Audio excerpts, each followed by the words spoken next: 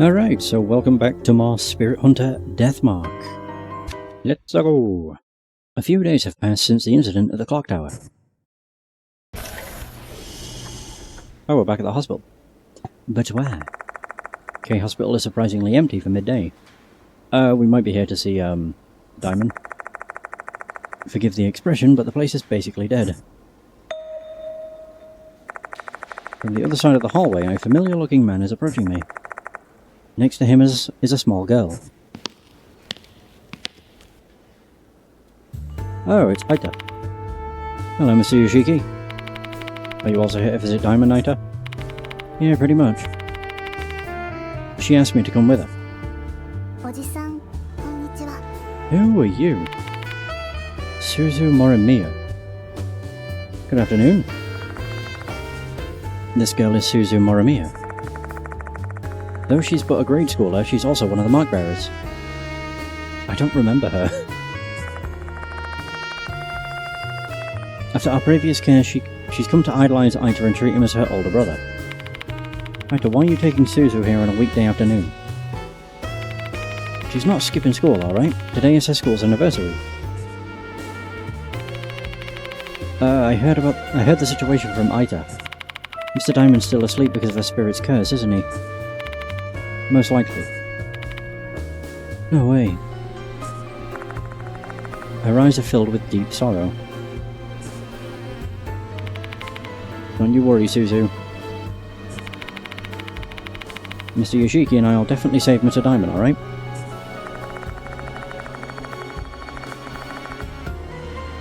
Aita proudly taps his chest while making that claim. I have no idea where that confidence comes from. Despite my skepticism, the display brings a smile back to Suzu's face. Aita, mister, can I trust you too? But of course! Oh, of course. Thank you, mister. I really don't remember her. Anyway, Mr. Yoshiki, I'll continue to back you up on your investigation. Aita, about that. Oops, let's save that for later. I gotta get Suzu back home. I'll go to Kujo Mansion after that. Call me if you need anything. See you later, mister. I really don't remember her.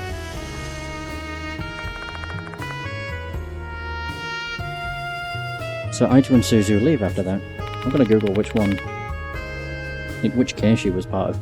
Crap, that was my chance to tell him. Following Slipmouth Kashima's case, I told Moe and Sho to stay out of the investigation. But Aita wasn't around, so I haven't told him yet. Morimiya. Yeah. Oh. Available as a partner in Chapter 3. I think that was the one with the bride? Hanayome. Yeah, it was. Oh, I didn't realise she was part of that one. I finished my visit with Diamond and leave the hospital. He's still comatose, showing no sign of leaving limbo and rejoining the ranks of the conscious. The doctors have yet to identify the root cause of his coma.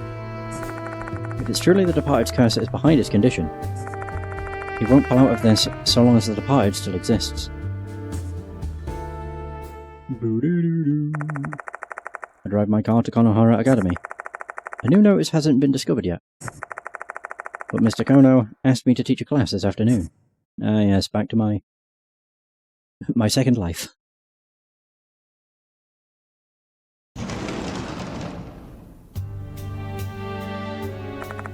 Enter the classroom and take my place in front of the students. Then I proceed with the class like usual. When Kono first asked me to teach as part of my investigation, I thought it would be an absolute disaster, but surprisingly, I'm doing just fine. And you might say I enjoy it. On the other hand, the students seem to be doing markedly less fine. The number of fidgeting students that can't focus on class is too large to ignore. Considering some of them also asked me about my investigation, it's obvious what's on their minds.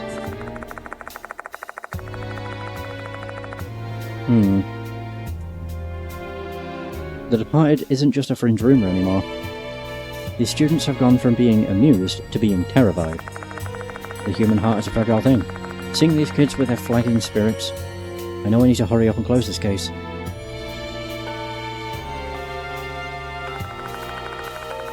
In what feels like the blink of an eye, class is over. The first time I taught, it felt like time stood still. It's kind of troubling to realise I've now been at it long enough that I'm used to it.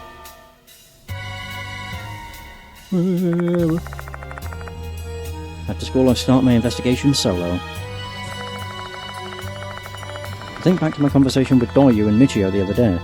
The departed might be someone close to me. Did that door in the background light up? In order to narrow it down, I make the rounds, asking teachers and students alike about the people involved in the incident. However, my efforts are fruitless, and all I get is a lot of small talk and wasted effort. I attempt to take a different angle to figure out the departed's true identity and think it over. Oh! The departed is good at hiding. Let's say they're able to take the place of someone else. And when they do, they can perfectly duplicate that person's looks, memories, and personality. It'd be the perfect disguise. Nobody could see through that. With that level of deception, the only real chance to know their true identity would probably be once they've achieved their goal, which will likely be when they exchange vows with their dear husband. And for me, that would either be death or a fate worse than that, so I have to find the answer before then.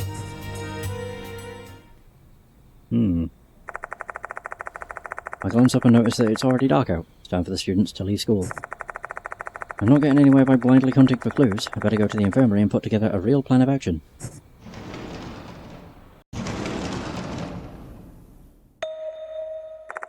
I find a woman in a white coat waiting inside the infirmary. For a moment I think she's a school nurse, but then I see her face. Hey!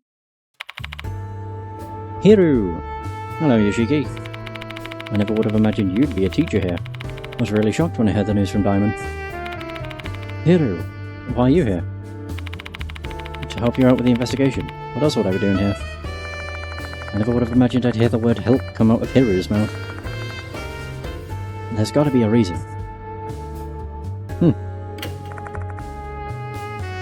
She's Madoka Hiru. She wears a white coat, but not because she's a doctor. Hiru's a mark bearer who works at a pharma company as a researcher. If I remember correctly, you don't handle paranormal phenomena all that well. Well, true. I mean, after all the suffering I was put through before, how could I be expected to like it? So why are you here then? Jeez, you're so annoying. I have my own reasons, alright? She's rather intelligent, but Hiru also has quite the cowardly streak. However, there are times when her curiosity gets the better of her and she ends up poking her nose into bizarre incidents. Call it a test of courage, I suppose. To tell you the truth, I'm here because Diamond asked. In the event that something were to happen to him, he asked that I come to help you in his stead. Oh, hence I'm here, using up my paid leave. I appreciate you taking your obligation to Diamond seriously, but this case is extremely dangerous. There have been a lot of casualties already. Oh, come now. Don't patronize me. I'm fully aware of the dangers present. Then why are you...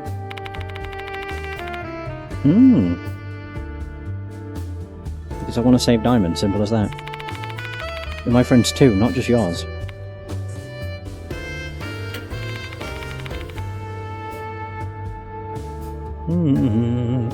Diamond apprised me of the situation. A spirit known as the Departed issues notices targeting people and then has other spirits kill them, correct? Yeah, and it's been pretty successful. We have a number of victims already.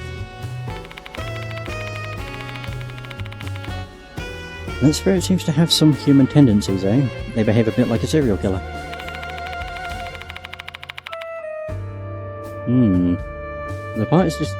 The Departed is different from any other spirit I've encountered so far. They're cunning, and they possess the ability to pass themselves off as a human and hide within the school. I've also heard they're obsessed with you now. You sure have a strong connection with spirits, Yoshiki? I guess so. I wonder if that's just another aspect of my lineage, like the way I seem to be able to see paranormal phenomena that others can't. What you might say is that I'm gifted. Slightly. Well then, shall we proceed with the investigation? Wait a minute, Hiro. If I'm going to investigate alone, I don't want to get you involved in this. No, I'm going to investigate alone. Say what? You're just going to disregard my feelings? I don't get a say in the matter? Hiro, didn't you understand what I told you before?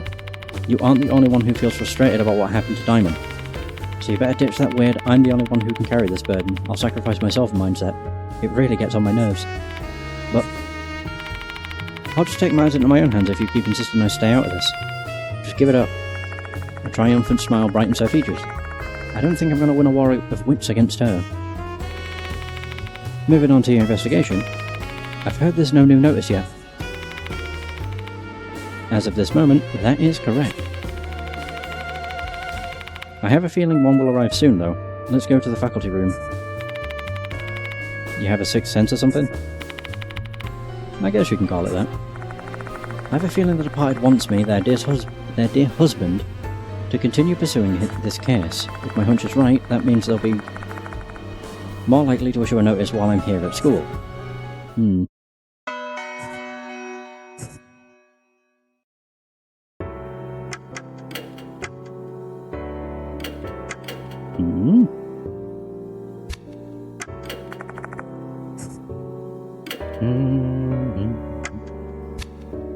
Did I not buy that? Oh, I could actually end this with 8. Yeah, not bad. Yep, not 8, with 12. That's what I meant.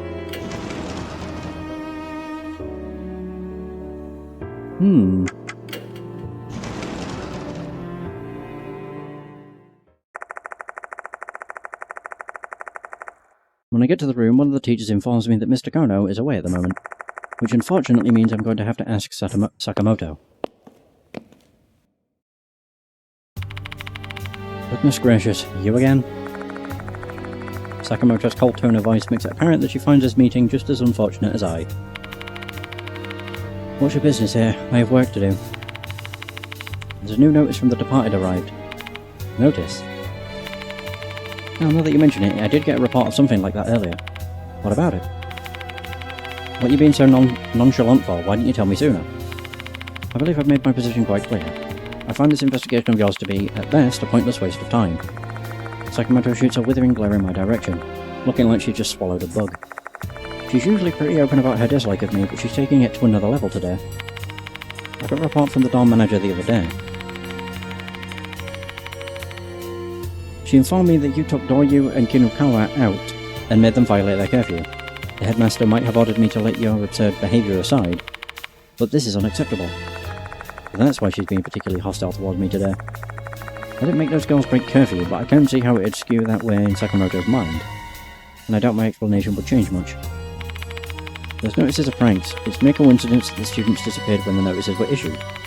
The departed, ghosts, the supernatural, it's all a bunch of ludicrous nonsense. To think a man like you has sullied the good name of teachers just to investigate this rubbish. Sakamoto's practically got steam coming out of her ears. I wonder what I can do to calm her down. Be delicate. I don't care if you believe in the departed or not, but I'm only here because Mr. Kono hired me and I'm trying to do the job my client, your boss, asked me to. Can you at least cooperate? Ugh. Where's the new notice? I don't have it with me. I told the student who picked it up to throw it away. You told them to do what now? Which student was it? Kakuta from the disciplinary committee. He found it when patrolling the school. What does he look like? He's a strapping, well-built boy. He's in the karate club. Never mind, look at the time. Have to go now, I have a meeting. Gotcha, bitch. Before I can even protest, Sakamoto's already left the room, but the teachers are following suit. Oh, she's clearly not a fan of yours, Yoshiki. No, you pretty much earned that treatment for hitting on high school students. Whoa! That's not what happened. Stop making things weird. Looks like we're gonna have to put in some efforts to find this Kakuta boy. I mean, we might stumble upon him simply by stopping to talk to each stout student we see on the way. It'd be nice if we had a bit more information to go on. More information? Doryu and Michio might know him. Sakamoto's obviously going to keep a close eye on my contact with those two, but I can't let that interfere with my work. I'm not hitting on him. It's fine. Sheesh. Doryu is organising documents in the student council room. Oh, Mr. Yoshiki. Thank you again for your help. Sorry, but I'm in a hurry. Do you know Kakuta? I heard he's a big guy from the disciplinary committee. I know him. He's in 2C. How about you try looking for him in his classroom? Got it. Thanks.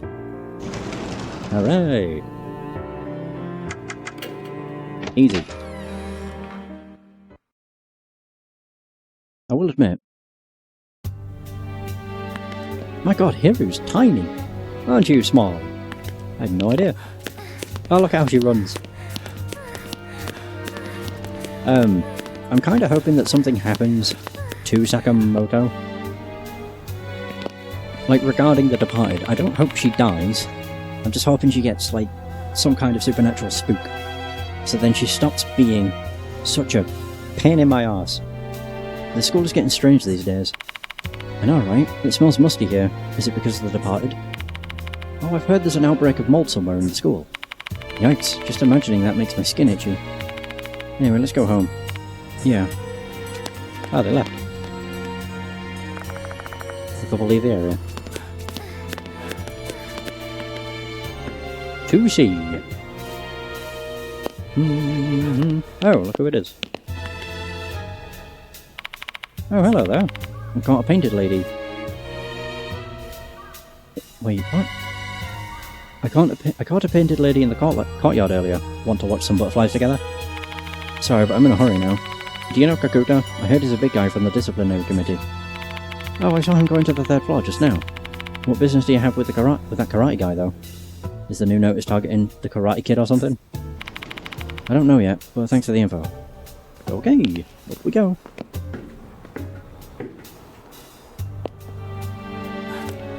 A strapping young boy who's well built. Is it you? Saw a big guy going to the back of the hallway earlier. I like how he's called the remaining man. It's probably Kakuta from 2nd year. I wonder what he's up to.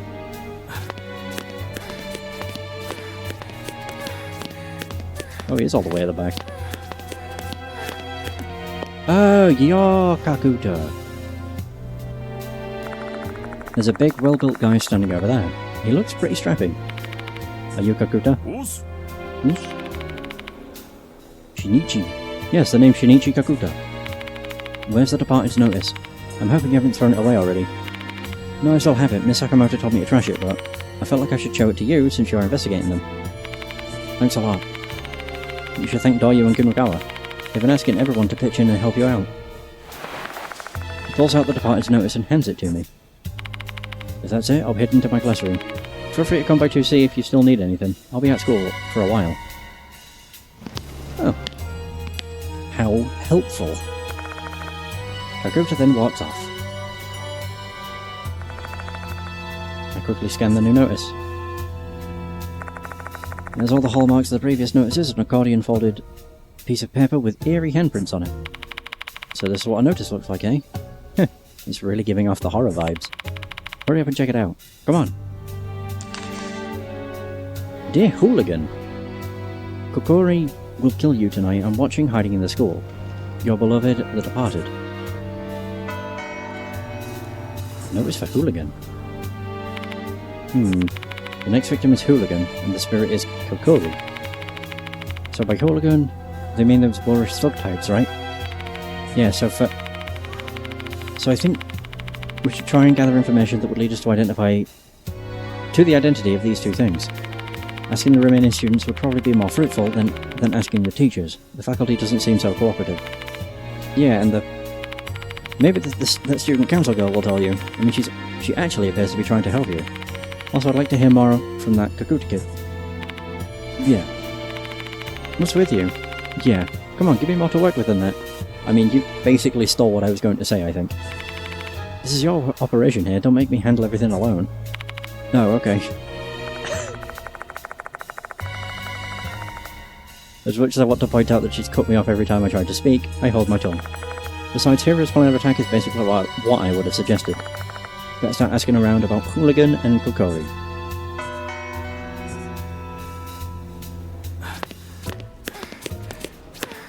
Alright, so back down to floor 2. Assuming Michio hasn't disappeared.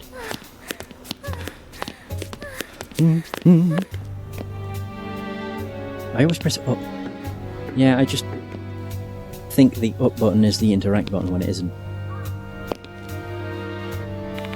Did you find Kakuta? Yeah, thank you. I'm happy that I could help. So, what do you want to talk about? Actually, we found a new notice. Whoa, so another one's finally here, huh? Show me. Show Michio the departed's notice.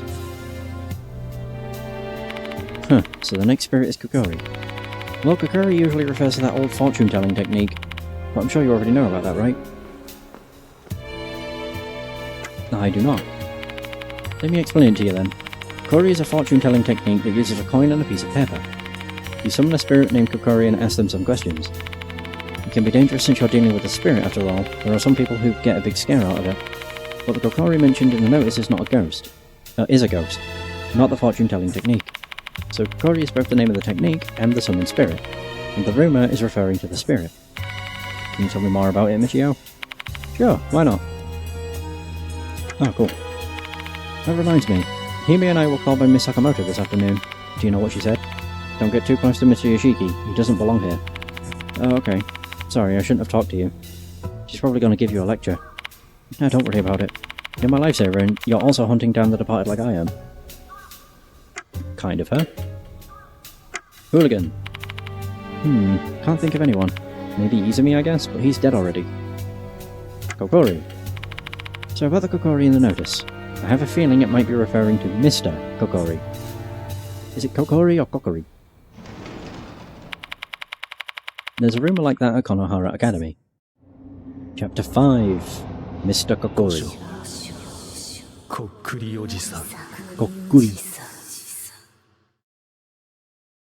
Kokuri. I'll probably still go with Kokori. Have you ever gone to the corridor on the second floor? Of course not, that place is restricted. Do you know why? Oh. It's because of the Kokori shrine.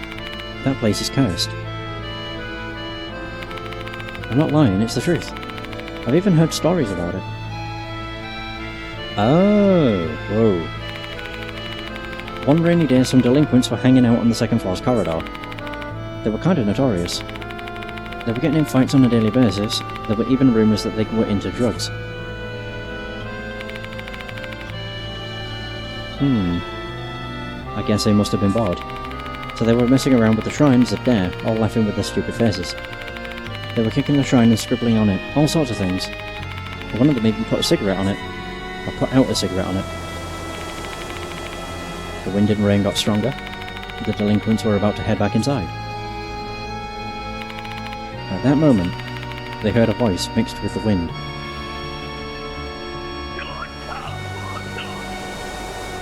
Kill Hooligan. Ooh.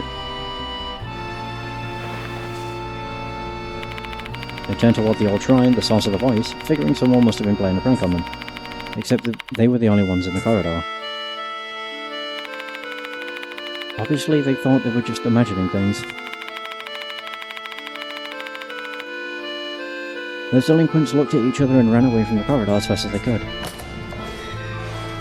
But it was too late. But that night, one of the delinquents, the one who snuffed out his cigarette on the shrine, felt a pain in his ear. He felt a strange sensation when he touched his ear. It was dry and rough. It was weird, like there was something in his ear. Terrified, he went to go check himself in the mirror. Whoa, what? Mushrooms were growing from his ear. Folded cap mushrooms that looked like I don't know what that is. Maitake?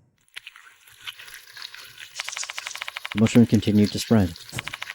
From his ear to his neck, his cheeks, then his chin. The delinquent shrieked, and then he called an ambulance. He got himself checked at the hospital. They found no trace of mushrooms. But his ear had a really bad infection. The skin was rotting away, so they had to cut his ear off. Oh. When a teacher heard this story, they said it's the curse of Kokori Shrine. That voice must have been Mr. Kokori's, and that was his work. The rumours say Mr. Kokori is the apparition of a priest who haunts the shrine. Oh. Why is he so into mushrooms? And that was the rumour about Mr. Kokori. So please stay away from the shrine in the second floor's corridor. If you're cursed by the mushrooms, your lovely face will be ruined. Is Mr. Kokori the name of the shrine? Correct. It's called Mr. Kokori because the shrine has a mysterious voice. No one knows what Mr. Kokori looks like, as they've only heard his voice. Creepy, isn't it? Oh. Yeah, we've already done that. Alright, we're done. By the way, Mr. Yoshiki, I've never seen the person beside you. Is she a doctor like Diamond? I'm a researcher, not a doctor, though I do also deal with the health of living beings as part of my job. Oh, I see. An idol and a female scientist, huh? You sure have some amazing and gorgeous assistants. By the way, which one do you prefer? They're both dependable in their own ways. I has the stamina, Hiru has the intelligence. That's not what I mean. Oh well, it was stupid of me to expect something. Huh. You two sure are close. This girl might be the departed, you know. Shush, Hiru. Oh, I don't mind, as long as Mr. Yoshiki trusts me. Sorry, it's a joke. I'm kind of on edge, since we don't have any idea who the departed might be. I don't mind. In this kind of situation, it's natural to have some suspicion. Yeah, I miss my normal school life. Hey, Yoshiki. Shouldn't we be able to pretty much guess who the hooligan might be? Based on what Michio told me about the Mr. Kokori rumors. A delinquent student. I agree with you there, but I still have no clue who it might be. The rumour said a delinquent student was cursed by the shrine in the second floor corridor. Why don't we go take a look there? Wait, are you serious? Aren't you being too cavalier here? We're going to be stepping into some deep shit if we approach that shrine. I'm not doing it for entertainment, it's for the investigation. You can stay here if you don't want to go. I never said I didn't want to go. I just wondered if there was a better way to do this. That's it, I'm not scared at all. I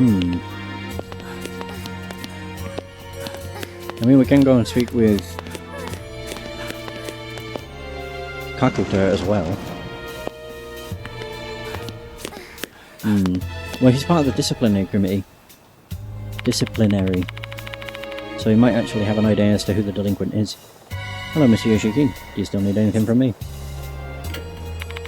I've actually read that notice. A spirit named Kokori is going to kill Hooligan tonight, right? Well, Mr. Kono told me not to discuss the incident with the students out of consideration for their mental well-being. Can't just give him a dismissive reply, though.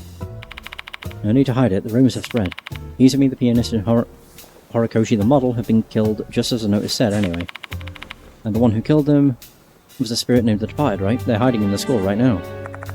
If rumours of the incidents have already spread to this extent, I'm not doing anyone any favours by keeping my mouth shut. I doubt that these rumours have been purposely spread by any one target.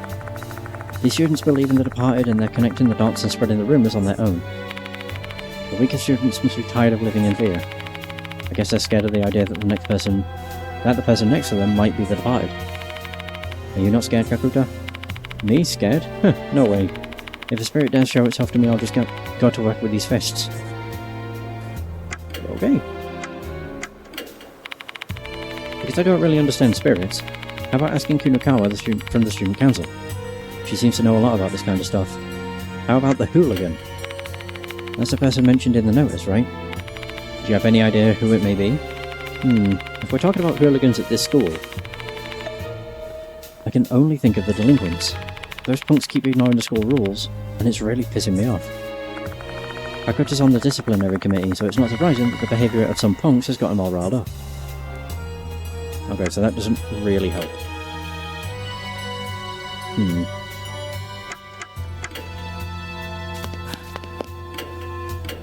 Let's return to the infirmary. Go speak with Himiko.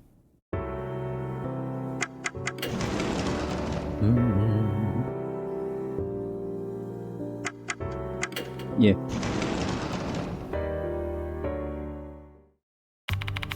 Did you find Kakuta? Yes, along with the new notice. So there's another new notice. Mind showing me?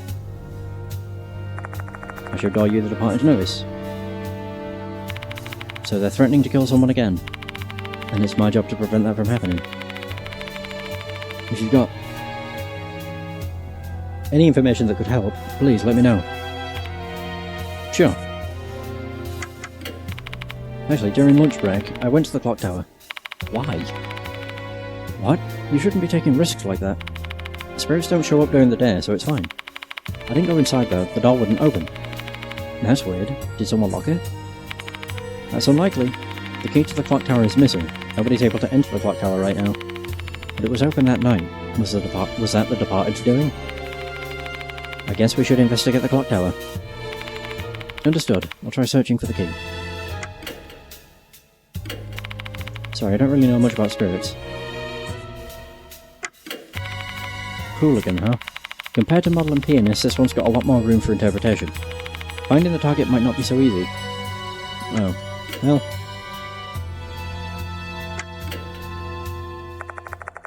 Finish my conversation with Dayu and leave the student council room. Okay. I notice you can only go to the old building at night. Yeah, you can never go there during the day. As far as I can tell, anyway.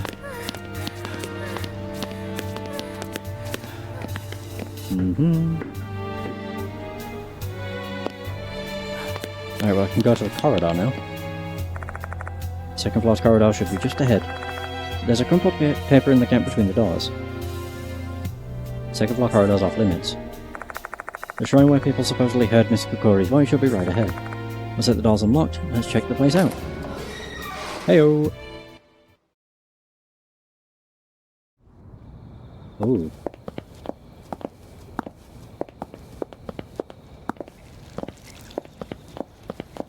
Oh, is it you?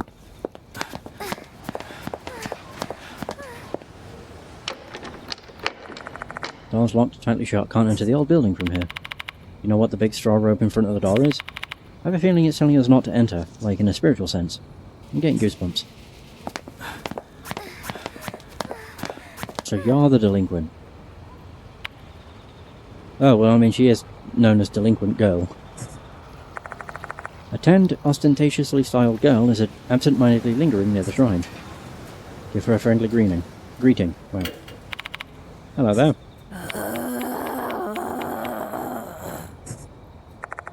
The reply is unintelligible, more of a groan. Just ignore her, Yoshiki. Something's wrong with her. Okay. Good.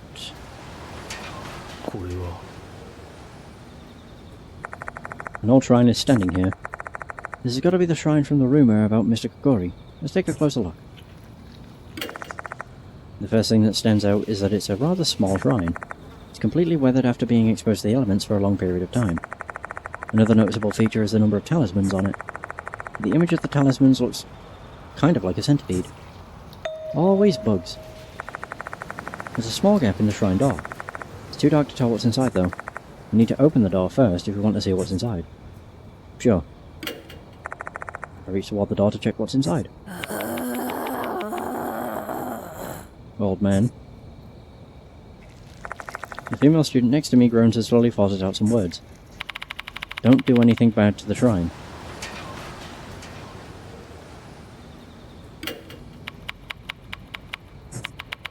Old man, you're...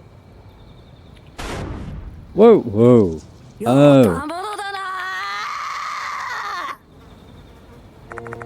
A hooligan. Growling, the female student launches an attack. Goddamn, look at her fingernails.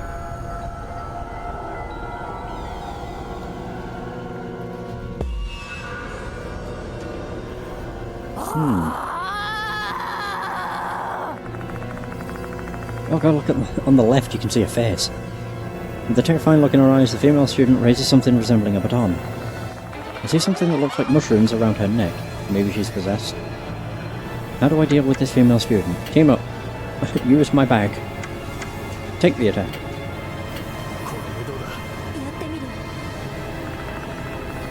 I try to use my bag as a shield to block her attack.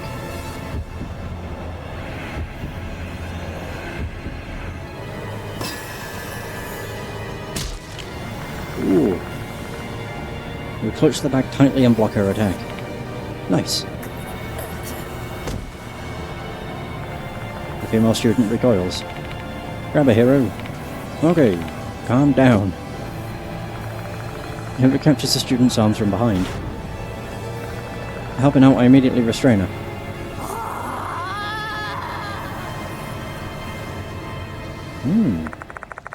The student lets out a yell and then goes quiet. Looks like this was the right choice. Okay, cool. So she was already possessed. The student faints and the mushrooms on her neck instantly vanish. So it really was a spiritual phenomenon. Assuming the rest of the rumour is accurate, that would mean the mushrooms of the shrine's cursed. Keep an eye on her, Hiru. I'll investigate the inside of the shrine. Sure thing. I walk toward the shrine and put my hand on the door. There's a talisman on it. Inside the shrine I find some bizarre stuff. Ew, whoa. A petri dish. Used for experiments. Inside the dish is a dead centipede. Some red substance appears to be growing from the centipede. What in the world is that? Oh, I see you found something interesting. Those red filaments are probably mushrooms. It's difficult to tell without gaps. Without me realising it, Hiru's already peering over my shoulder. Looks like there's a mushroom hyphae growing on the dead centipede. I think that... whatever that is. Very interesting. But what's it doing here? Old shrines aren't usually a place where you'd store lab equipment. What are you going to do with the petri dish? I bet you're going to keep it. I guess so, yeah. Pressed by Hiru, whose eyes are sparkling with curiosity, I collect the petri dish. Creepy petri dish. What are we going to do with her? It doesn't seem like she's going to regain consciousness anytime soon. We can't just leave her here. Let's take her back to the infirmary. Hooray! I hoist the female student onto my back and leave the corridor. From there I walk straight to the infirmary.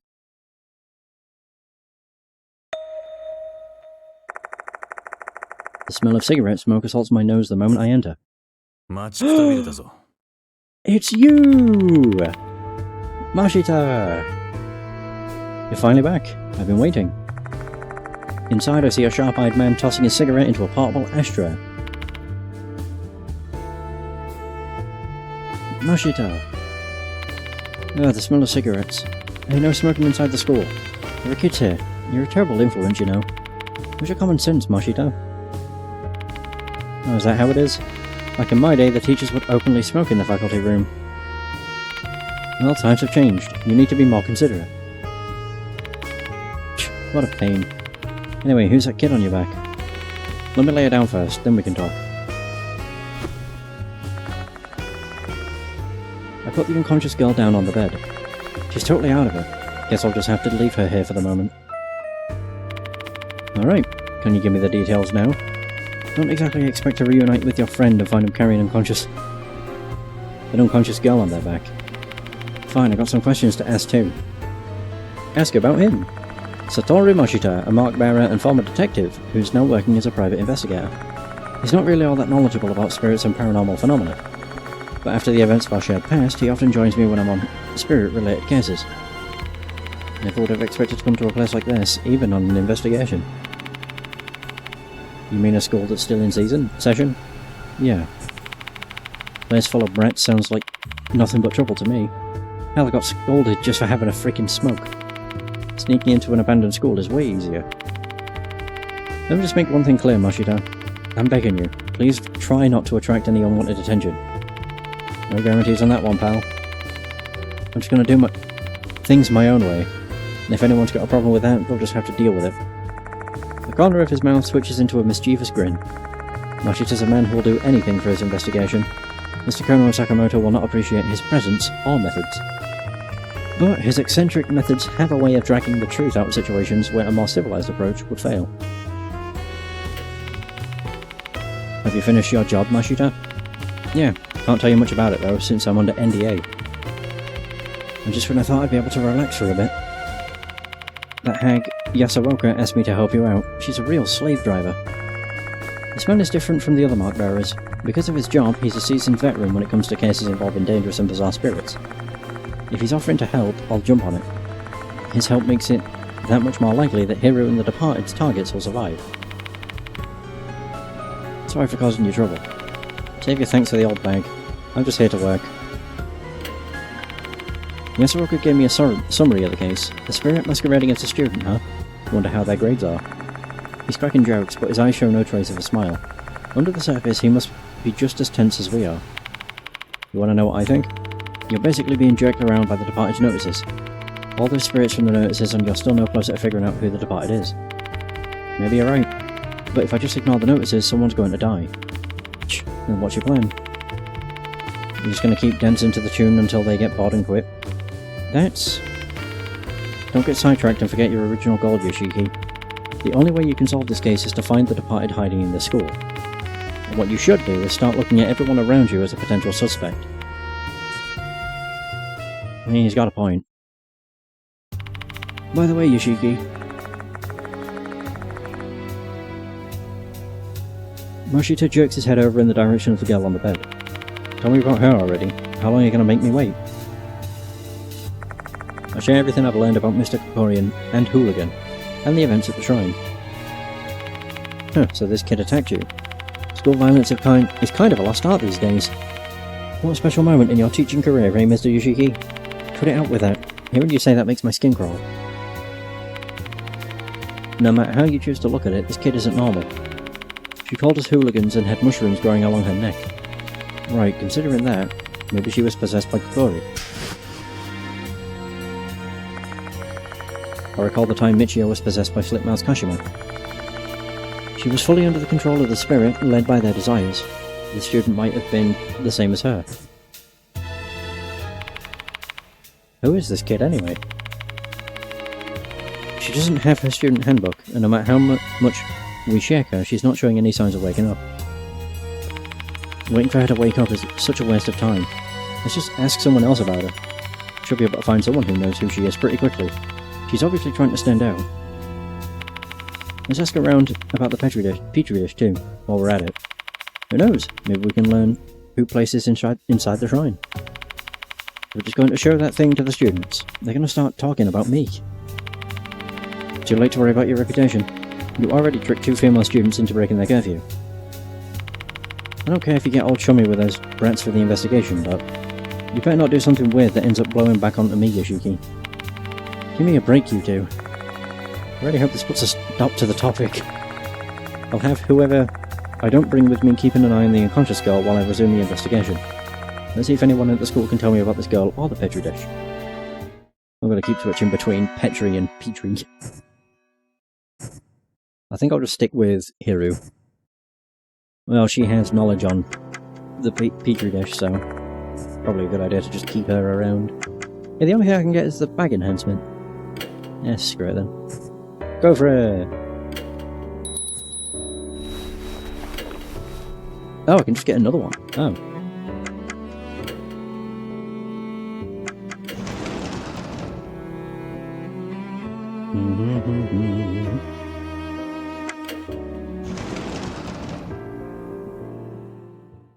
Right, now that's my usual.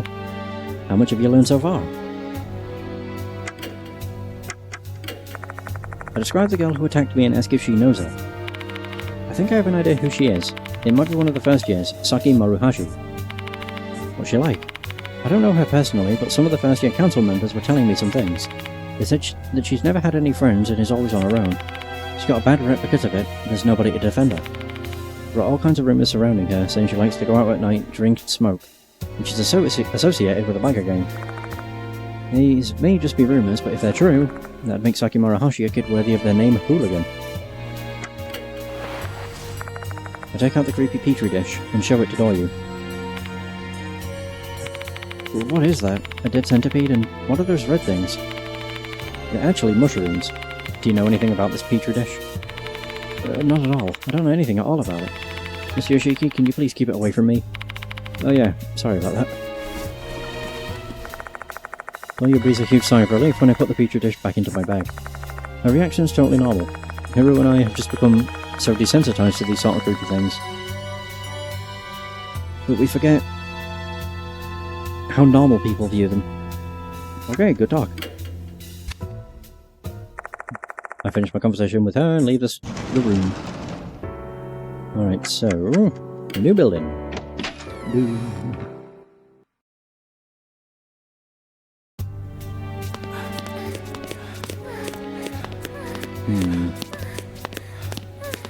Yeah, may as well go back to Michio.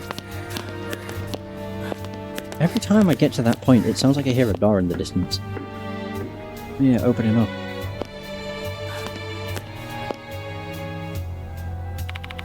Oh, I was thinking about insects. I feel kind of sorry for insectivores. So what do you want to ask me? What? Don't pay any attention to what Miss Sakamoto said. Hime and I are your allies. Oh, okay. Describe the girl who attacked me and ask if she knows her. I think I've seen her before. But I don't know her name. I'm not a delinquent after all. I take out the creepy petri dish and show it to Michio. Ooh, a Chinese redhead. Colopendra. Is it subspinipses? Spinipes? Mutilans? No idea. Did you know? Even though the name centipede means 100-foot, there aren't many centipedes that actually have 100 feet. I think like only a few soil centipedes have that many feet. Seizing the opportunity to talk about insects, Michio immediately begins flexing her knowledge about centipedes. She doesn't even have a reaction to the terrible sight inside the dish. Hey, I appreciate the centipede lesson, but what about the mushrooms? Heh, so those red thingies are the mushrooms. No clue. It's beyond my scope of knowledge. Oh, I see. Thanks. Judging by that reaction, Michio won't be able to tell us anything useful about the petri dish. Well, shoot.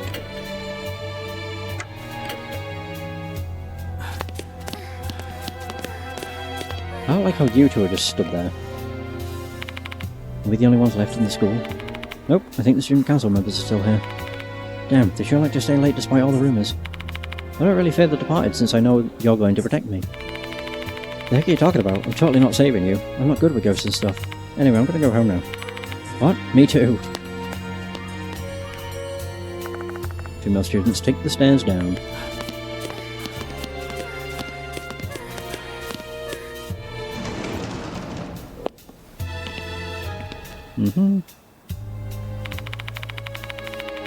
I do! I have more things to show you. I described the girl who attacked me and ask if he knows her. I know her, she always hangs out in the connecting corridor. She keeps going there even though I've warned her so many times, that's why I hate delinquents. They're stupid. Do you know anything else? Nothing in particular. I don't really care to know about delinquents. If she wasn't a girl, I would have punched her in the face. Hey now, aren't you in the karate club? Male or female students shouldn't fight with each other. I'm just joking. Martial arts should be used to train your mind and body, not hurt others. I take the creepy petri dish from my bag and show it to Kakuta. What? Oh, he doesn't like bugs. The moment he sees the dish, his eyes bulge. What's wrong, Kakuta? No, it's just... My apologies. It's so disgusting I don't even know what to say. Centipedes alone are already gross, but the mushrooms just make it so much worse. Where'd you find it? The science room? No, it was inside the shrine in the second floor's connecting corridor. Huh. What was this thing doing in there? No idea either. Doubt it's a prank. Oh. I have to get back to patrolling. Sorry, but I've got to end our chat here. Awfully suspicious. Kakuta bids us farewell and quickly leaves the classroom. Hey Yoshiki, there's something weird with Kakuta's statement. Did you catch it? What was off about Kakuta's statement? Said about the centipede? Oh! Oh yeah, you wouldn't know they were mushrooms from a first glance, because they don't have the caps.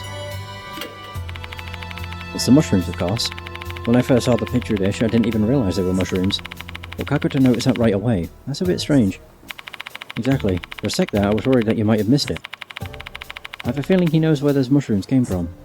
I better speak with to Kakuta again. He should still be at school. Let's go find him.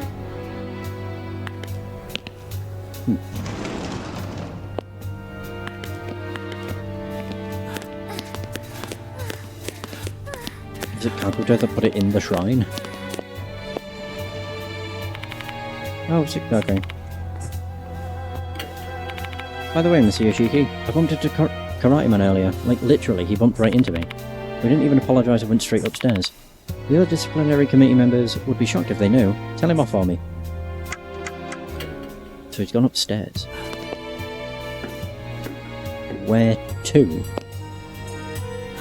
What's over here? Science. Oh. Oh, is he in here? Yoshi. A large shelf with a glass door. Flasks and vials are stored inside. They're clearly lab equipment used for glass. I better not touch them. But I wanna. A large shelf with a glass door, test tubes and tripods are stored inside. For some reason, there are a number of dead insects stuck on the door. Goodness gracious, they should store these more carefully. What, the dead insects? A pile of cases used for carrying equipment. I shake it lightly, but it doesn't seem like there's anything inside. A storage room. Oh. Oh. Why are you here? Kakuta's inside the storage room. Several documents are scattered on the floor below him. Looks as if the room has been ransacked. Mr. Yoshiki, I didn't do this. The room was already a mess when I came in. Please, you gotta believe me. Just tell me what happened here first, Kakuta. Yes. When I was patrolling the school, I saw someone coming out the science room. They seemed kind of suspicious, so I decided to check it out. The room looked the same as it always does, but I unlocked the storage room here to have a look just in case. That's when I found this mess. That's what you're saying happened? Yeah, that's what really happened. Damn, I could have caught the culprit if I'd just come in sooner. Kakuta's eyes dart every which way as if he's trying to spin a tale. My gut tells me that he's hiding something. Let's press him for details.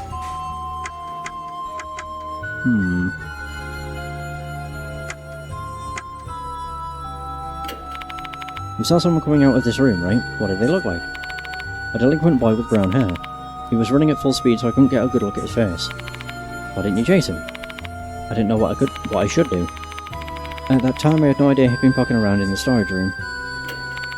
Is there anything missing from the science room? I don't think so. But I'm not totally sure since I don't often come here. My apologies. Did you check if there were any shadows? Someone might be hiding in there. I checked over the room, but I didn't notice anything out of the ordinary. That's why I decided to enter the storage room. The storage room was locked, right? Yeah, so I unlocked it. Since I'm on patrol, I have the keys with me. Is it easy to borrow the keys? Not at all. Who knows what those delinquents would do if they had these keys. Only trustworthy students like me, someone on the disciplinary committee, would be able to borrow the keys. That's all I need to hear from Kakuta. Of the 3 pieces of information he gave me, 2 of them were inconsistent. He may give himself away if we point it out. Let's put his feet to the fire, shall we? The delinquent in the science room. Oh yeah, the delinquent and the key. It just hit me. He said that they would have a hard time getting the keys, considering they're only given to trustworthy students. You said you saw a delinquent student, right? Yeah, that's right. You said it was locked when you came in, which means the perpetrator locked it behind himself. But you also said the key's under tight control, and that it never been lent out to untrustworthy delinquent students. Just wondering if you could explain that for me. He must have stolen the spare key. Those delinquents, they have no shame. What else is this guy capable of? Well, I suppose we can always go check if the spare key's been stolen or not. Except I've got an alternate theory. Kakuta, you broke into the room using the key you're holding. I've no idea why you did that, but you started acting weird after I showed this to you.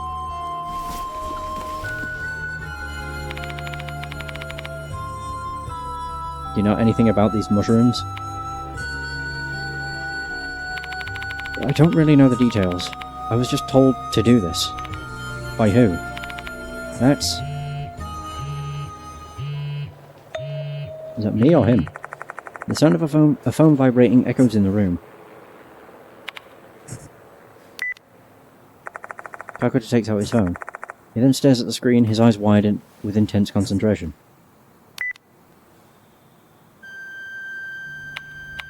Oh. I was summoned. I have to go. Or else I'll be killed. Killed? Who told you they're gonna kill you?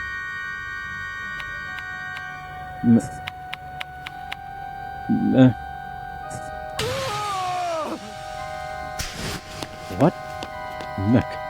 MK. Kakuta runs out of the storage room, screaming at the top of his lungs. Wait. You turd. I dash after Kakuta with Hiru following hot on my heels. When I saw him running away like that...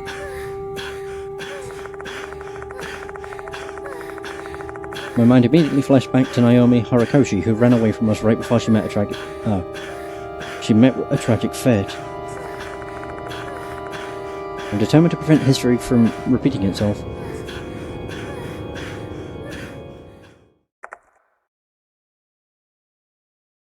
But... my stamina fails me midway through the chase and Kakuta disappears into the distance. Damn, that kid's in peak condition. Didn't even slow down for a moment. Is he even human?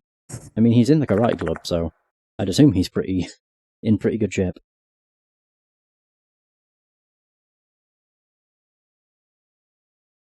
I agree with Hiru. His physical prowess certainly seems like it's beyond that of a typical high school student, almost as if he's being possessed by a spirit. Or he's just in good shape. It's not that bizarre. Guess we should go back to the science room and inspect what he left behind.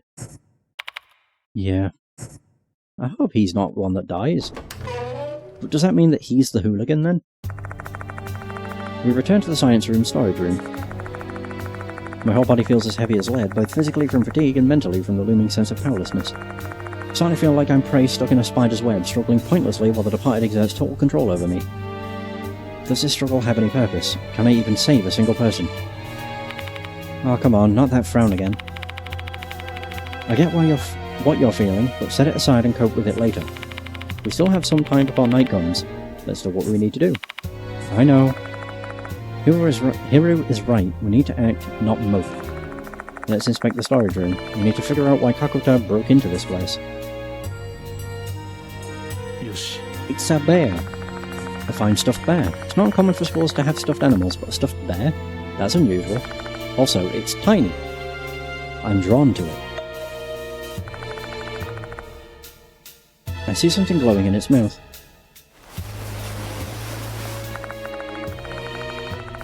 I put my hand into the mouth, though I can't fit it all the way inside.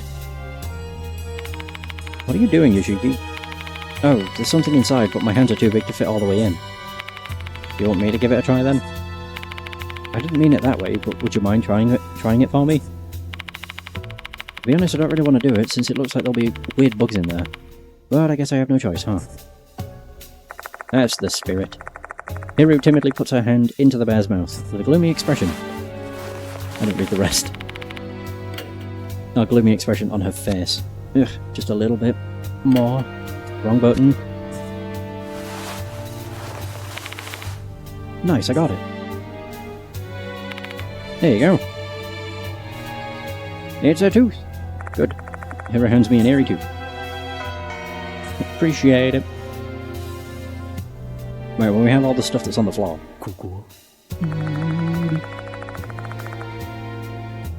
There are several documents on the floor. This must be Kakuta's doing. I pick up one of the documents and look at the cover. There's a label with a caption written on it. Research on native plants that grow around Konohara Academy. There are 2 dates written under the title, one from 11 years ago and another from 9 years ago. Did this research span 2 years? I find a preface on the next page. The fox forest behind the school seems to have a special environment. A variety of plants native to the area can be seen here. As a science teacher at Konohara Academy, I set out to catalogue all of them. Following the preface page, there's a summary of the research done on various plants. There are photos of plants and moss complete with detailed research information. It's thorough, yet surprisingly easy read. It's clear that the author is both a fine writer and educator. What in the page between fox...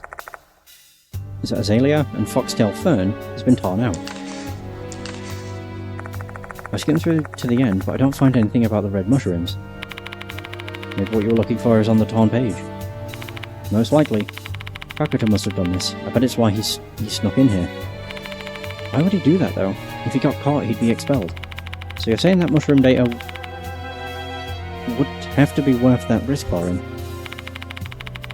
I guess he thought it was. I can't even imagine what information would be that important though. If we can find that lost page, we may get a step closer to understanding Kakuta's motives.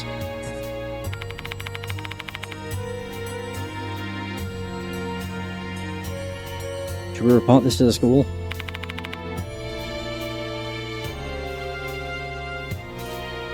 No, we shouldn't.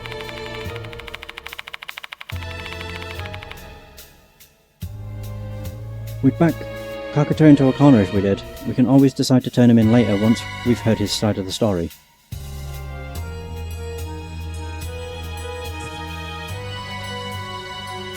Yoshi. Kakuta was rummaging through the shelf until a bit ago. The door's wide open and the documents are all scattered. Oh. So we learned that they ripped out Foxtail Azalea and Foxtail Fern, which means, possibly, that the mushrooms that were on the centipede thing are one of those two. Yoshi. It's a large spiral shell fossil inside the shelf. Is this an ammonite? Its distinctive shape looks pretty artistic for something natural. I guess that's it.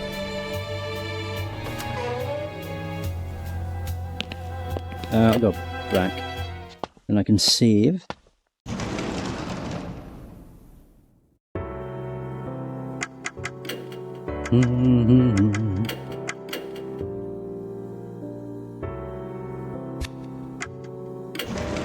Alright, so...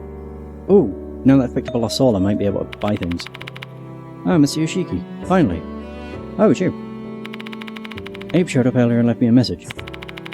Seekers of wisdom, I shall await you in the Garden of Knowledge. What does that even mean? Don't ask me, I've got no clue either. Well, that's all. See you later. Having finished her business with us, Michio strolls off. MK.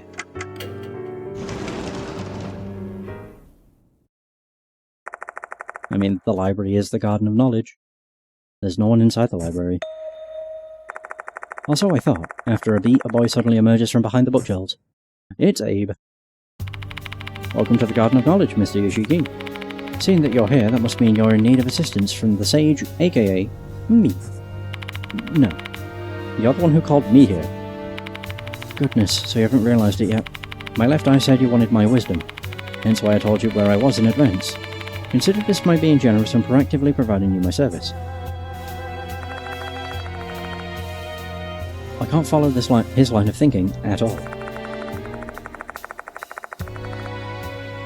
One thing for certain, he's being nice to me today. Maybe he's in a good mood or something.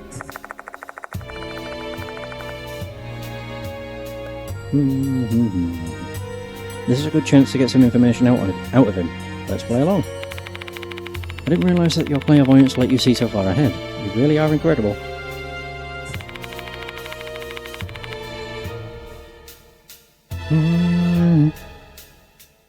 Just as you mentioned, there was something I wanted to ask you.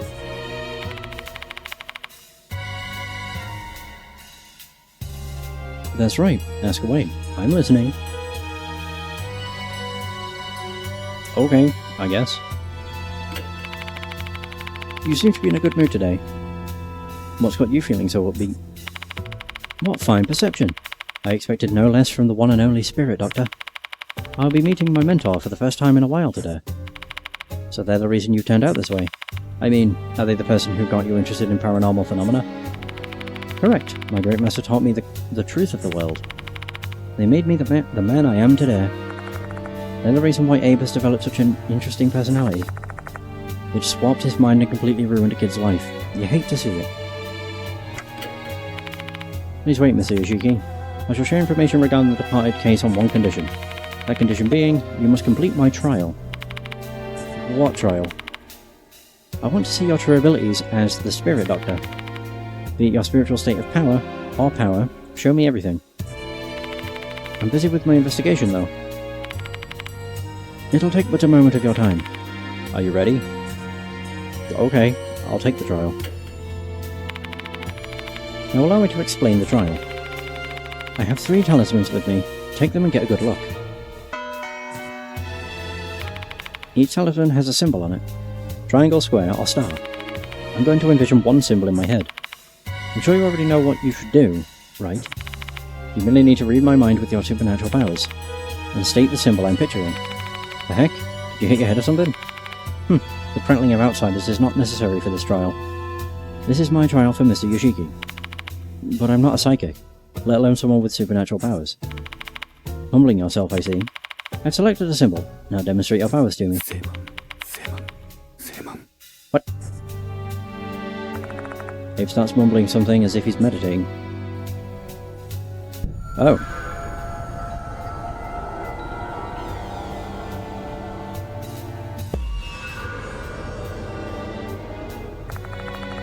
Same as what they call a pentagram in divination, which would be star. But you might be trying to throw me off, and the correct answer could be either triangle or square. Do I need to give a correct answer though? How do I win this battle? Really? There we go, show the petri dish. Boom. This'll throw him off.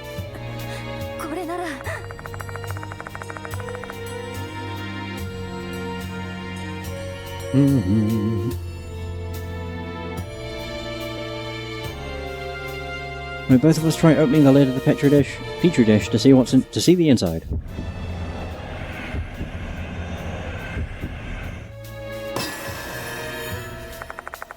The hideous centipede shows up the moment I open the lid.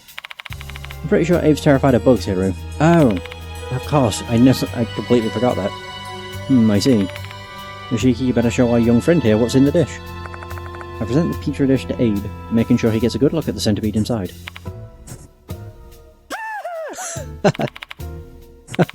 Get it away from me, please. Are you going to give me information then? You underhanded scoundrels, this is unfair.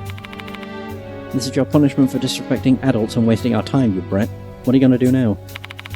Fine, I lose. Get that petri dish away from me now. Hey, nice. That's great. You just throw him off entirely. I've learned a lot.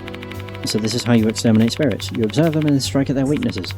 How incredible, Spirit Doctor. I fulfilled my end of the bargain, Abe. Time for you to spill everything you know. Understood. Oh, there we go. I'll let him know about that a new notice has arrived, and ask him about Mr. Kokori. So this time it's Mr. Kokori, huh? I know him, obviously. The spirit that haunts the shrine in the second floor's connecting corridor, as well as the Fox Forest, is it not? Forest? That's new to me.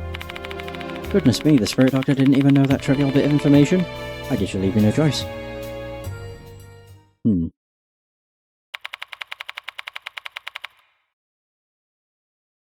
Allow me to tell you the rumours I have learned.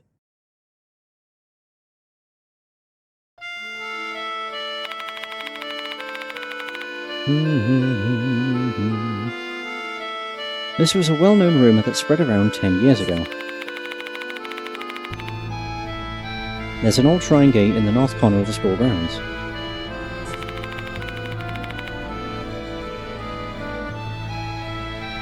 Beyond the gate lies a path leading to the forest. It said he appears there at night. Oh, what? Dude's got a rifle. Okay. A man clad in a white garb and a fox mask. He is Mr. Kokori. He was dubbed Kokori because of the mask. As I'm sure you know, the ritual used to speak with the dead, Kokori summons a part fox spirit. I believe he was given the name by someone who knew he was a fox spirit. It said Mr. Kokori used to be a priest of the shrine in the forest. In his past life, he patrolled the path and performed rituals, cleansings, to keep the shrine free of negative energy. He continues this routine even after death. He will never forgive anyone who disgraces the shrine. Should he find one, pop! Oh damn. He will shoot that scoundrel right in the head. That is the Mr. Kokori I know. That's not very brutal. Or body horror-esque. How uncharacteristic. Thank you for allowing me to impart my wisdom. That's different from the rumour I heard. There are two rumours of Mr. Kokori after all. The Fox Forest rumour predates the one about the second floor shrine. Perhaps details have changed over time through the retelling of the rumour. Or, what if both rumours are actually true and none of the details have been changed at all? What if Mr. Kokori actually shows up in both the forest and the corridor? Interesting. Unfortunately, the Mr. Kokori of the corridor is completely different from the one in the forest, in terms of the period, place, and the curses they wield. Do you still think they are the same? I mean, fair. Can't say either way, though. Huh. You are being cautious with your theories. I wonder if that is how you've managed to survive. What do you think, Abe? I have no idea. A definitive conclusion would require more information. Should we assume both rumors are true, though, that means those two spirits are connected. Is there anything that leads you to that conclusion? More or less. The priest that became Mr. Kokori is said to have travelled the forest path in his past life. That path connected two shrines. The first one is the shrine in the forest, and the other one is Kokori's shrine on the second floor. You see, that shrine was originally on the ground. Kokori appears in both shrines because they are connected. Is that what you think? Precisely. Two shrines and two rumors related to Kokori. What could this mean? Alright, hooligan. Hooligan, huh? A person who's a far cry from the upstanding citizen I am. I haven't the faintest idea who that might be. Delinquent girl. I described the girl who attacked me and asked if he knows her. I'm not familiar with such an individual. My left eye refuses to even see those of low spiritual state. Oh, his left eye is his blue one. I was always seeing it as the other one. The petri dish. I take the creepy petri dish out and show it to Abe. Stop it, it's too much. I quickly return the petri dish to my bag in light of Abe's feelings. Okay.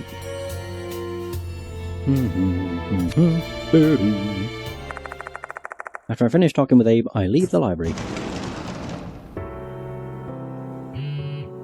Bum bum bum.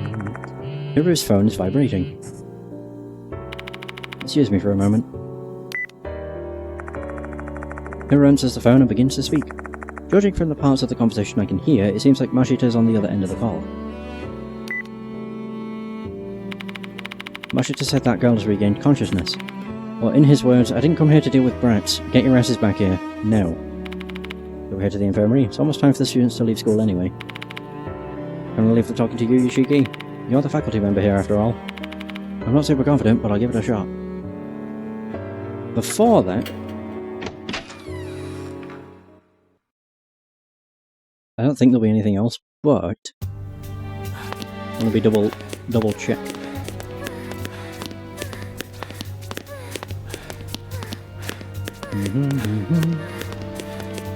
Yeah, every time you get to that point, you hear a door open at like the other side of the room. It's very weird.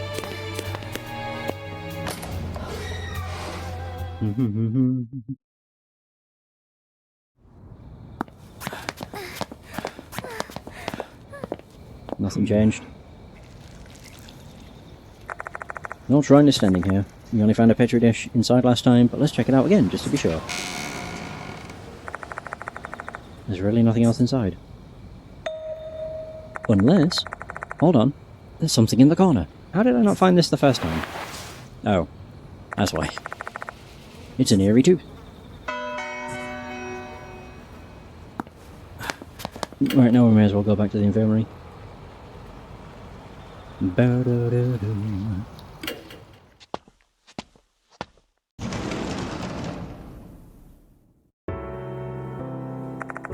I find the delinquent girl and Mashita glaring at each other when I arrive at the infirmary. About damn time you got back here. I told this brat what happened, though I'm not sure if she actually understood anything. Seeing as how she hasn't spoken a damn word, do something about it, Yoshiki. The situation falls to me. Once I'm all ready, I should talk to the delinquent girl.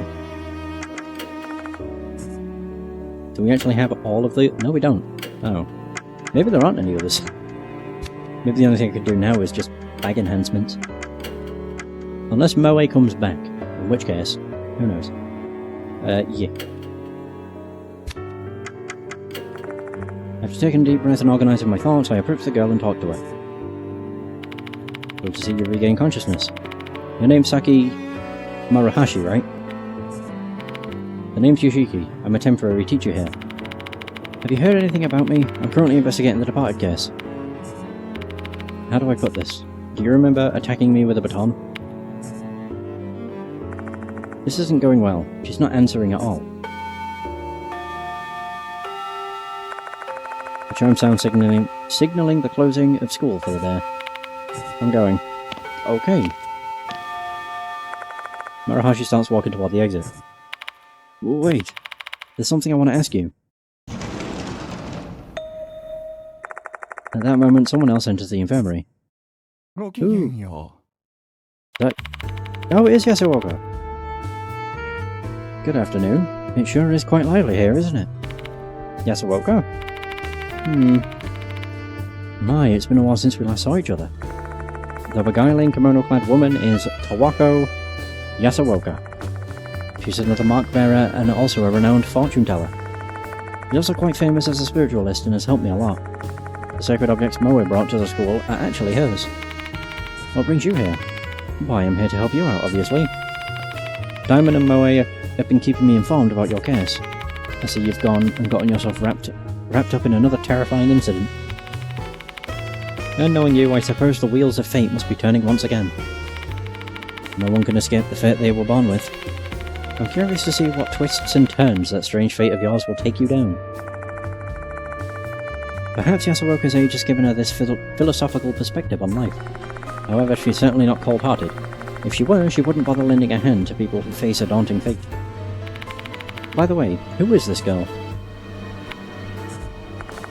Morohashi stares at Yasuoka. This is a far different look than the glare she directed at us earlier. There's not a trace of her prior hostility. You're Tawako Yasuoka, aren't you? You're an OMG paranormal experience. Yes, that is I. Whoa, are you serious? A legendary celeb is here? Shit. I'm like super nervous now. What's with the 180?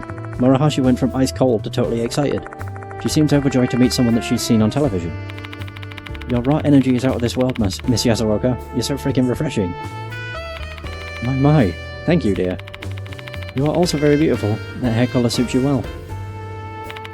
You think so? Miss Yasuoka, can I get your autograph? What? After that, I asked Yasuoka to help me persuade Morohashi to talk. Because of that, she reluctantly agrees to cooperate with us. I'm only doing this because Miss Yasuoka asked me. I don't like you. So what do you want to know? Morohashi. Oh, you want to get to know me? Saki Morohashi from 1B. My favourite subjects are math and art. My favourite food is sweet red bean buns, and I love looking at motorcycles. Just looking at them? Not riding? Yeah, I don't have a license. I really love the painting and gold glitter paint on vintage motorcycles. My cousin's the leader of a biker gang. He's got this red chicken on the cowl of his bike, and it just looks so cool. Once Morohashi starts excitedly talking about motorcycle detailing, she looks like any other enthusiastic kid. I've heard that you're often hanging out by yourself. I can't help that, you know. There's no one in this school that I can talk to about art, and I get bored talking with them about other stuff. Do you know anything about Mr. Kokori? Nope, never heard of him before. Who is he anyway? That's a pretty strange name. He's a spirit that haunts the second floor corridor. Are you for real? I've never gone there if I'd known. It's stupid to mess around with spirits. Does that spirit show up from the shrine? It's also said he appears in the Fox Forest. Not the Fox Forest? That place sure is bad news, huh? I've heard weird stories about it. What kind of stories? Are they about spirits, or...? Nah, not those kind of stories. I heard punks used to sneak into the forest a long time ago. I don't know if it's real or not, but apparently some of them never come back. Punks in the forest at night, huh? What a strange combination. Don't ask me why, I've got no idea. But none of the students here ever go near that forest because of that rumour. I don't remember. It's like there's a blank spot in my memory or some shit. How much do you remember then?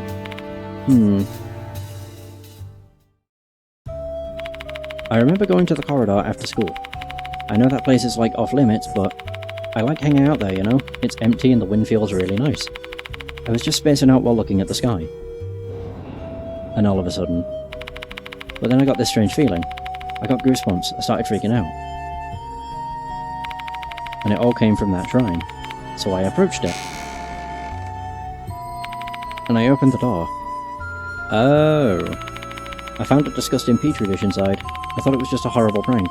So I went to grab it. And then she forgot everything. Oh, then she probably got possessed. And my memory got wiped after that. I don't remember attacking you or being carried to the infirmary or anything. Huh. That's all. So you're not the one who put that dish there? Of course not. My Gramps is the chief priest of Kintoki Shrine. Ever since I was a kid, I had a fear of the god drilled into my skull. And you think I'd do such blasphemous shit? Hell no. Seeing how pale her face is, I don't think she's lying. Who put the Petri dish there, then? I'm going to assume... I've asked her everything I can think of. Is Saki Marahashi really the hooligan that Mr. Kokori is targeting? I share my doubts with the mark bearers and ask for their opinion. I get the feeling it's what's-his-face. Kakuta. Is that his name? Something like that. I don't know. Neither the law of matter conservation, nor Euclidean geometry apply to spiritual beings, so it's not like you can apply logic here. I don't know about her being the target hooligan, but she's definitely a delinquent. I'm thinking the same thing. Hey old hag, this spiritual stuff is kind of your whole thing, no? Give us your take. Let's see. Marahashi doesn't strike me as a malicious person. And if she were truly the target, she should have been slain in front of the shrine. Instead, the spirit only chose to drive her mad. In my opinion, I am doubtful that she's your hooligan. Well, who is hooligan then? I think it's Kakuta. Even after discussing the matter further, we failed to arrive at a convincing answer to this mystery. That means we're still lacking information. We have no choice but to keep investigating the subject. Which means that our next destination will be the place Abe mentioned earlier. The Fox Forest behind the school. I don't know. Notice for hooligan. A few days after the incident at the clock tower, a new notice arrived. This time the murderer is a spirit named Kokori, and the target is hooligan. A rumor is also circulating about Mr. Kokori. They say he's the spirit of a priest that haunts the corridor shrine and punishes delinquents. Rumor has it hooligans who desecrate the shrine will be cursed by Mr. Kokori, and mushrooms will grow on their face. When we went to investigate, we were attacked by a victim of the curse, a student named Marahashi. She fits the description of a hooligan, but is she the target? We managed to get information on Mr. Kokori, a spirit who haunts the Fox Forest behind the school, through a student named Abe. The two Mr. Kokori rumors are different, but they share one aspect, a male priest. But are they really targeting Marahashi? If not, then who is hooligan?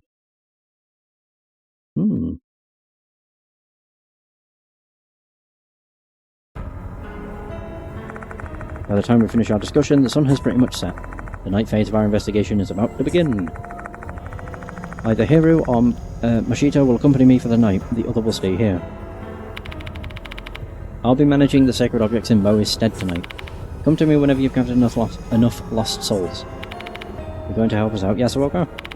But of course. I have far more knowledge about the spirit world than you lot. I should be able to use that knowledge to assist you somehow. The experience is the best teacher after all.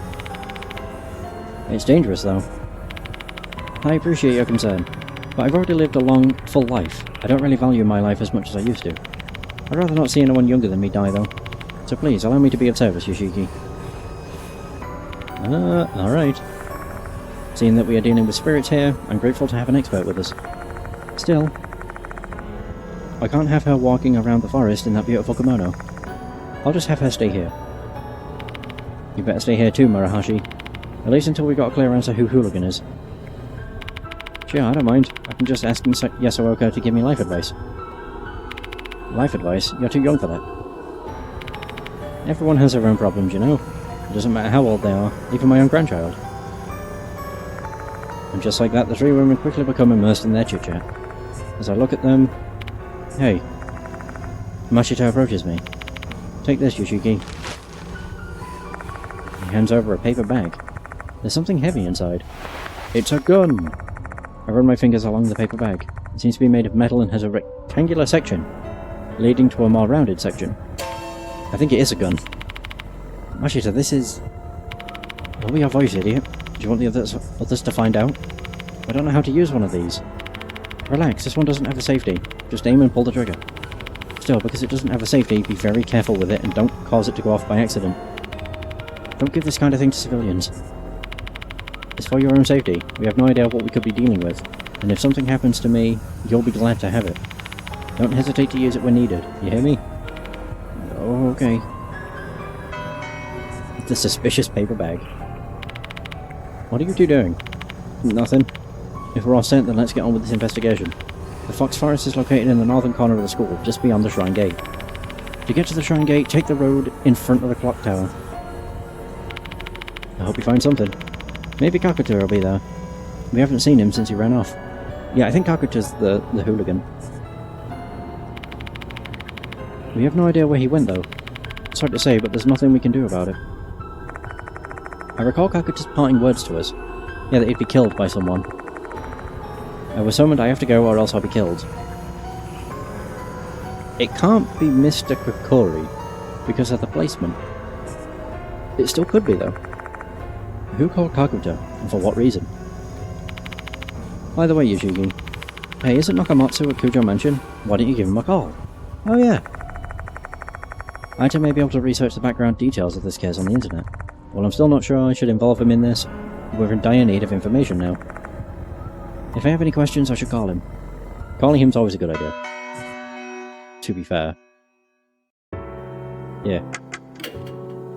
Bum bum bum. Oh, they're all three now. Oh.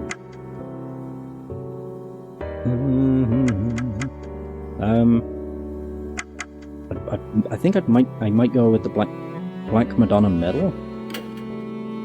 20%, and then I'd lose that.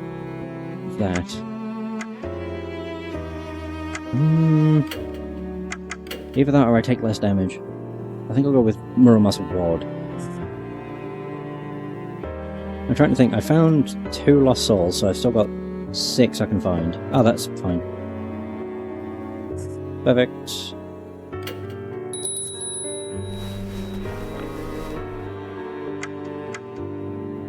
Which is now the point where I won't be bothering to get the bag enhancement, because it's not really necessary. Is that a guy's voice? It certainly sounds like it. Call later. I pick up the phone in the infirmary and punch in the mansion's number. Moshi Moshi. Nakamatsu here. It's me, Yoshiki. I need you to look up a few things for me. Sure, alright. Tell me what you need me to find.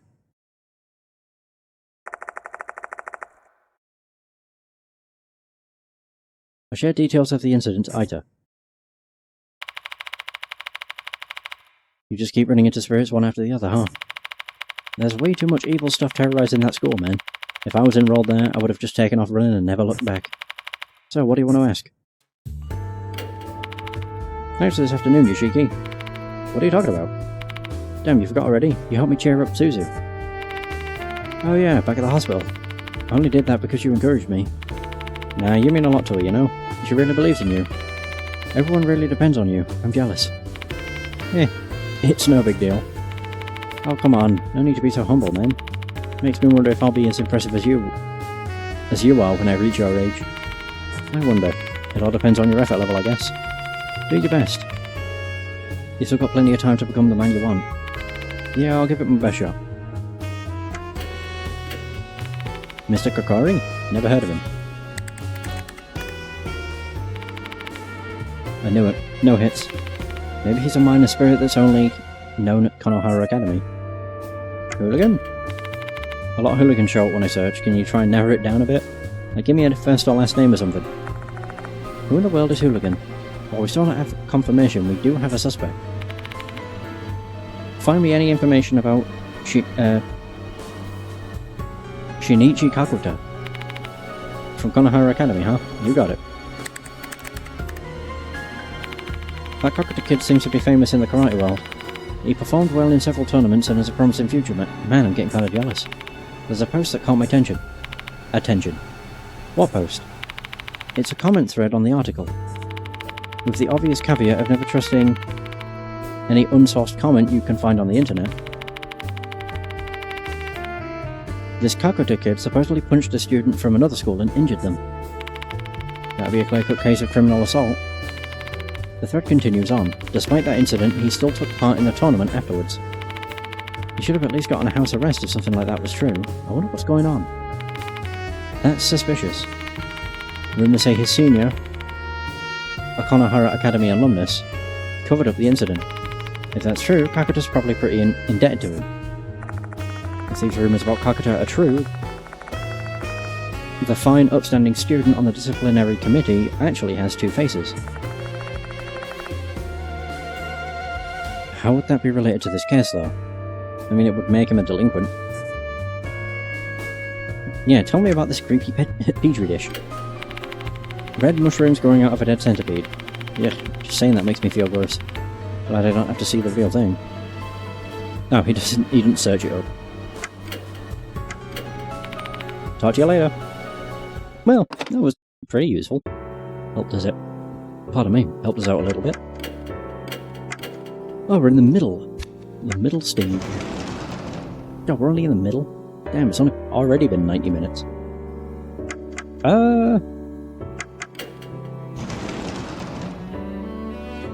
I should probably switch. Grizzled, unorthodox, ex-detective, and irrepressibly curious researcher. Yeah. Let's go on, Mashita. So where are we going? Connection corridor.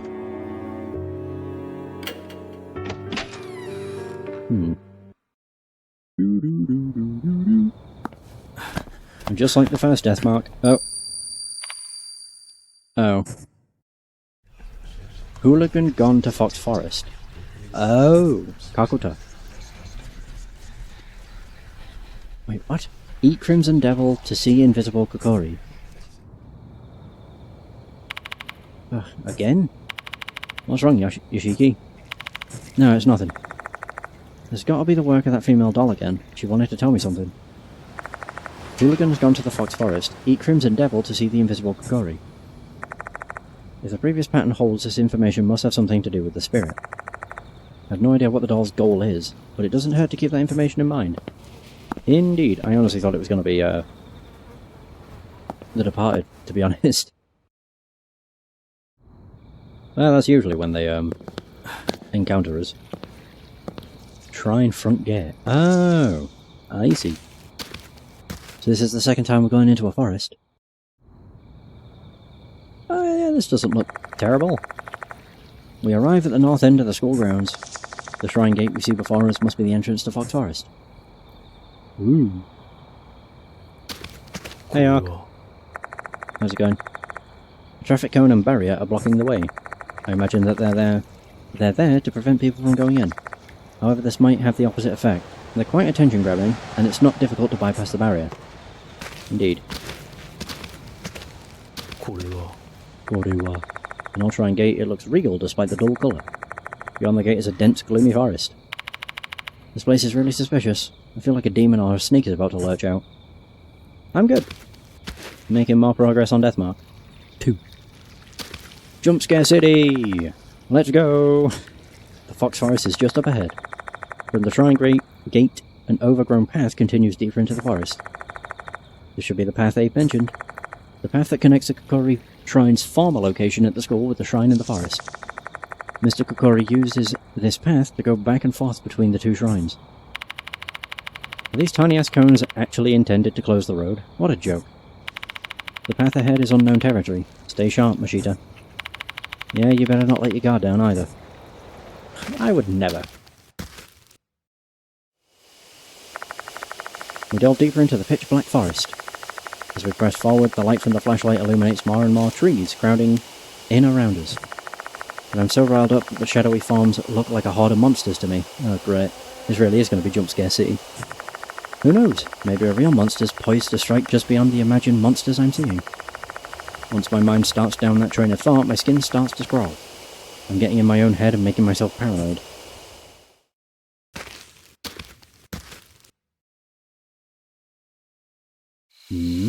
Oh. Fun. Before long, we arrive at an old path leading to the shrine. Although it's only a few minutes from the gate, I feel like we've entered another world. Finding a spirit in a forest at night, huh? Reminds me of the mess we were in 4 months ago. Yeah, me too. That was, Hanayomi. the bride. I think it was Hanayomi, something like that. Yeah, that was the case where we had to go into a forest. Oh no, there was two! Hanayomi had us go into the forest, and then the butcher, that turned human corpses into beehives, was also in the forest. And there was plenty of jump scares there too. Yeah, we were with Shu and Christy back then. Christy Aramura is one of the mark bearers and a former newscaster. If the news that arrived at Kujo Mansion a few days ago is true, she's currently overseas covering a story. Speaking of Nagashima, didn't he ignore your warning and try getting himself involved in this case? I chewed his ass out. You should stay out of your hair for a while. Ah, okay. And here I thought, Sho withdrew from the case on his own accord. Don't know what exactly Mashita told him, and I don't want to ask.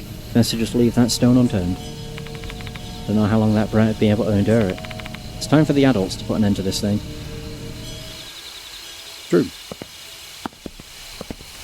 Oh, whoa. God, just seeing Kakuta there scared the goddamn out of me. Is that Kakuta? It is. Hey Kakuta, why are you here? This is the end. My only friend. What end? I didn't do him a favour. I shouldn't have gotten involved. Fox-ta. He's mumbling something to himself. His voice is hoarse as if his words are caught in the back of his throat. What the hell happened, Kakuta?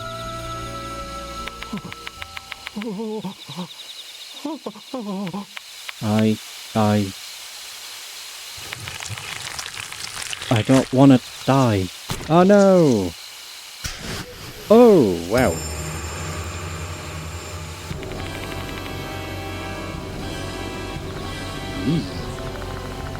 His face bulges from within, red lines webbing across his skin as it's pulled apart. His expression contorts in agony as he screams. Mushrooms sprout from within his wounds. Rooted somewhere inside his head, more and more mushrooms split his skin to pieces. What's happening to Kakuta's body?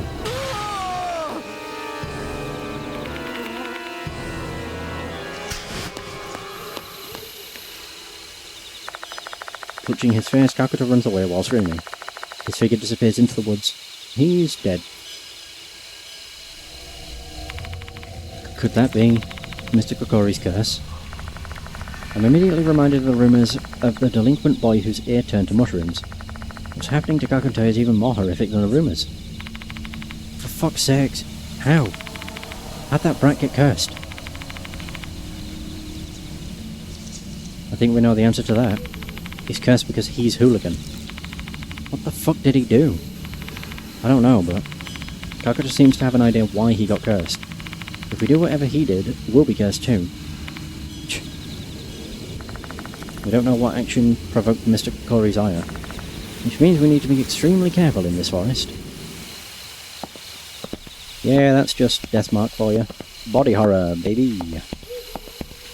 Mushroom tree. Because of the mushrooms, it's growing on a tree trunk.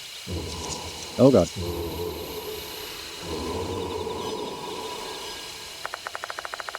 I hear something.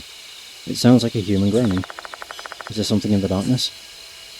Inspect the darkness. Jump scare.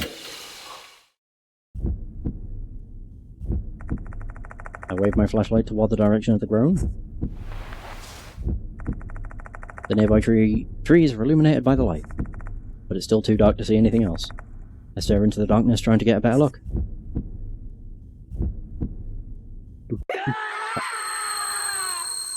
Yeah, I knew it. What was that? That, my dear fellow, was what we call a jump scare. Those eyes are looking at us. Is this spiritual phenomenon tied to Kokori? Or did other spirits in this forest do it? I don't really know. At that moment I feel something strange at the bottom of my foot. It feels like I'm stepping on something small and hard. I raise my foot and pick up the item. It was a tooth.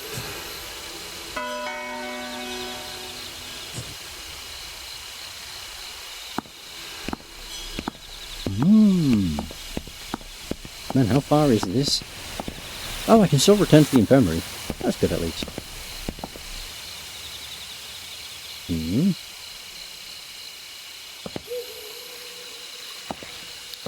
Okay.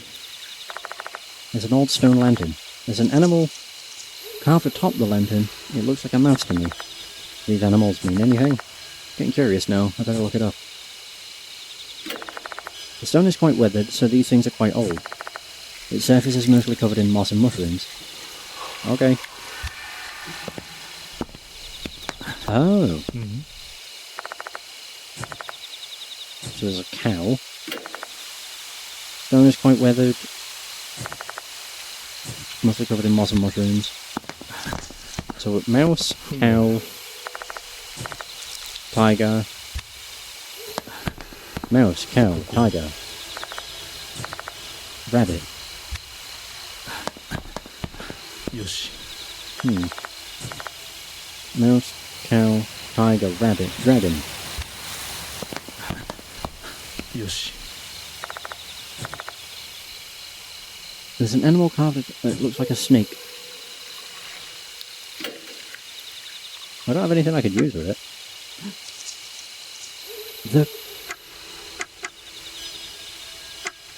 The petri dish.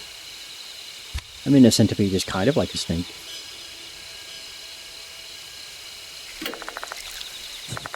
Surface must be covered in moss and mushrooms. Oh! Behind the stones there seems to be animal tracks leading further into the woods, diverging from the path. Serpent path. Okay.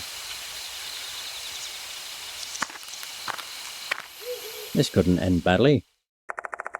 Pushing my way through the dense foliage, we walk further into the woods. Wonder how far this trail goes. What if we can't find our way back home? That is a good point. There's an open area in front of us. Something's there. Oh, what the hell is that? I find a different path. I guess this is the back road? There's a large rock at the end of the path. What on earth is that supposed to be? Whoa, that is a big old rock. A huge stone is blocking the path. A thick shrine rope is wrapped around the stone. It looks like a serpent. I wonder what that means. Should I investigate it more closely? Sure. The rope looks like it's protecting this huge rock. There must be something behind it. Should I try touching the rope? Sure. Jump scare number 2. I take a step closer and touch the rope. Suddenly a sharp chill runs down my spine. Is that supposed to be a warning or something? I better stop then. But where? The rope looks like it's protecting this huge rock. Can you see something behind it? I don't like how I can hear crying. Try touching it a second time. I grab the rope and try shaking it hard. Severe chills besiege my entire body once again. I knew it. This isn't just an ordinary stone. I'd better stop. Oh! Something rolls down from the gap between the rope and the stone. Is it because I shook it? It's a tooth! Hell yeah. That's 2. How many would I be at? I'm trying to think how many cases we've done. Chapter 1 had none. Chapter 2 had 8. Chapter 3 had 8. Then 4. Oh, I need to get 3 more. I think. I'm not entirely sure. And we're back.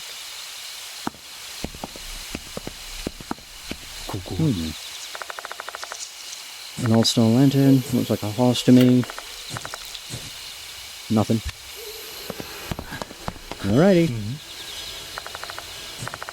Sheep. Just inspect all of them, I guess. If there's a path, the game will tell me. Monkey.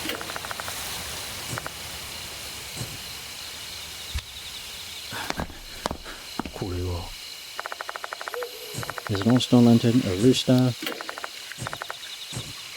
Oh, there we go. Animal tracks. More. Down the rooster path.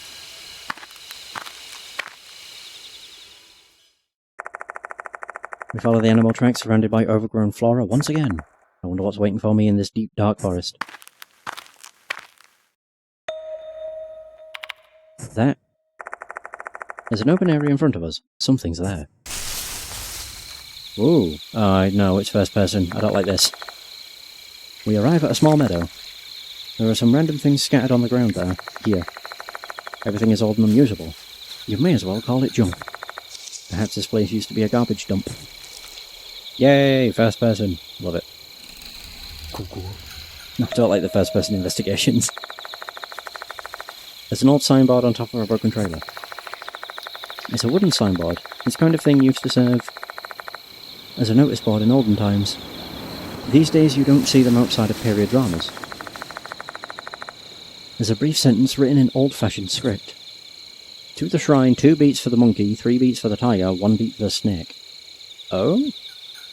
2, 3, 1. 23 is number 1. 2 beats monkey, 3 beat tiger, 1 beat snake. I don't like how I can hear, like, crying. That's not making any sense to me. You're a teacher, aren't you, Yoshiki? Solve this one. Mashita immediately gives up. Looks like I'm going to have to unravel this puzzle myself.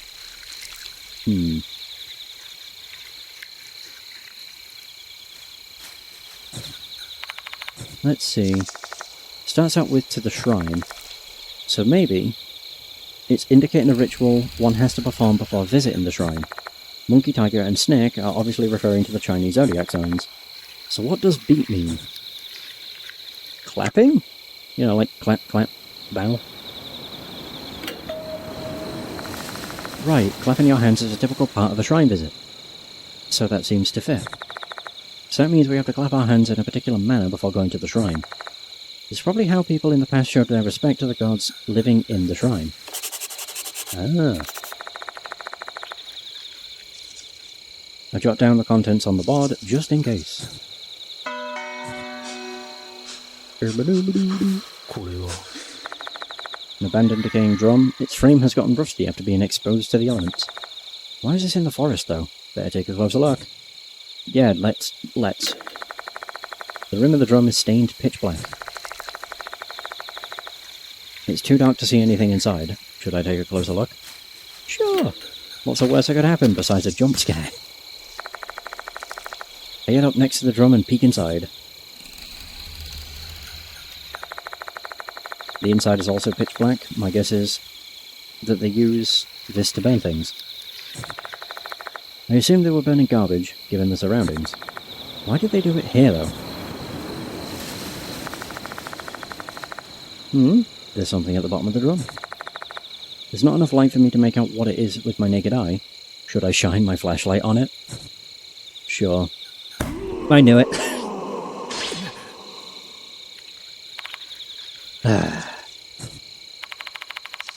What's wrong? Why'd you start screaming out of the blue? In the drum there's a hand. With mushrooms. What did you say? Mashita peers into the drum. Can't see shit. Turn the light here. Okay. I turn my flashlight toward the inside of the drum while Mashita looks in. However, we only find a thick pile of dark grey ashes. Several mushrooms as well, the same ones as on nearby trees. Anyone can tell this drum hasn't been used for a long time. There's something in the ashes. It's a tooth! Hey, Ozarath. How's it going? Eerie tooth. Level up? よしそうだ Hell yeah! Was it all just a spiritual phenomenon? Whose hand was it then? Who knows, and who cares? Eesh. 2 beat for monkey, 3 beat for tiger, 1 beat for snake. Monkey!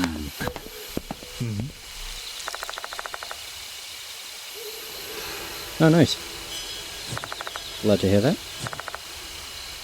The night sign of the Chinese zodiac, the monkey. Clap. Oh, how many times? 2. Right, so that was there. I don't remember which one the tiger was. It was one of the early ones. Serpent. This one, I think. No, that's a rabbit. Shoot. I think it was this one then. I don't think the hand had anything to do with Kokori. It's just a jump scare.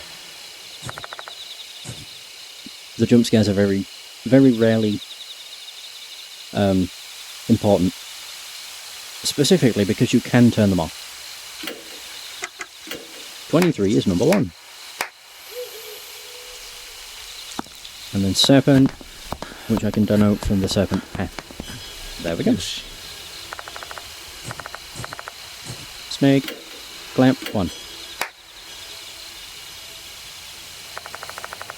2 claps for the monkey, 3 claps for the tiger, and 1 clap for the snake. Alright. That must have changed something. Let's see what it was. How far do I have to go? Rooster.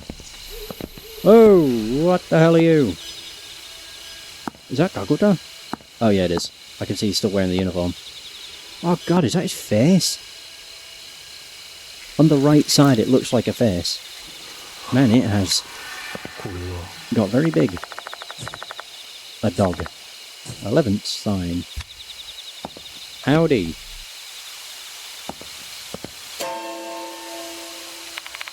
What is that? I'm fairly certain it's Kakuta. Now let's get a close-up. The stooped figure is blocking our path. It's a man with mushrooms sprouting from his body.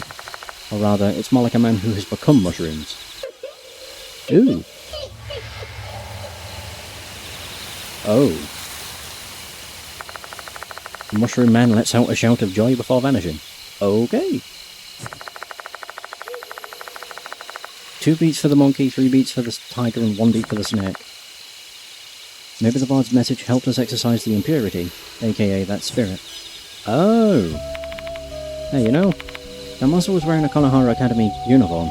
You think it's Kakuta? Very well could have been. Oh! Good point. Nope, he had blonde hair and wasn't as big as Kakuta. Who the fuck was that bastard then? Let me think. Murahashi mentioned some delinquents who disappeared in the forest. Maybe he's one of them.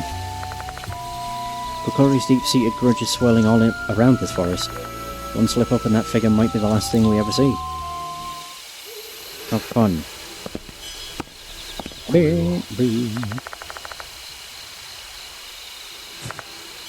Looks like a bar. We have another path. Behind the stones there seems to be animal tracks. The bar path. Can't wait for another goddamn jump scare. We follow the animal tracks surrounded by overgrown flora once again. Wonder what's waiting for me in this deep dark forest. As long as it's not a first-person investigation, then I don't care. There's an open area in front of us, something's there. Oh god. Several logs have been arranged in this meadow. They kind of resemble a fence. An inordinate number of mushrooms are growing around the logs. This place looks like a mushroom farm to me. Better be careful, Yoshiki. This place is practically screaming ambush to me. Yeah, you're true. Ooh. Ooh. There's something with mushrooms growing on it. What's that? Something stuck on the other side of the stump. Take a few steps closer and find a metal grip protruding from the ground. I tried to pull it out. It was actually a shovel. Oh good. What's it doing here? Whoa! The hell was that? The voice just now. It sounded like a male's voice. Moshito's not showing any reaction. Looks like I'm the only one who heard it. Yep, that's about right.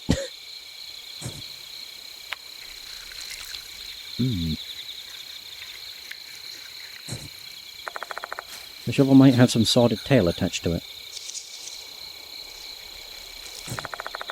Despite the creepiness, the shovel might come in handy. I decide to take it despite my pounding heart's protestations. A shovel's always a good thing to have. What is this?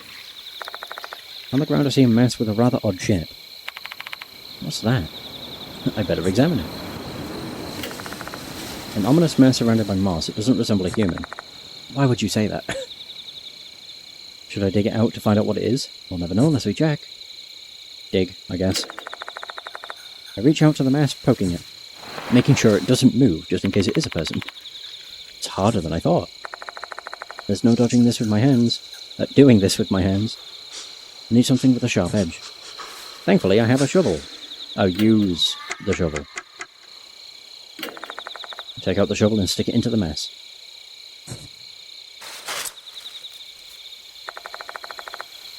A part of the mess crumbles away.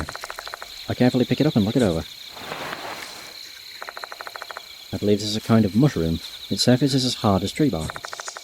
So this mass is a giant mushroom with moss growing on its surface. There's something buried in the place I dug out. It's another tooth. God, I found so many of those. I think that was number 6. Blocks are assembled like a fence. I can't see what's on the other side of the fence. Let's move in closer and get a better look. I'd rather not. Oh no. Oh.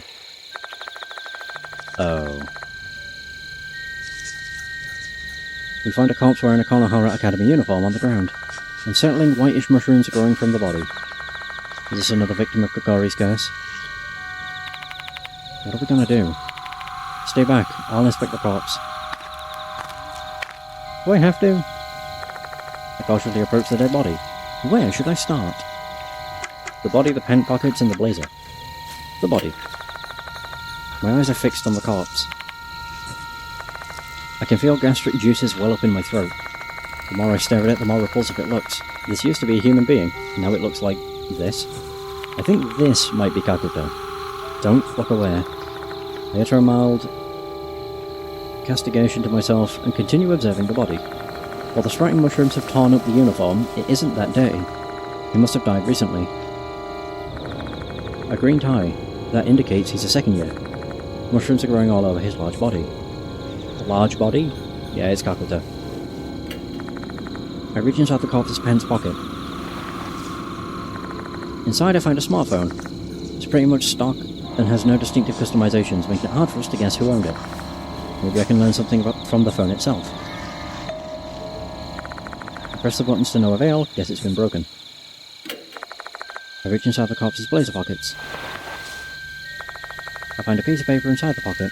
It seems to have been torn from something. I position the beam of my flashlight so I can examine the paper's contents. I bet it mentions that, yep, it's what was torn from that book from the science room. Fox, is that Lacata? A type of fungus that only lives in Fox Forest. Its sporocarp doesn't have a cap or stalk. It takes the shape of a reed. A poisonous mushroom, it contains 10 times the amount of psilocybin, hallucinogenic, as the infamous psilocybe argentypes. As of this writing, there are currently no laws regulating possession or cultivation of this fungus. However, considering the negative impact it would have on individuals, especially minors, official regulation and study are needed. Descriptions of a plant are written on it. This must be the missing page from the guide in the storage room. Scarlet's strip-shaped mushrooms. It should be referring to these plants. Yep. So these red mushrooms are called Fox Lacata. According to the information, they seem to be mushrooms with strong hallucinogenic effects.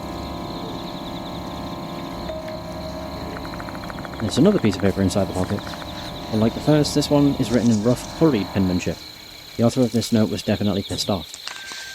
Fox Lacata and the murder at Lake S. What? The minor offender in the case seemed to have ingested Fox Lacata, and the one who sold the mushrooms to them was Kay. Kakuta. I've seen shifty-looking youngsters roaming around the Fox Forest. Looks like they intended to harvest Fox Lacata. There were also some students from our school, including Kay. I didn't disclose this information to the public out of fear that it would damage the school's reputation. That was a grave mistake. I take responsibility for everything. The murder of a mother and a child at Lake S, an incident I've never heard of before. That's all there is to inspect. Find out anything useful, Yoshiki? Yeah, quite a bit. I described the corpse's features and show Moshita the items I found. I'm guessing that corpse is that brat, huh? Kakuta. Gotta be. He's a well-built second year and that torn research paper in his pocket is a dead giveaway. If it's not Kakuta, who else could it be? Kakuta had been cursed by Kokori. The curse didn't end just because he ran away, he probably lost his stamina here. We might have a better idea of why he came here once we check out his belongings. Let's keep that stuff, Yoshiki. Agreed. We got his cell phone. And the Fox Lacata documents. I offer a silent prayer for his soul and leave the place. I realised something on our way back. Unlike the other victims, Kakuta's corpse didn't disappear. I wonder why. Because we hadn't seen it. The only possible reason I can come up with is that maybe when he passed, he wasn't human any longer. Kakuta had basically become mushrooms.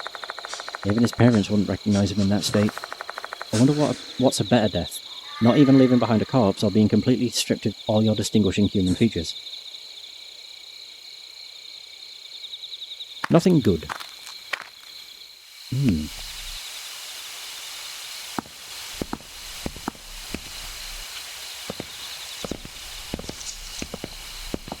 And how far does this go? Oh. More mushrooms. これは Umbrella-shaped mushrooms are growing on the tree trunk. Take a good look to find any mushrooms resembling Fox Lacata to no avail. Oh, yep.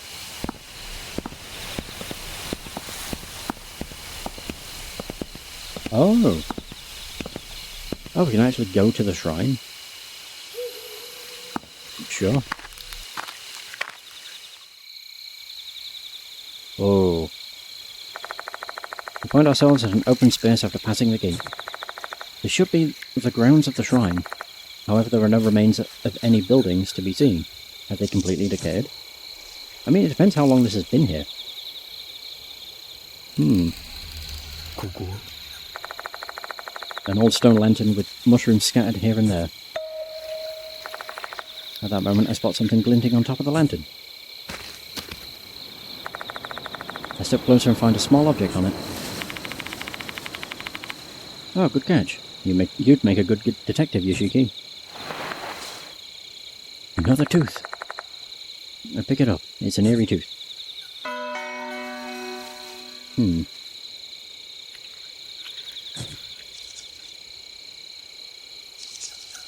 I can look at the other lantern.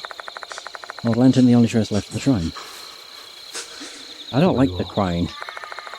Thick bushes and shrubs crowd this area. Hey, Yoshiki, you see that red thing behind those bushes? No. I strain my eyes staring at the bushes. It's too dark for me to see anything. You can't see it? You need new glasses. Come here. Moshita walks toward the bushes as I follow him from behind. With my bright flashlight in hand, we cross the spacious open area. If Kokori was actually in here, we'd be perfect targets. Just thinking about that sends chills down my spine.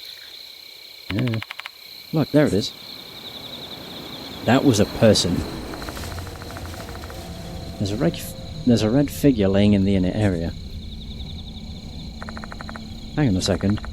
Those are clumps of red plants that are in the shape of a human. Still, this doesn't explain anything about the shrine. We'd better take a closer look. In a human-shaped mess. The mushrooms growing here are thin red filaments. They look similar to the red mushrooms inside the petri dish. This has got to be Fox Lacata. I don't get it. Why have they clustered in such a strange shape? Can I dig some up? I take the small shovel from my bag. My gut's telling me something's buried here. That's enough motivation to start thrusting the shovel into the earth.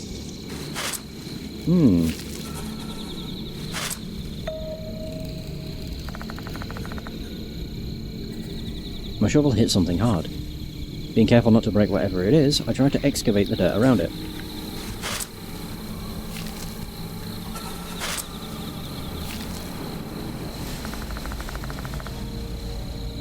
Before long, the object becomes visible. Oh, it was a person. They're old human bones. The bones are clad with tattered clothes. Dirt has worked its way through the fibre now, but I believe this used to be white.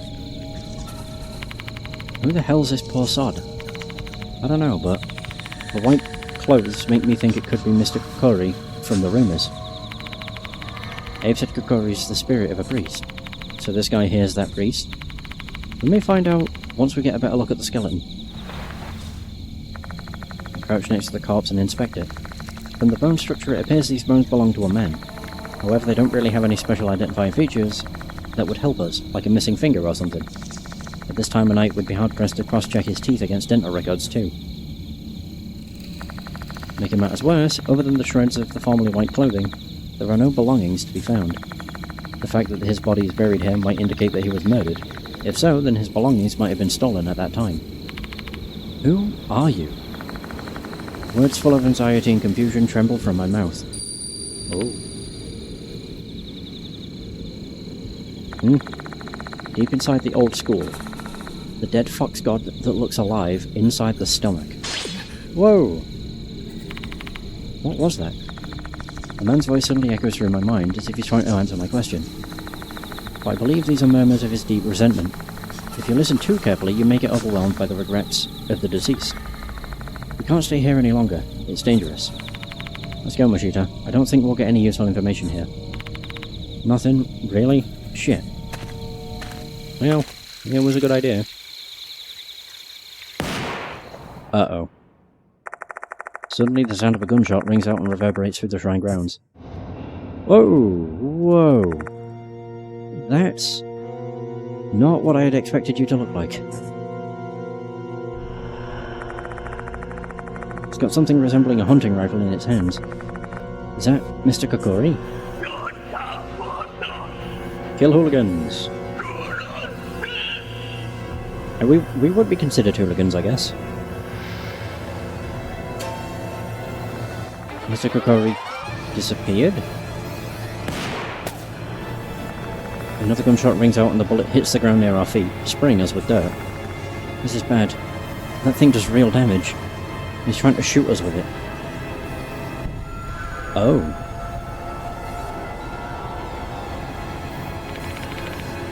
Oh. Hey Yoshiki, don't go out there like that, you're wide open. After saying that, Moshita hides behind a nearby tree. I do the same and hunker down behind a different tree. The bullet hits somewhere completely off target. Man, he can shoot a lot. The bullet hits the spot near the lantern. This guy's obviously an amateur. I think he's using a hunting rifle, but you can see the grouping of his shots is very loose. Either that gun's old or hasn't been cleaned, or he's just a poor marksman who keeps missing the target. I think as long as we keep a good distance from him, the bullets won't hit us. True, but we shouldn't be careless. He only needs one lucky shot to kill us. What should we do then? I can't see him anywhere. We can't just sit here and wait for him. We'll be dead meat once he gets close enough. Everything is certainly trending very badly for us. Even if we try to make a mad dash for it, the road ahead is straight and narrow. Even a bad shooter with a bad gun is going to be able to hit their target eventually in this kind of situation. What should we do then? No, I remembered what the doll said. It said to eat something, didn't it? We really can't make a move so long as we don't know where Kokori is. Hold on, we can't see him right now. I feel like I remember something, but I'm not too sure. Keep calm and think, there must be clues somewhere. I mean, we have the hallucinogen. Eat some of the centipede? No. Inspect the body. Eat some of the mushrooms.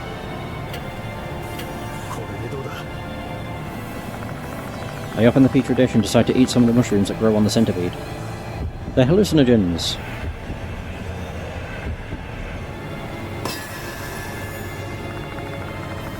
I bite one of the mushrooms sticking out of the insect's body and tear it off with force. Now we can see him. Then, with steely determination, I swallow it down. Ooh. Feel my body getting warm, like I just drank a mug of hot water. My heart is beating so fast, my vision starts to blur. This is probably the effect of Fox Lacata. Are you alright, Yoshiki? Yeah, I think so.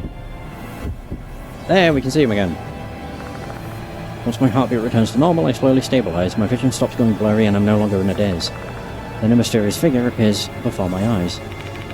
He's there, I can see Kokori. Looks like this is the right choice. Kokori hasn't moved an inch. Rest assured he hasn't come any closer. Wait, what? You can see Kokori? Yeah, thanks to the red demon. Eat Crimson Devil to see the invisible Kokori. There it is. The female doll mentioned it before.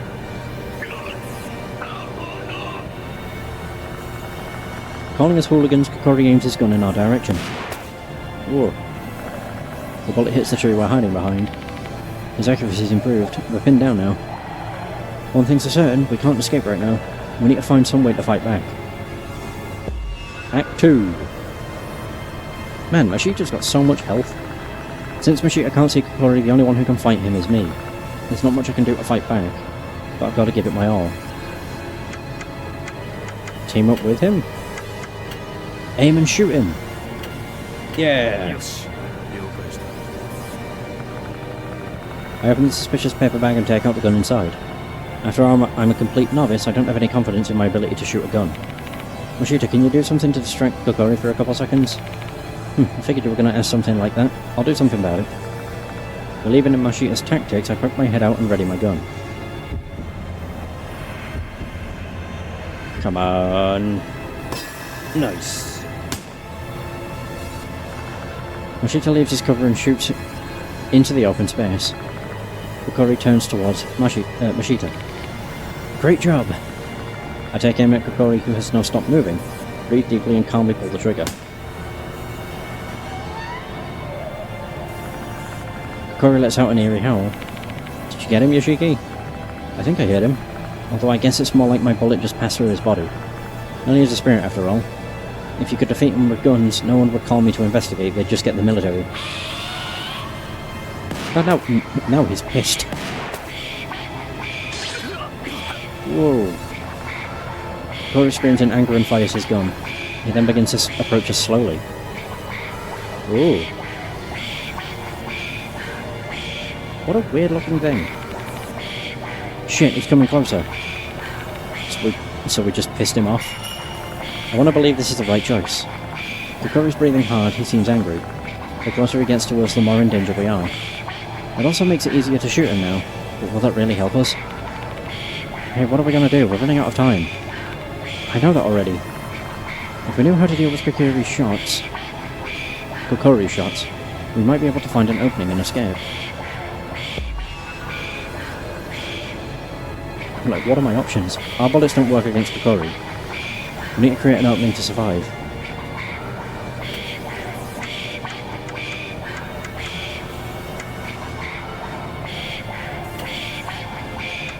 Shoot his gun!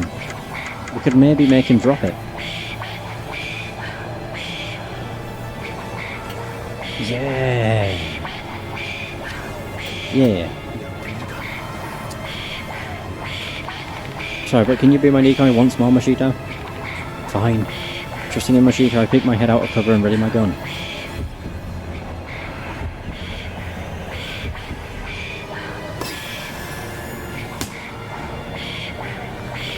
Mashita does the same and fires a shot into the open space. Kokori turns towards Mashita. Great job, Mashita. I take aim at Kokori, who has now stopped moving, breathe deeply and calmly pull the trigger. Oh. Kokori lets out an eerie howl. Nice, that definitely hit. I saw it for a split second, your shot hit his rifle. Kokori sounds frustrated and angry, something must have happened to his rifle. Did our attack jam his rifle? It's no one ever. Kokori can't shoot us. Let's go! I know, don't need to tell me. Get the hell out of here. Phew. Once we reach the path, we beat feet and don't slow down. Hallelujah. Woo! God, I had full health. That took me down real fast. Sheesh. Mashito and I race out of there as fast as we can. We're running straight for the exit.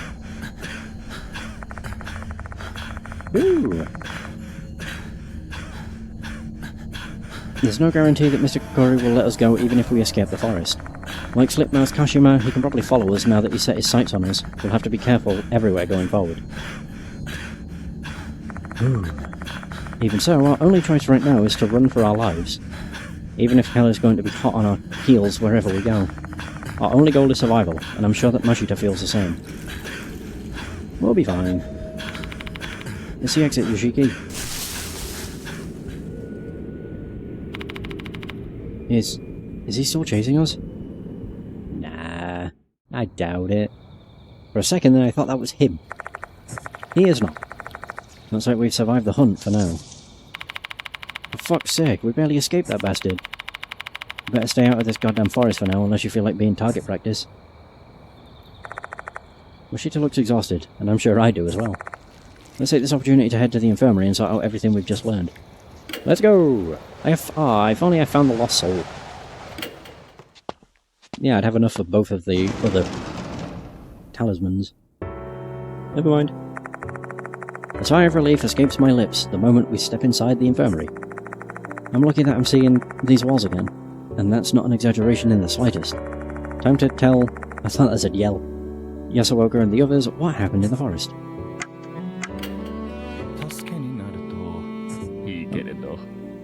Sure you can. Chance of success would be nice.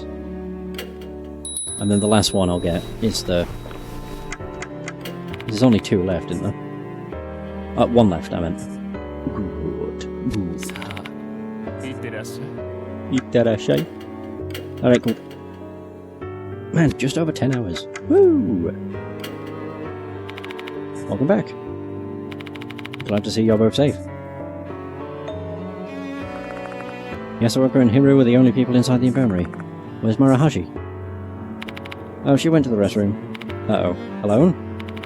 She's aware of the dangers that Shrine poses now. She's not headed into the forest. She should be fine. Kokori's not the only threat here, though. The Departed is roaming around the school as well. Although the Departed only kills their target after issuing a notice, so Marahashi should be fine. Good thing she's not here then. I'll give you a quick summary of what happened before she returns. There are things I don't want her to hear.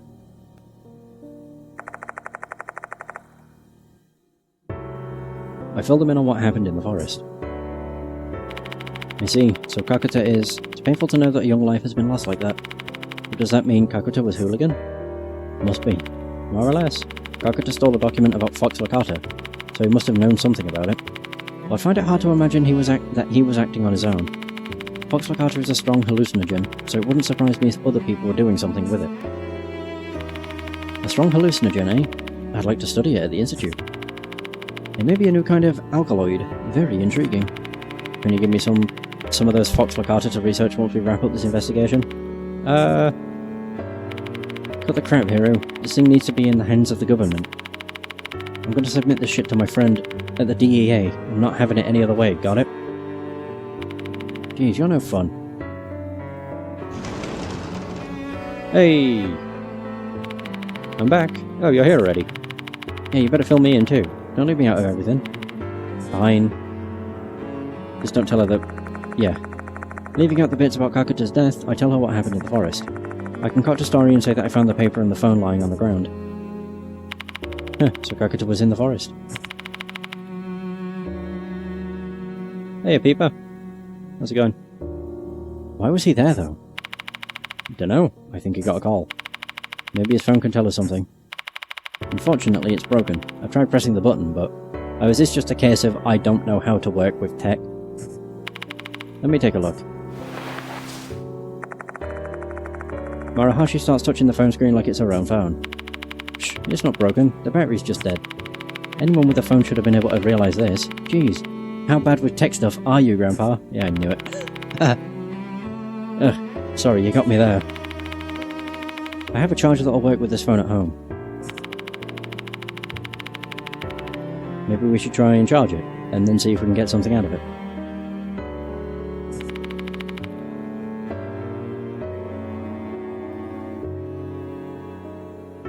My home's not far from here.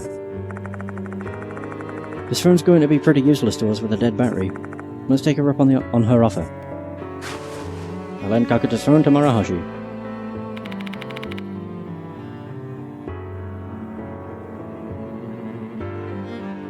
I'm glad to hear that. Yeah, it's very good.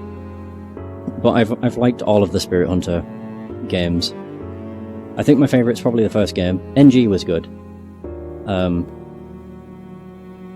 And this one's been pretty decent as well. It's been lighter on the body horror aspect compared to the first game, though. Or at least I feel it has. Yeah, Kakuta died. We found Kakuta's corpse. He got turned into a nice little mushroom display. Marahashi quickly exits the infirmary. What should we do now? Should we wait until that kid calls us? I object to that course of action. We should resume the investigation. It's for your sake as well, Yoshiki. What do you mean by that, Yasuoka? I can tell you're being targeted by a spirit. Is that obvious? Excuse me? Sooner or later, that spirit will find its way to you. If that happens while you're unprepared, you'll meet the same fate as Kakuta. Oh, for fuck's sake, why is everything so... As a renowned fortune teller and spiritualist, Yasuoka's words carry a lot of weight. I thought maybe the clock had stopped with Kakuta's death, and we'd have a little more time before there was another target. But it turns out the clock is still ticking, and it's counting down for me. Yeah, NG's was especially graphic. But then again, the first case of this did have a severed head in a toilet, and it also had Izumi, who had rubber hoses poking out of his eyes. That was gross. It's also a lot lighter on jump scares. Like, yeah, there's been some, but they're very predictable when they're gonna happen. Deathmark was just... there were jump scares everywhere. Even when you was investigating things, you would have like an apparition that's in the corner of something, and then as you go over it with the flashlight, it would show, and then fade out. Not that I mind. But what should we do now? We still don't know who exactly Kokori is. That's something we can research. I have an idea. Remember the case from Kakuta's document? Let's look into that murder of a mother and child at Lake S. That's been stuck in my head. How are we going to investigate that? Now that I think about it, though, the story for this is kind of similar to NG, in the sense that the antagonist for the game is obsessed with the main character. Oh, I can't remember her name from NG. I know it began with a K, but I can't remember what it is. Have Nakamatsu look it up on the internet for us. You should at least be able to pull up a general summary from somewhere. And by that I mean you go call him up. Wait, why do I have to do it? You know how to use a phone. Just call him yourself. No, I don't really like talking to him. We're not really on the same wavelength. Huh, so that's your issue? I guess you can't expect a nice otaku and a hard-boiled ex-detective to get along. Kaguya, there it is. I could not the only word I was thinking was Kaguya, but I'm like, that ain't right. Looks like I'm gonna have to be the one to call Aita. But yeah, Kaguya and the Departed, I always want to call them the Depraved. Are very similar in the aspect that they're obsessed with the MC.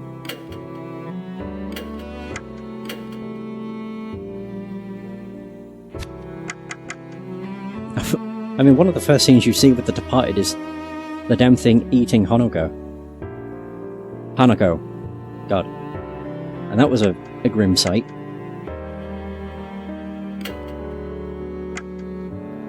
Call Aita. Moshi moshi. What do you want me to look up? How did you know? Can you look for any information you can find about a murder of a mother and child at Lake S? It may be connected to our investigation. Jeez, a mother and child being murdered? That sounds awful. I'll try searching.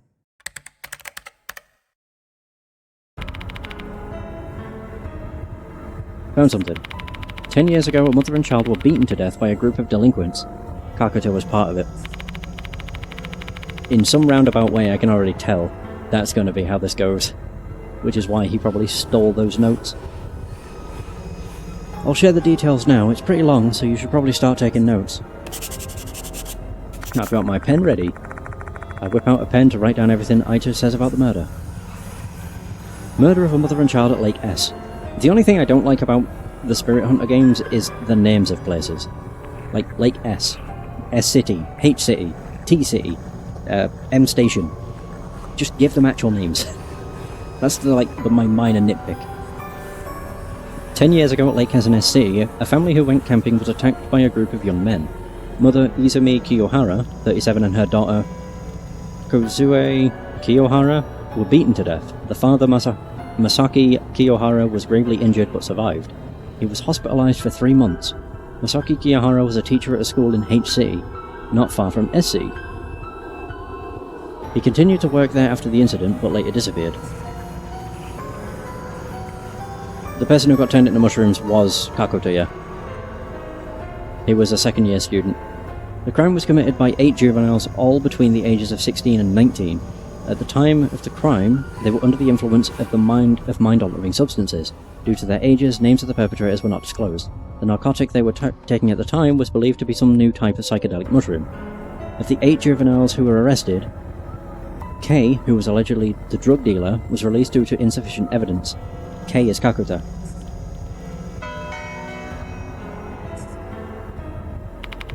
That's horrible. Those violent punks are scarier than spirits. Ito might have a point there. Spirits who curse humans are pretty frightening, but humans are responsible for creating spirits in the first place. The malicious actions of people cause grudges, and grudges create spirits. It's a chain of hatred, one that begins with humans. By the way, Yoshiki, I need to get going soon. No, you can leave the mansion if you want. Thanks for your help today, Ito. No problem at all. Talk to you soon, Yoshiki. You're my information broker. How'd it go, Yoshiki? Ito had a lot to share. I share the details of the murder with the other 3.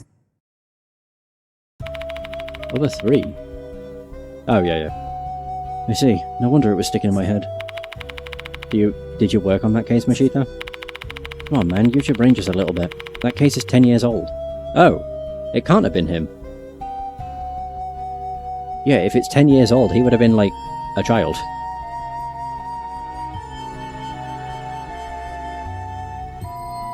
I'm trying to think, how old would a second-year student even be? So I wasn't on the force yet, but now I recall my mentor was the one who told me about it. Nakamatsu pretty much covered the whole thing, so I don't have any additional info to add. Do you think the mushrooms from that case are Fox Lakata?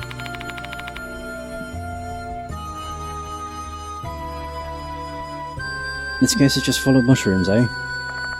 Can't argue with that. A curse involving mushrooms growing from your body, Kakuta being turned into mushrooms, the Fox Lakata and the dead centipede in the petri dish. And now we've learned about the tragedy caused by Fox Lakata 10 years ago.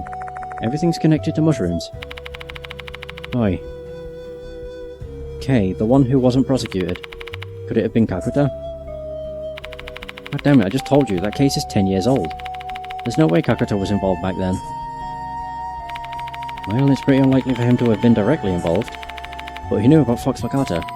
He reacted to the petri dish, and he even hid the documents. That is true. Everything would tie itself up nicely if he turned out to be the mushroom dealer. I imagine we don't have enough information yet. However, the key to discovering Mr. Kokori's identity is likely the link between the past and the present cases. Or so I believe.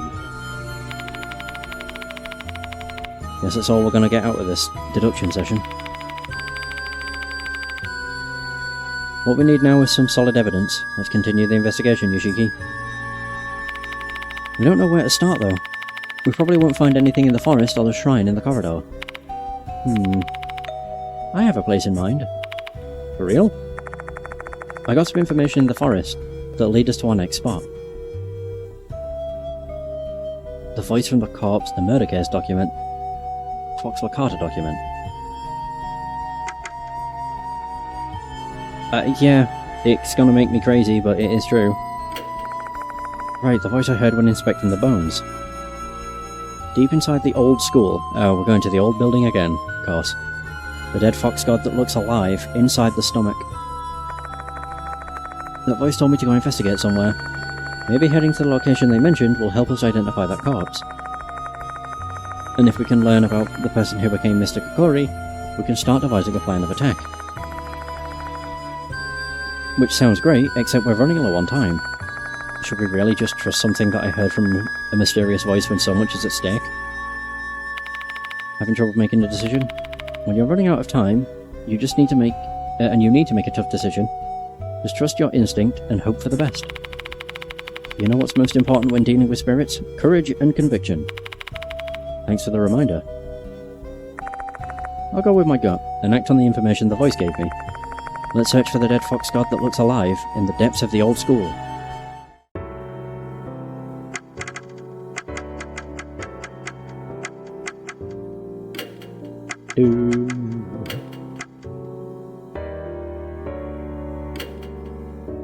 Oh, we're in the final stage. Woo! Alright. To the old building.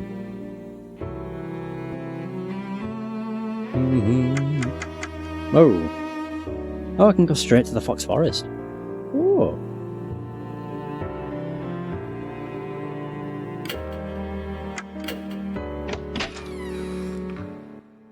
I wonder if the Departed is going to show up now. We haven't seen them all case. Nope. This is going to be funny, though. Oh! I was wondering if there was going to be a jump scare.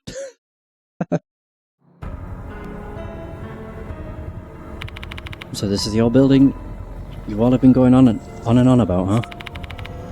This looks downright condemned. A bit odd that this is right in the middle of an active campus.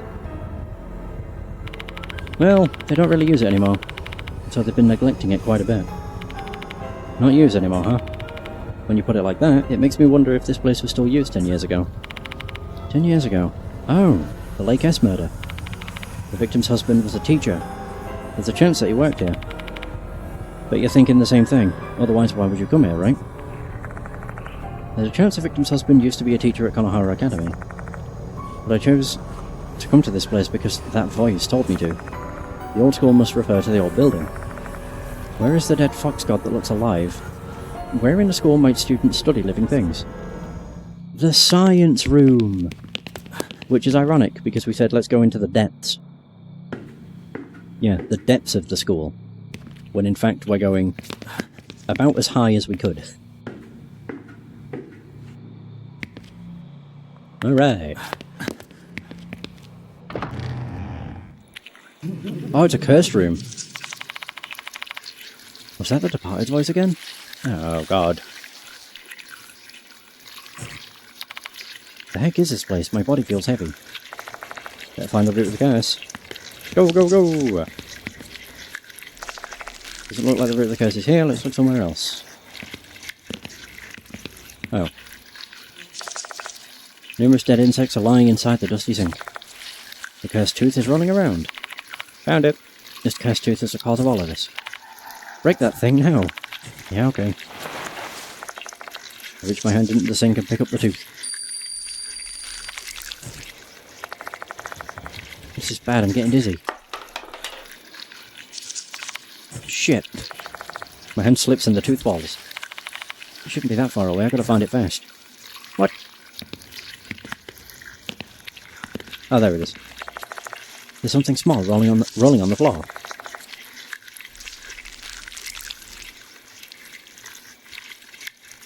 I point my light toward it, and fortunately, it is the cursed tooth I was looking for. Found it.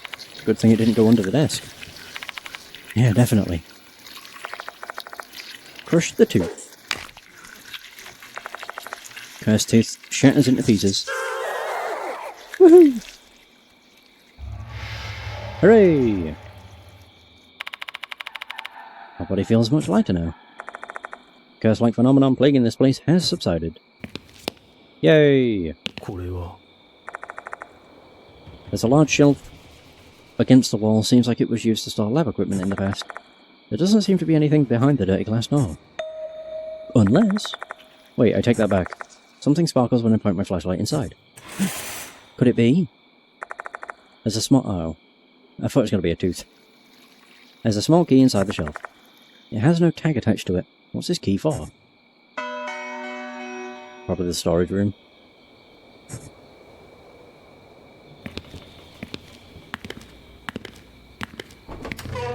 Oh, maybe not. Ugh. Don't like that.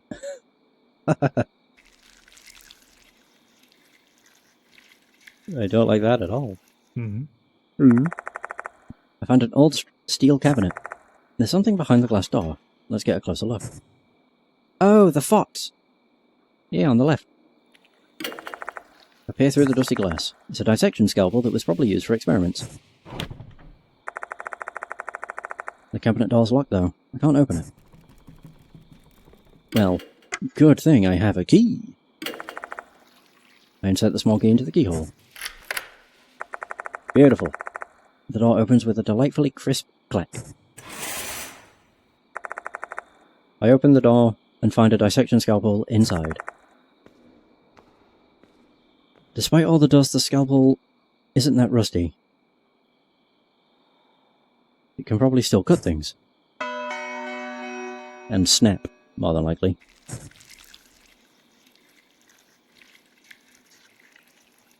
Yoshi.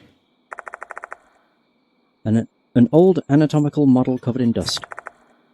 It's in such bad shape that it seems shockingly mundane. What a poor fate for this model, if you think about it. Their skin is peeled off, their organs are exposed, and then to end up neglected like this. I mean, yeah. A pile of mold-infested cardboard boxes. Mashita, help me examine all these boxes. What a pain in the ass. I'll inspect the boxes on the left side, you take the 2 boxes on the right. I pick up the pile of boxes and put them down. The heavy box is filled with old books and prints. I rummage through them, but I don't find anything worth noting. This one. Did you find something? Look at this, Yoshiki. The box Mashita is gesturing at is filled with old lab equipment. Found something small hiding among the test tubes and beakers. Hey! I pick it up. Eerie tooth. I'm going back to the infirmary. Man, we learned so much. Infirmary! Yeah.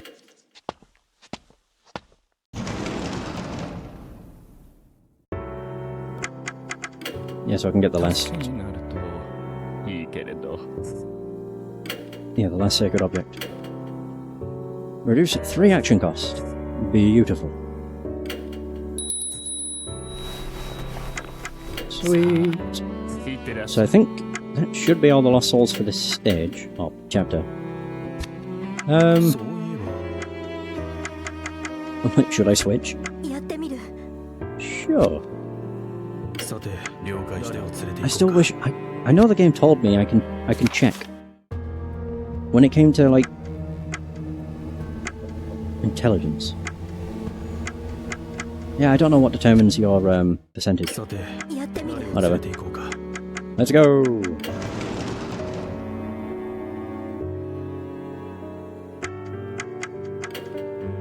Connecting corridor.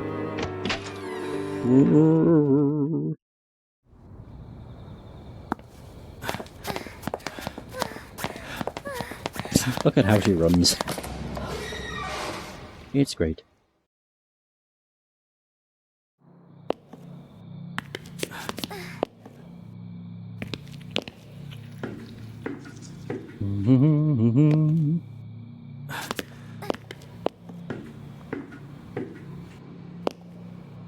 Where is it? What did I not do? Oh, I never tore open the... Wait a minute. There was something here. Looking at the marks on the wall, there used to be a shelf here. Looking closely, mold is growing here and there. This must be where that musty smell is coming from. Yeah, the running footsteps are very loud. Just the way it is. Oh. Okay. Oh, we have that too. Yoshi. Bottles of liquid are lined up on the shelf. That liquid seems like... Is that formalin to me? Botanical specimens are floating inside the bottles. Whew. For a second I was thinking it was going to be fingers or eyes.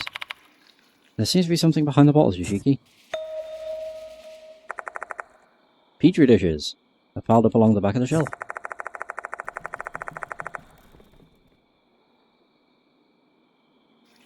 Inside the dishes are desiccated flowers and leaves, as well as dried moss. Someone was probably collecting these plants for research. They look pretty old. If these plants are endemic species from Fox Forest, the person who collected them might be the author of that research journal. That means this dish used to be here too. That's certainly a possibility. But how did the dish end up inside the corridor then? Or corridor shrine then? I don't know either. It might be a spiritual phenomenon. I've got to say that this little dish has been an invaluable help on this case. I feel like my steps in this investigation are being choreographed by someone else. Like the player.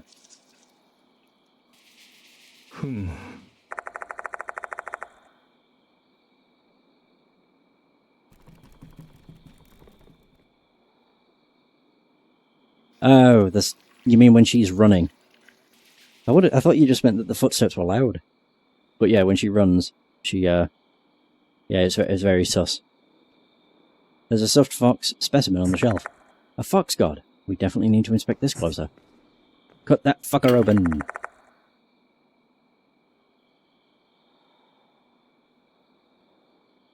Looking at the creature's features, this stuffed fox is real. One intended to be used for education. It was probably taxidermied by an artisan. This fox looks alive. It's a shame such a fine item is sitting neglected here. The colour of its fur has faded. Cut that bitch open! Deep inside the old skull, the dead fox god that looks alive. I must be referring to this fox. I need to check out what's inside its stomach. Maybe whatever secret's inside this fox's stomach can shine a light on Mr. Kokori's identity. I've got a feeling something will happen once I figure out what that secret is. If there are things that we haven't done yet, we better finish them before doing this. Should we cut open the stuffed fox's stomach? Oh, boss fight. Okay. I mean, I've got all the sacred objects. So I found all the lost souls. Yeah, we're fine. Ugh. I get the dirty scalpel from my bag and approach the stuffed fox.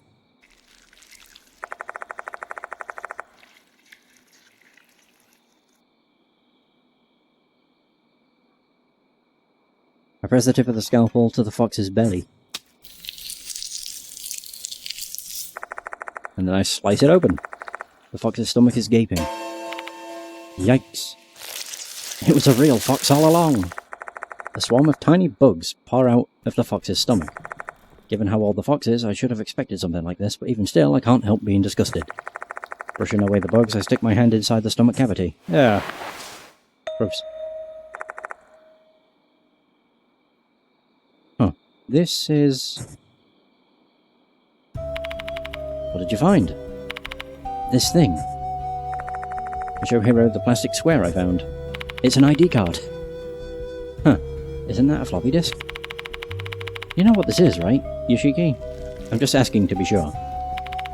It's the thing you use to save data on a computer, isn't it? Correct.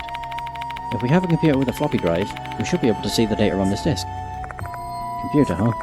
Now that I think about it, I remember seeing a laptop in the faculty room. Better hurry if you have an idea where one is. We need to gather as much information as possible before Mr. Kokori shows up. Oh. Oh, departed. This is... Hi! Oh! Howdy. The departed? There... Hero's voice starts to crack due to fear. No matter how much I try to prepare myself, I always freeze up before the departed. I can't even speak, much less move.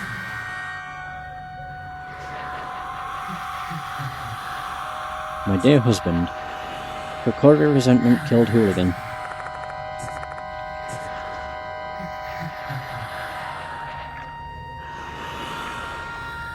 You are next. He is already here. Should you survive, you will become my real husband. God, you've said this like every goddamn chapter. You're next. Oh, so I've already read that.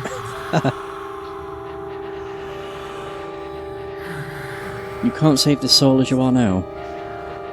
You will die here. Tonight. Well.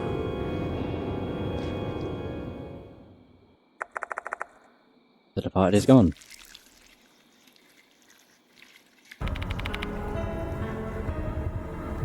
What did they mean? You say that. I was shocked at the that scene in chapter 4? Yeah. You walk into the clock tower and you get bare ass in your face. Horrible. Well, it wasn't horrible. It was horrible because they're students. But you know what I mean. What do they mean? I can't save the soul? Hey, Yoshiki. Did they say something? Yeah. Oh yeah, no one else can hear it. I told Hiro what the departed just told me.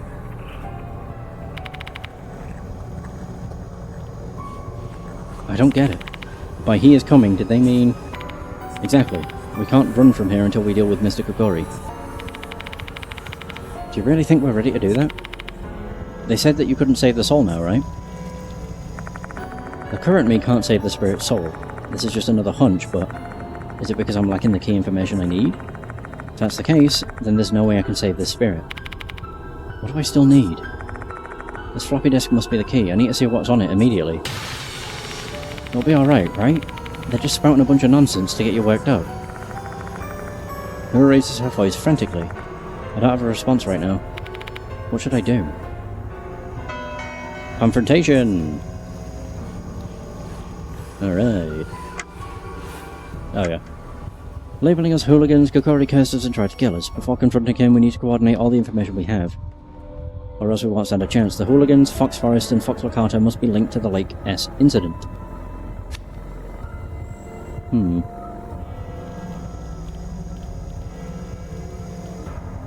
What? Oh, I was pressing A. We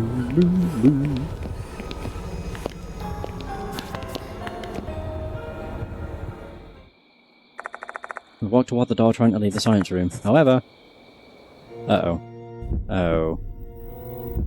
Is he on the other side?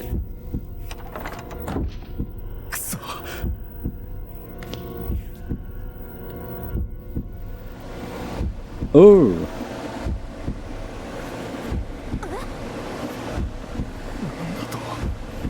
Nandato? There he is. Is that to show that he's behind us?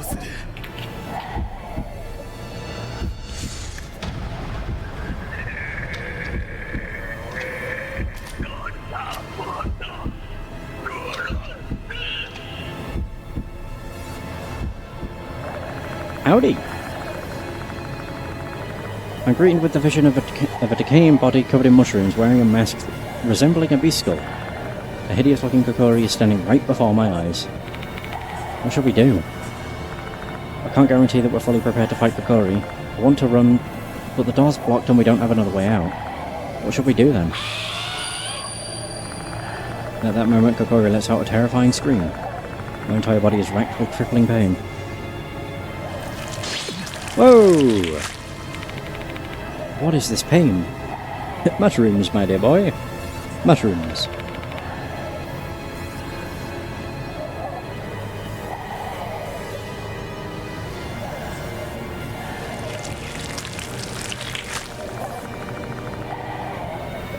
I hear the unpleasant sound of something growing for the second time.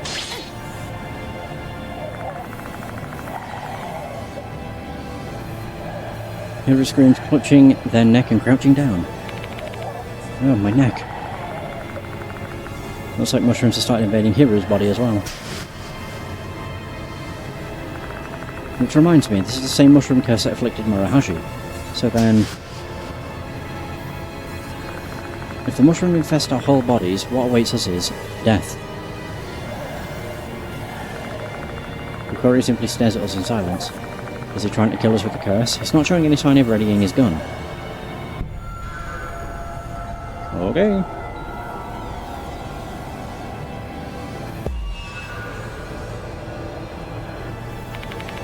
What does he want to do? Who? Does he want us to say our names or what?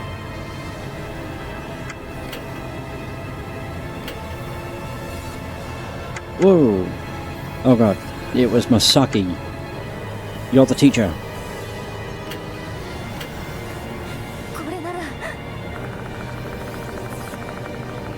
Information regarding the Lake S incident is mentioned in the Fox Locato note. I've also obtained the name of the victims thanks to Aita. Using that as a foundation, I tell Hiru whose name we should give to Kokori.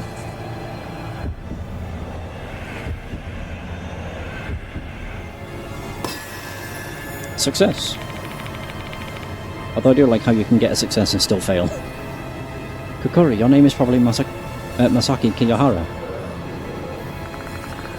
Kokori seems to accept this answer. Oh, is he responding to us?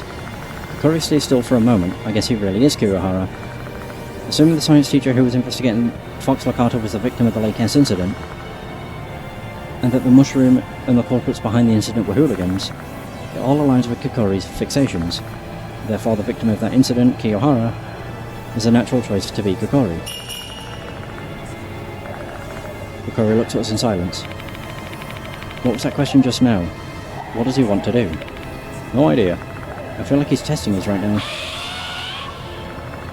Kokori suddenly lets out a shriek. Oh! Oh!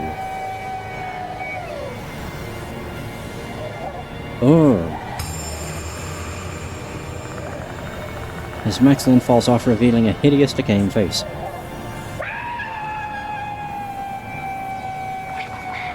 Kokori glares at us and growls. I feel dizzy and my arm is hurting really bad. Ooh! Shit, it's messing with my arm now. Oh no, this is bad. He's totally going to kill us. We have no idea what Kokori's real intention is. We're going to be killed at this rate. What should we do? I don't know. Who? Worst. Hooligan. Does he want us to give him a name again? I get the feeling that a wrong answer here is going to get us killed. We need to really think this over. Hiru! Oh.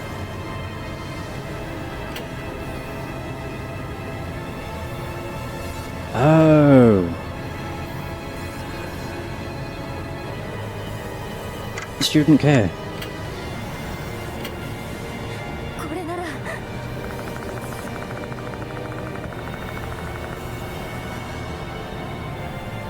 Hiro tries to recall the name of the hooligan who's involved with the Fox Locato inside this petri dish.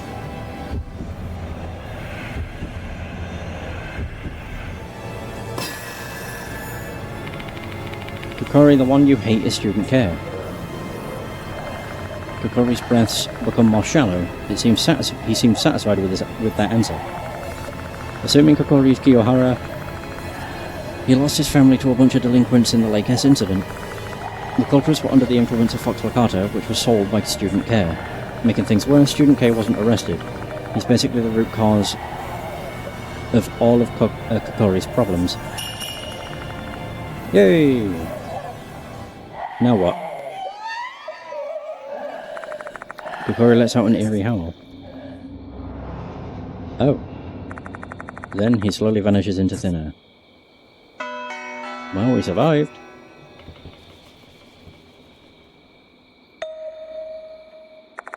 In a flash, the paint disappears as quickly as it came. The strange object covering my head and arm have also disappeared. Is it over? No. What was that sound? On hearing that eerie scream, I've started to feel dizzy. Oh. Is Kokori attacking us again, Yoshiki? What's happening? Kokori should have disappeared. Why is he here again? Ew. Is he smiling? Or is he suffering? My dizziness is getting worse. What's wrong, Yoshiki? Hiru's scream sounds so distant. My consciousness is fading as a curtain of darkness descends upon me. Right, this voice is... Is it the departed?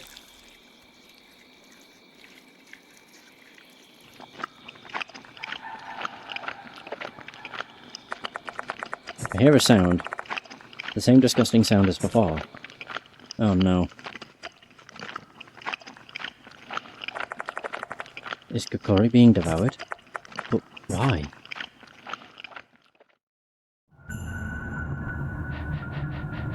My dear husband,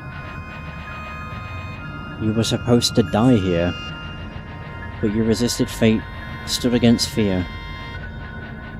Now I am convinced. You are my real husband. Take a look. I don't want to. What the I don't even know if I can show those top things. Before my eyes, the departed transforms. Their head splits open, revealing their new form, one even more hideous than the last. The three souls combine. Take off my old clothes and put on new clothes. Ugh.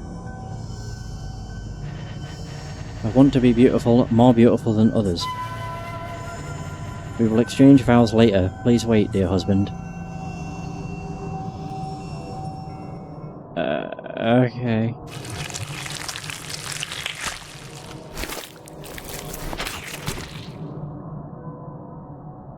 Oh, wow. That's... Oh. Gross. Oh. I'm stricken with a massive headache and my feet falter beneath me. What in the world is happening? Whoa. I'm like a sacrificial altar. What is that thing? The lights are supposed to be off, yet they emit a dim light. A red light.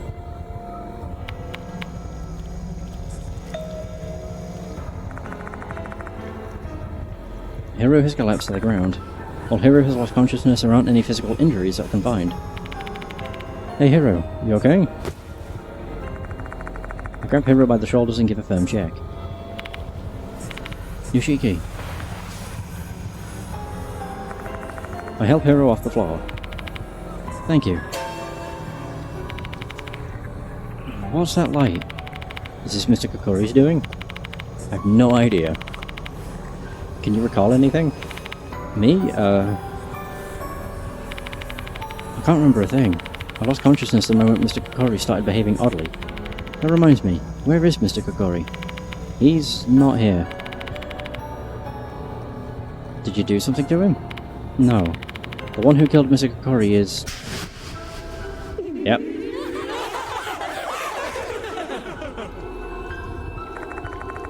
The sight I witnessed when I was on the brink of fainting. The departed devoured Mr. Kokori, and then their body underwent a horrible transformation.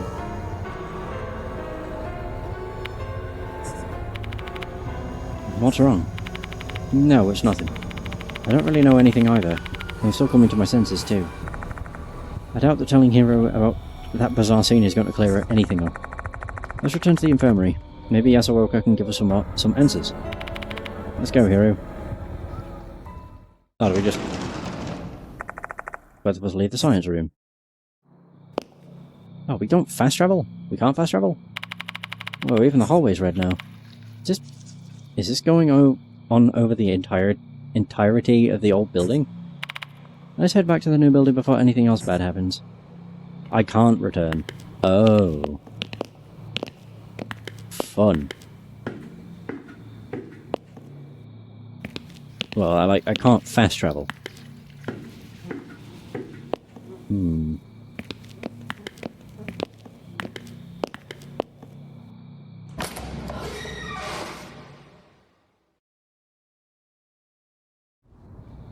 What the hell? everything is red. I can feel someone's gaze on me. I'm getting deja vu for some reason. Oh, it's the doll.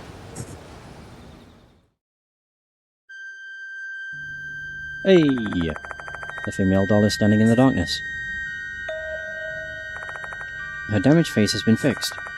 How can that be? Why did her appearance change in addition to the departed's? I have to share it. Her words are clearer than before. Kokori resentment still lingering.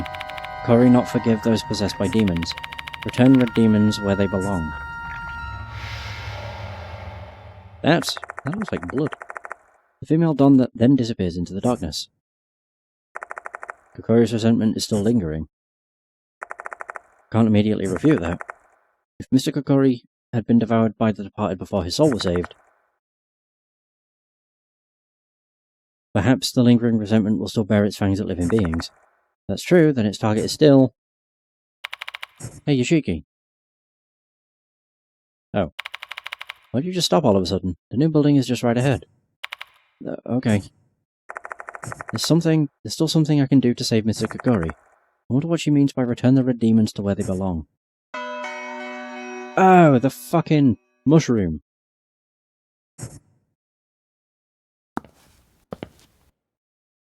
The doll's been helping, yeah.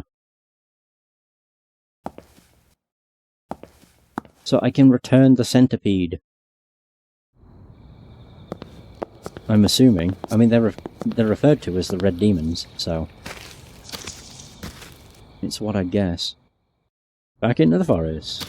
Let's go! Oh, dear me. We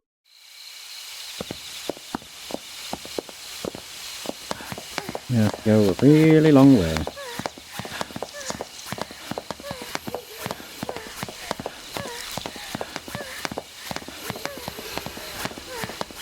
How far was it? Man, that was the serpent's path. Goddamn.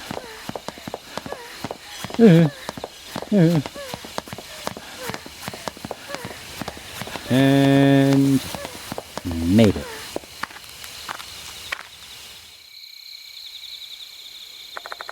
We've returned to the grounds of the shrine once again. Hey, why have we come here? Does the Dragon Ball fight effective? Yeah, it does.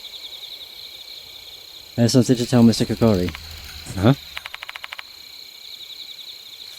Just wait here, hero. I head toward the inner area of the grounds by myself. Mr. Kokori's, Masaki Kiyahara's corpse is resting there. A man whose life and family were ruined by Fox Lakata. To add insult to mortal injury, these mushrooms are growing on his corpse, as if mocking his tragedy. Return the red demons to where they belong. If red demons are referring to the Fox Lakata, then there's no other place they'd belong more than right here. Take a look at this, Kiyahara. I take the creepy petri dish from my bag. And then I throw it into the nearby bush. That should be enough, right?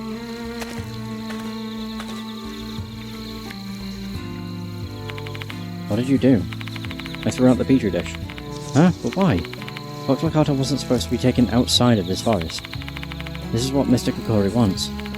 But Fox Lakata is such an amazing plant. If we just research it, we might be able to develop new Spirits don't really accept that kind of nuance. Mr. Kokori views everyone who takes Fox Lakata from the forest as hooligans. You know how all those hooligans met their ends, right?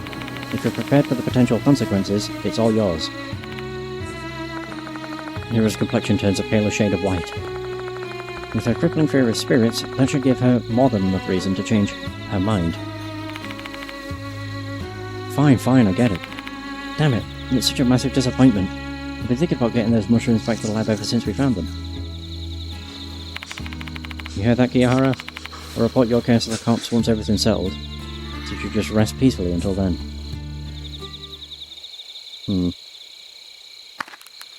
Well, we got rid of the red demons. God, I can't fast travel back to the infirmary, that sucks.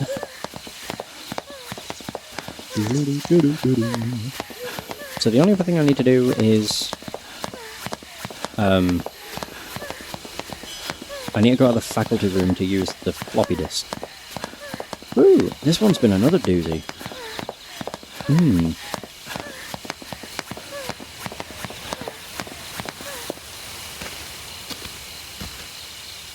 In terms of length, this one's also been 3 hours. So I think so far we've had Hanako with the toilet, which was, I think... Oh, Hanako with the toilet in the first chapter with 4 hours. Or 4 hours. Chapter 3 and 4 with 4.5 hours. And then we have chapter 5, which is 3 hours. God knows how much longer the next chapter will be. We shall see. Everything's red. Oh, no way. What on earth is this? Toilets are flushing, the piano is playing. Who would have thought the paranormal phenomena would occur in the new building as well? It's the first time I've witnessed a spirit operating as strongly and brazenly as this. Don't tell me the special buildings also. Hurry up, Yoshiki. That's where we need to go. I like how it says toilets are flushing and everything, but like, it's as silent as ever.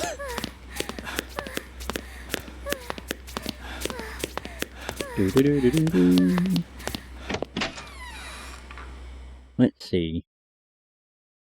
Oh, the special building is fine. The special building is as peaceful as ever. The lights haven't turned red like the ones in the other buildings. Phew, we should be safe for now. What was that phenomenon anyway? I've got an idea, though it's just a hunch. Both the female doll and Konohara Academy changed once the departed transformed. That can't be mere coincidence. Oh, that's right. We've got to check out the floppy disk before going to Yasuoka. We don't know that Mr. Kokori is gone for good, so I'd like to gather all the info we can, just in case. You have a point. We do still have some unsolved mysteries regarding Mr. Kokori. Not to mention that the doll also said his resentment is still lingering. If that's true, our lives will be at risk until that resentment has been placated. All the stuff concerning the departed and the red lights are certainly worrisome, but we better focus on Mr. Kokori as the imminent threat. Got it. Let's go to the faculty room. Hoorah!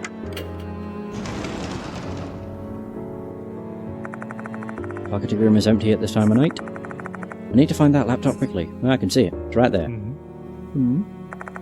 There's a laptop on the desk. We can check the data on the floppy disk with this. You do the work, hero. This isn't my cup of tea. Alright, I got it.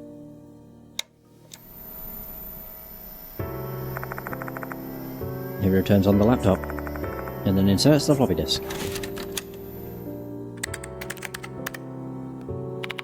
I see. They're documents from 10 years ago.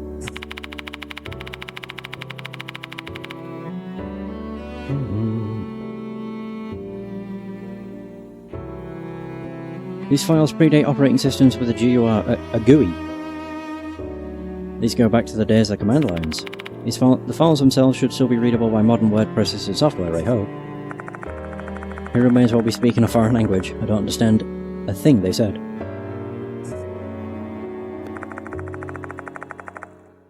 After a while, some text finally appears on the screen.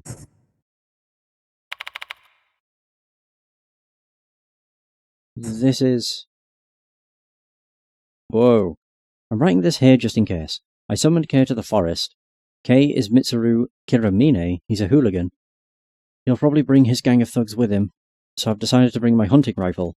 I've become a demon both physically and mentally, the next fox demon of this cursed forest. I'll terrorize them and kill every single one of them. Even if I die, or sacrifice my soul, I shall destroy my enemies. Masaki Kiyohara. Isn't this pretty much a farewell note? And this Masaki Kiyohara person, he's probably our Mr. Kokori.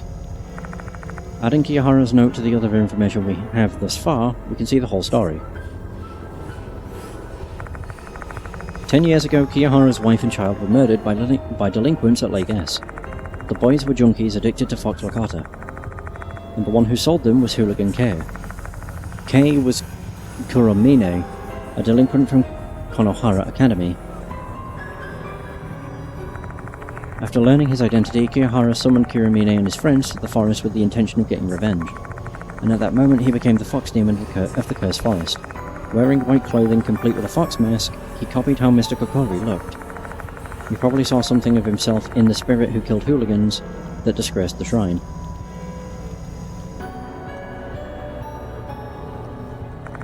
However, he never got his revenge. Kuramine and his friends killed him and buried him in the forest. The skeletal corpse of Kiyahara. His resentment still lingered on even after his death. Thus his regret became a spirit. Oddly enough, a spirit that looked like Master Kokori. And that is how his revenge began claiming hooligans addicted to Fox Lakata. One of them being Kakuta.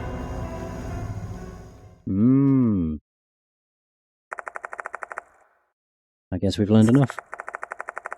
Let's report this to Yasuoka and the others in the infirmary. Infirmary.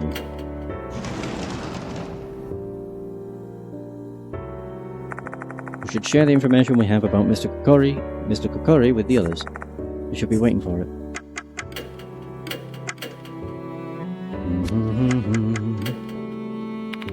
Welcome back, you two. Mind telling us what happened out there? I tell them all the events that have happened up to this point, including the moment when the departed devoured Mr. Kokori and transformed. A sight that only I could see, a sight I wish was merely a hallucination. What the? A spirit transformed after devouring another spirit? I've never heard of such a thing before. What a monster. It doesn't make any sense. Don't scare me like that. The 3 mark bearers all take this news differently. Shocked and confused. Honestly, I feel all their emotions. What if this transformation made them stronger? That explained the red lights from earlier. Does that mean things have taken a turn for the worse? Most likely. I wonder what they're planning next now that they've gained power and transformed. More terrifying things may be in store ahead. Awful. A heavy silence falls over the infirmary. The departed has grown stronger, and there's nothing we can do about it. Our sense of fear grows alongside the sense of powerlessness that we feel. This is Hiro. The phone on the desk is ringing. I should answer it. Okay. Hello? Oh, it's Marahashi. I've charged Kakuta's phone. Have you checked what's on it? Of course. I'll tell you what it says now, so you better take notes. I prepare to write down the contents of Kakuta's phone as Marahashi relays it to me. Whoa, contents. There's a series of messages from MK. MK had entrusted Kakuta to manage the Fox Lakata in the forest, but when their secret was about to be exposed, he told Kakuta to dispose of them. He threatened to tell the world about Kakuta's assault case if Kakuta betrayed him. Kakuta reluctantly agreed to help. Oh, MK's that guy. The hooligans that killed what's-his-face. MK didn't send any messages after 2 weeks, until today after school when Kakuta got 2 new messages from him. However, the text was too garbled to decipher. MK. I recall the time I saw Kakuta in that storage room. He was murmuring something while looking at his phone. I was summoned. I have to go, or else I'll be killed.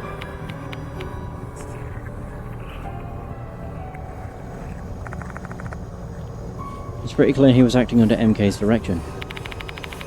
That Kakuta's a pretty messed up kid for someone who's a disciplinary committee member.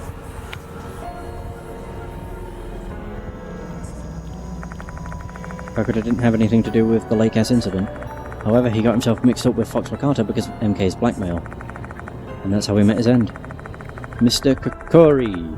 Kiyahara won't forgive anyone who's addicted to Fox Lakata. Thanks, Marahashi. Yeah, I was just repaying my debt since I caused you trouble before, alright? I'm hanging up now. Say hi to Miss Yasuoka for me. It was that girl, right? What did she say? It was Kuramine, wasn't it? That was the name, I think. Meow. Man, it's a far way. Wait. It's contents. Whee! Oh, come on, it wasn't that far away. Jesus. That's the infirmary. I can't remember the name. Kuramine, it was. I tell the others everything Marahashi told me. Hey, MK. You think they're the person named K mentioned? Well, if I'd have known this is where it was going to go, I wouldn't have bothered looking. Mentioned in the Lake S murder case? Yes. I definitely do.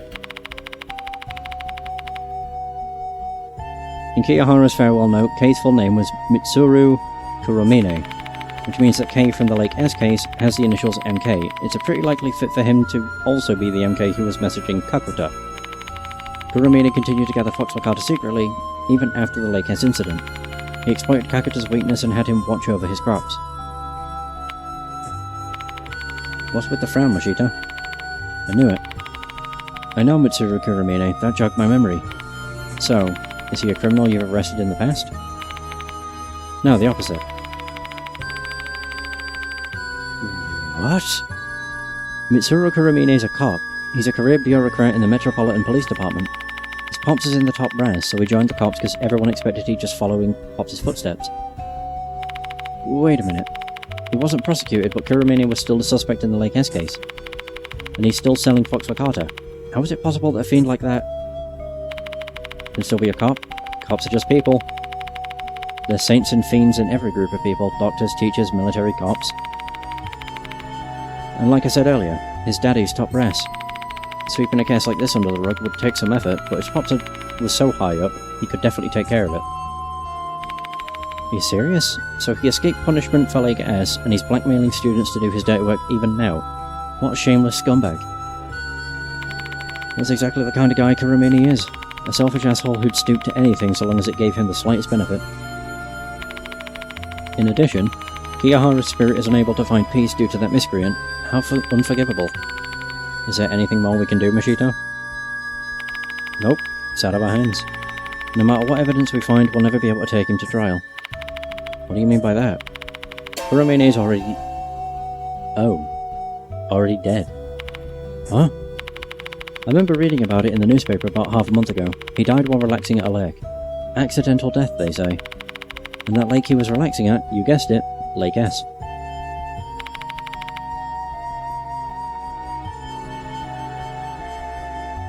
What a coincidence. Or maybe it wasn't a coincidence at all.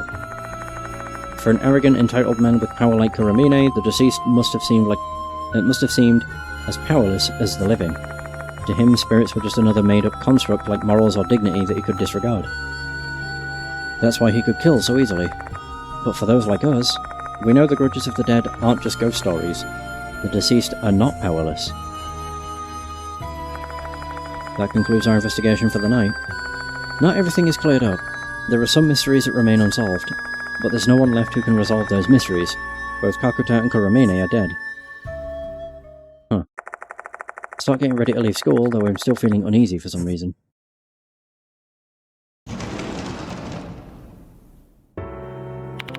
Welcome back, Ishiki. Did you lock the door? Yeah.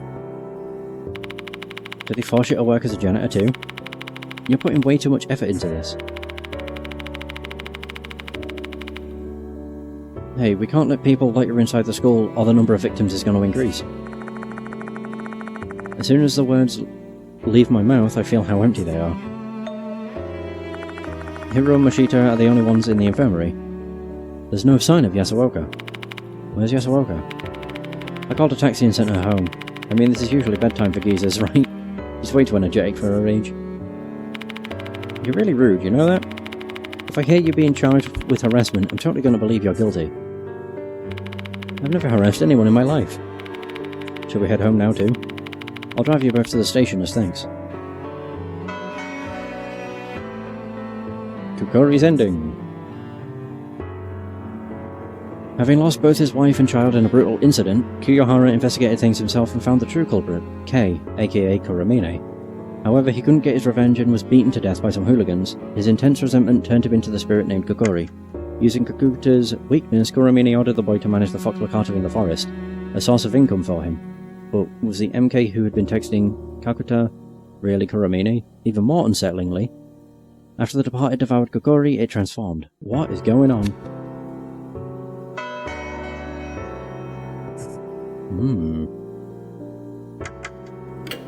Dave.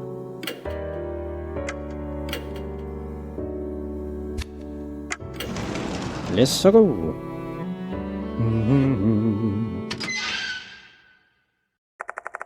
After checking whether or not the door is locked, we leave the special building. And then we head to the main gate. For now, there's nothing we can really do about the red lights in the school. If it is really a spirit's doing, everything should be back to normal once the sun rises.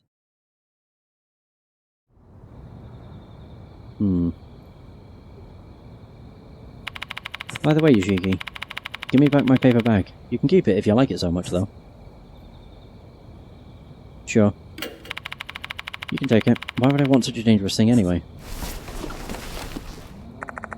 I take the gun from the paper bag and hand it back to Mashita.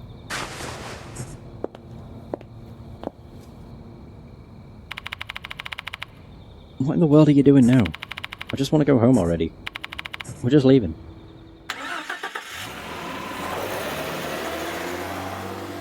Ooh.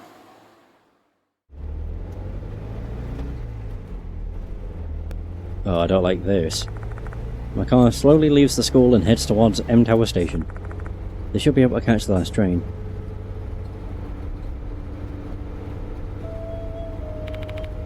Say, Yoshiki.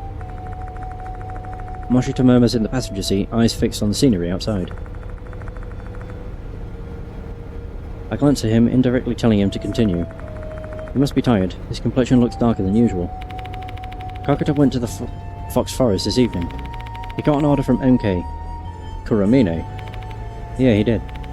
Don't you find that weird? Now that he mentions it, something about that doesn't feel right. The thought gets stuck in my mind. What was wrong with it?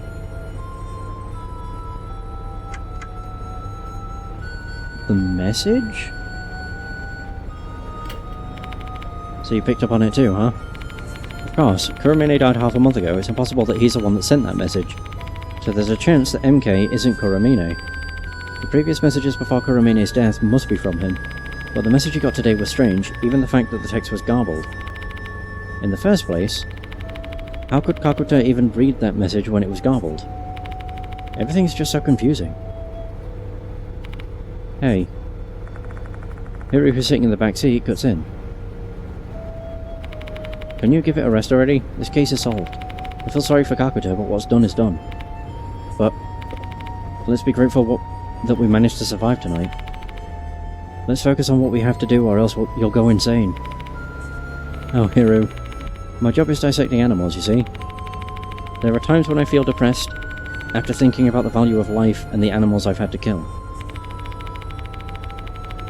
I can't even pretend that all the testing I've done is for the pursuit of science and the betterment of society.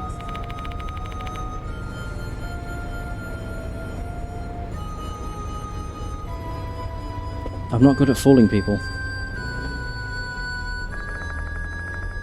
I take a glance at the rearview mirror. Don't do that. My smile looks somewhat self-deprecating.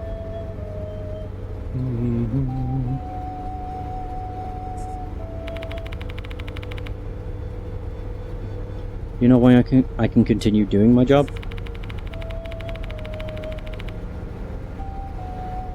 Because I realise that's just how life works, and I gotta do what I need to do.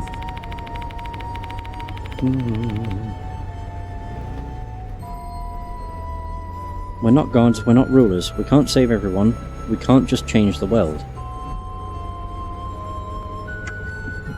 But still. Really? So you believe you can be a god, huh? That's an amusing level of delusion for someone who's your age.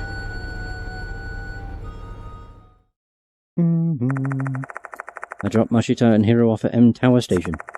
Then I drive on through the night, heading toward Kujo Mansion.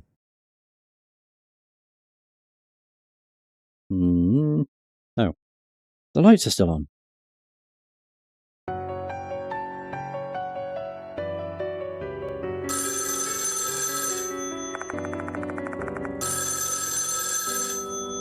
As I arrive at the mansion, the phone rings.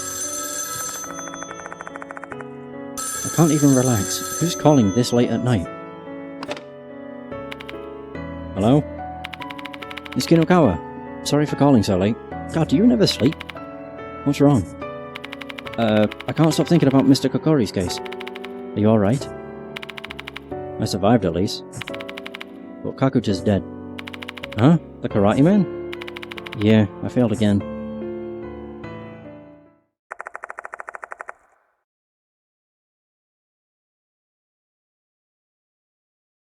I share the night's events with Michio. I realise that I shouldn't talk about it with a student even though she's trying to help me. However, my mouth starts going before I can think about it, and it'd be more trouble to stop talking once I've started. Maybe I'm just too exhausted to care. Oh, I see. I get why you're blaming yourself, but it's not your fault, it's the Departed's. We need to put a stop to the Departed quickly. We'll help you figure out who it is. Why? Why are you still helping me even after everything terrible you've gone through? Is it really just curiosity? At first, yeah, but now, I'm doing this because I don't want you to die. You saved our lives and you understand our curse. That made both of us so happy, because we didn't think we'd ever have the guts to tell anyone about it again. Michio, remember this, Mr. Yoshiki. You're not just a teacher to both Hime and I, you're our precious teacher. Me, their precious teacher. Never expected anyone to call me that when I'd been told I'd have to fill in as a temporary teacher.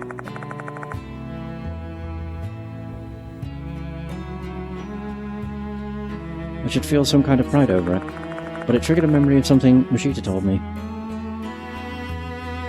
What you should do is start looking at everyone around you as a potential suspect. Are you listening, Mr. Yoshiki? Oh yeah. Sorry, I was spacing out a little bit. Guess I'm just exhausted from tonight. Well, that's natural. Sorry for taking your time. Have some rest. Good night. Suspect everyone, huh? That's tough to do.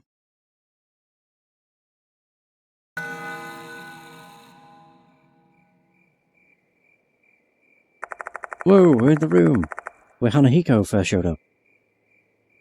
The night goes on, yet I can't bring myself to go to sleep. I'm afraid to close my eyes. No, afraid to even turn off the lights. My eyes flit over to the window, displaying the moonlit night outside, triggering a memory from earlier tonight. Ugh. The Departed was roaming about with their new body. I recall what they said, and now I'm convinced that you're my real husband.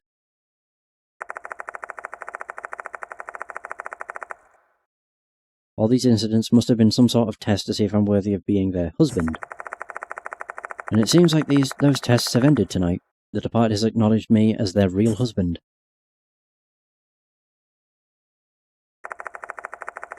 The ending that the Departed desires. I feel like the day is fast approaching when I'll be asked to exchange vows at the school grounds, all lit in red. Oh, there we go. 3.5 hours that chapter was, goddamn. I mean, maybe the one after this is shorter.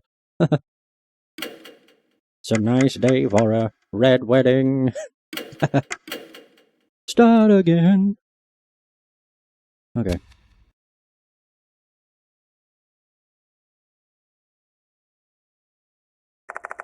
The following day at Kujo Mansion.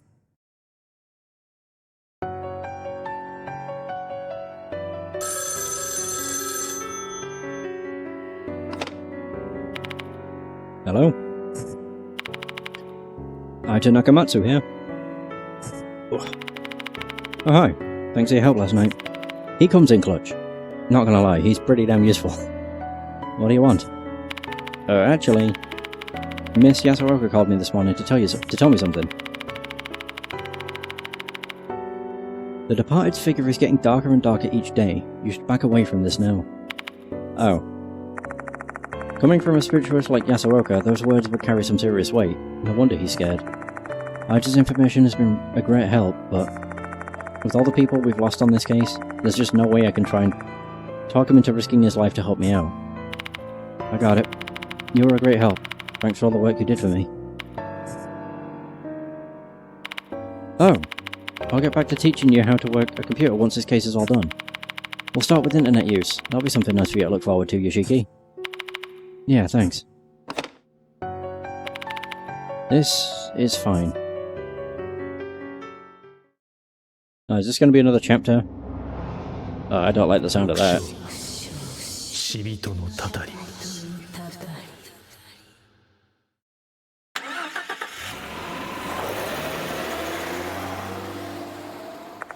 think this might be another case or chapter where I'm alone. I leave the mansion and head to Konohara Academy. I have to report last night's events to Mr. Kono. How many people have died? It's been more than one person per case. Hanako had 2 deaths. Wait, was Hanako at the toilet 2 deaths? Or was it The Departed? It might have been both. But that was 2 deaths. And we had Slipmouth Kashima with 3 deaths. That's a third. The Departed's... No one died.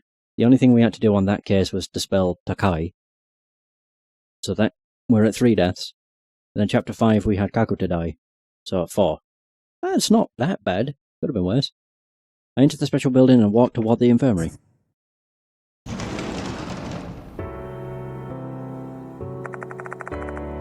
As usual, there's nobody inside. I better go to the faculty room. Mr. Kono's waiting for me.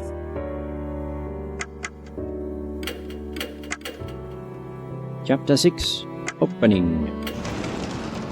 Oh, I should have checked the souls. Oh, never mind.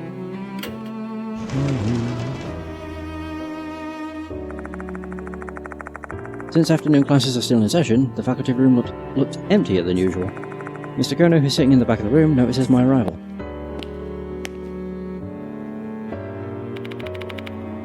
Ah, you're here, Yoshiki. Yep, I am sorry to say that another one of your students has died. His voice sounds weak, and for some reason his complexion doesn't look so good. Are you alright? I assume you are inquiring about my physical condition. No, I am not well. I've been feeling lethargic and sluggish all morning. Perhaps it's the ravages of stress taking a toll on my body. Well, that's enough about me. I heard you received a notice yesterday. How did the investigation go? I gave him a detailed report about Mr. Kokori's case from beginning to end. The sour expression on his face as he listens to me recounting the events of last night tell me all I need to know. Goodness gracious. First Izumi, then Horikoshi, now Kakuta. 3 students have gone missing under my watch. Technically 4, because we also had what's-her-face. Fuck. I can't remember her name. Megumi? I can't remember. And yet again, you failed to protect the targeted student. Hey, it's harder than you'd think, dickbag. But I am very sorry. Why are you apologising to me? The students and their parents are the ones you should be apologising to. You can fire me if you like, but how would you stop the Departed then? Mr. Kono falls silent at my words. You're right. No matter how many valid complaints I have, it doesn't change the fact that you're the only hope I have to rectifying this situation. I let out an overly exaggerated sigh. I understand the situation he's in, plus what else can I do, other than threaten him to stop bothering me? However, one more victim and you'll be dismissed. Sakamoto has backed me into a corner. She's suspicious of you, especially in regards to Doryu and Kinukawa. But she's misunderstanding the situation. Your last chance, understood? Yeah. Good. That's all from me then. Don't let me down, Yoshiki. I'll try. I'll do my best. I leave the faculty room feeling Mr. Kono still staring daggers into my back. Honestly, I couldn't care less if Mr. Kono and Sakamoto suspect me. But if I get kicked off campus, I won't be able to investigate, and I know I'm the only one who can pursue the Departed and bring this to an end. I can't afford to make any more mistakes. I've hardly been making mistakes. The only mistake I could really count would have been Horikoshi, because I didn't stop her.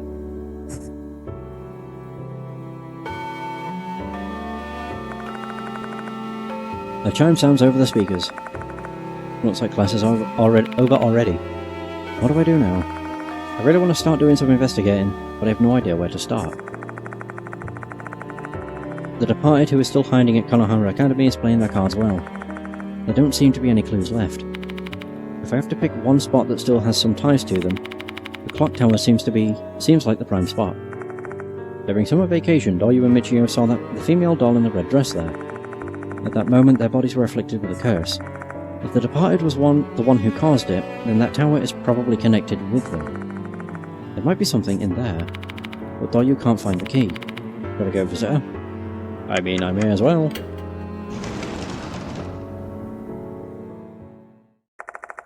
Doryu is standing near the window, when I enter the student council room.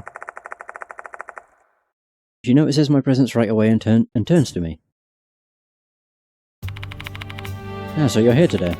I heard about Kakuta from Michio. Yeah, it was really unfortunate. Say, Doyu, is the key to the clock tower still missing? Yes, I've been looking for it everywhere. I see. Just like that, the thin thread that might lead me to some answers has been severed.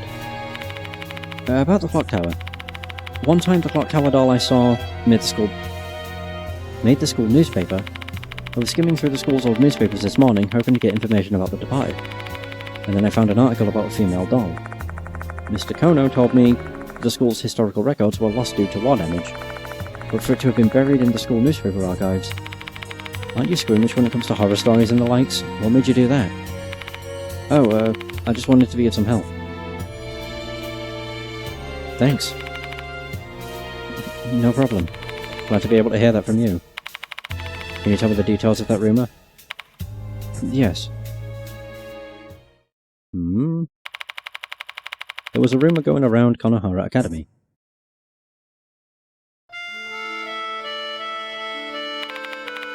"60 years ago, the first headmaster built the clock tower to commemorate the school's 10th anniversary. A stylish stone clock tower that stood tall in the remote countryside of Konohara. Many students were wondering what the inside of the tower was like. Overcome with curiosity, some eventually snuck into the tower. What they saw inside the tower was the first headmaster's collection. There were a lot of antique things, but the item that caught the attention of most people was a doll wearing a red wedding dress that lay on a stone altar. Rumours of the doll spread in no time, because everyone was interested in its origin. However, the first headmaster had already passed away by that time, so he was unable to answer those burning questions.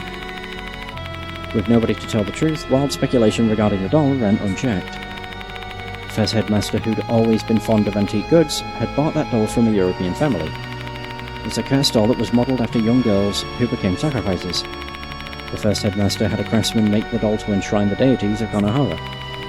It's a doll made to calm the soul of a student who lost their fiancé and committed suicide. No definitive answer was ever found because there wasn't anyone around who knew the truth.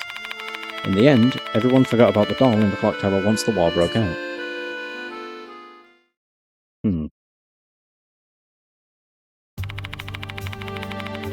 And that was the rumour featured in the school's newspaper. It's a really interesting story, but if the rumour has so many variations regarding the origin of the doll, which one is the truth, if any? Right, let me confirm one thing. Are there any rumours about the doll moving? No, none at all. Oh, okay. There are people who have seen the female doll, but not when she's moving. Guess I'm the only one who's witnessed it. I've got to go soon. Thanks, Doyu. I hope that information could help you in some way. Ooh. I have to head out as well. The teachers told us not to stay at school. Oh. I say goodbye to Doyu and leave the student council room. Rumours about the female doll. The rumours of the clock tower involve a doll in a red wedding dress that is placed on an altar inside. However, no one knows its origin. It's the same doll that shows up everywhere I go. I need to find out if the doll and the departed are related, in addition to a way to enter the clock tower itself. Maybe we can find something in the newspaper articles? No, maybe not. When I step into the library, I find a girl whose appearance clashes with the place. Oh, it's you! Sup? Kakuta didn't come to school today. You know anything about it? Sorry, no idea. There's no way I can tell Murahashi about Kakuta's death. What are you doing here? I'm just chilling here. I've got no place to go. Not after I learned how terrifying that corridor was. Then you should just go home. Did the teachers tell you not to hang out here after class? Who knows? Maybe something weird will happen to you again. Stop acting like a teacher. Don't freak me out like that. I was about to go home anyway. My body just feels really heavy somehow today. Are you gonna stay until night again? If you do, be careful. I have a bad feeling. Say goodbye to Murahashi and leave the library. Okay.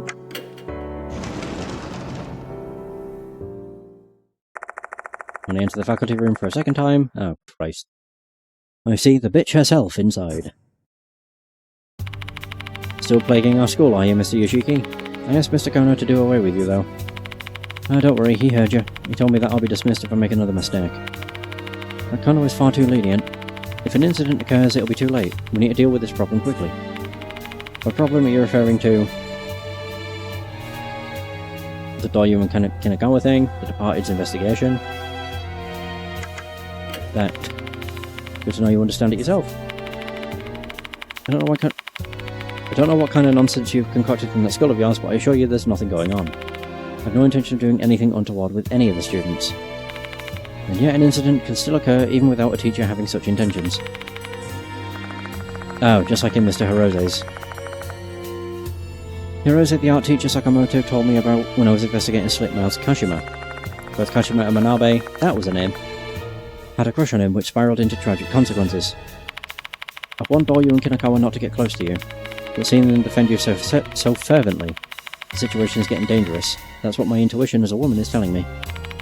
Let me repeat it again. This is all just a big misunderstanding on your part. I warned you, Mr. Yoshiki. If you'll excuse me then. Ooh. Ouch. Sakamoto grimaces, pressing her fingers onto her temple. Hey, you alright? Leave me be. I've been having terrible headaches since this morning. Oh, are you going to be the next target?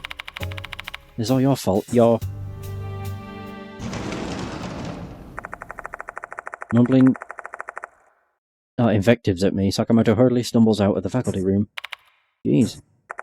A big sigh escapes my lips. There's nothing I can do about it. I have to investigate the departed. And sometimes the only way I can make progress is by getting the students' cooperation. I shouldn't refrain from asking them.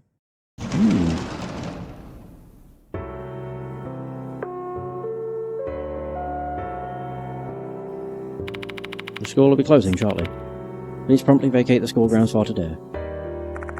It's finally time for students to leave school. I head back to the infirmary and try to come up with some kind of strategy for tonight. I wonder if it's all going to be in nice and red.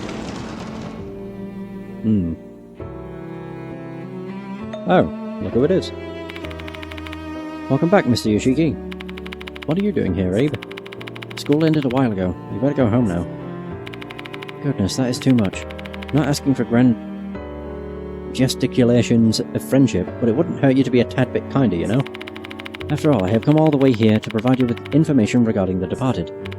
Come again? With the lack of a notice and no new pertinent information, I'm pretty desperate. Let's give them a listen for now. So what do we actually have here? There are some sacred objects in one corner of the room. Yasuo placed them there. Intentionally left them here so I can make use of whatever I need. Oh, we only have the bag. Okay. 4 in this chapter. Oh, okay.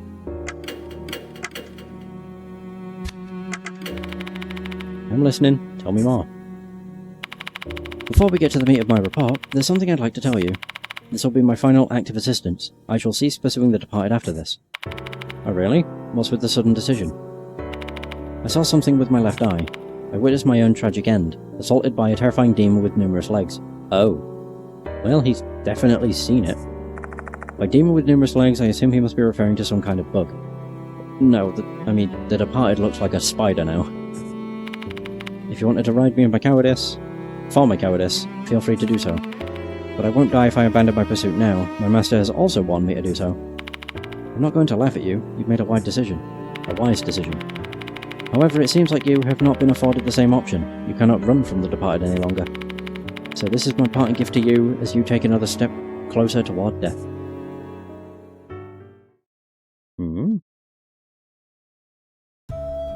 Oh. The Departed, a name we learned through the notices. However, that sinister name has existed since long before we first heard of it. 100 years ago, before Konohara Academy was even founded, a dark incident occurred on these lands. There was a small village called M-Town near Konohara. At some point, residents of M-Town succumbed to an unknown disease one by one. In the end, the village was destroyed and the incident was forgotten. But one of the residents said this before they died.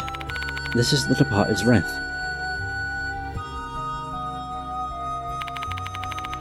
This is the most valuable information I've ever found.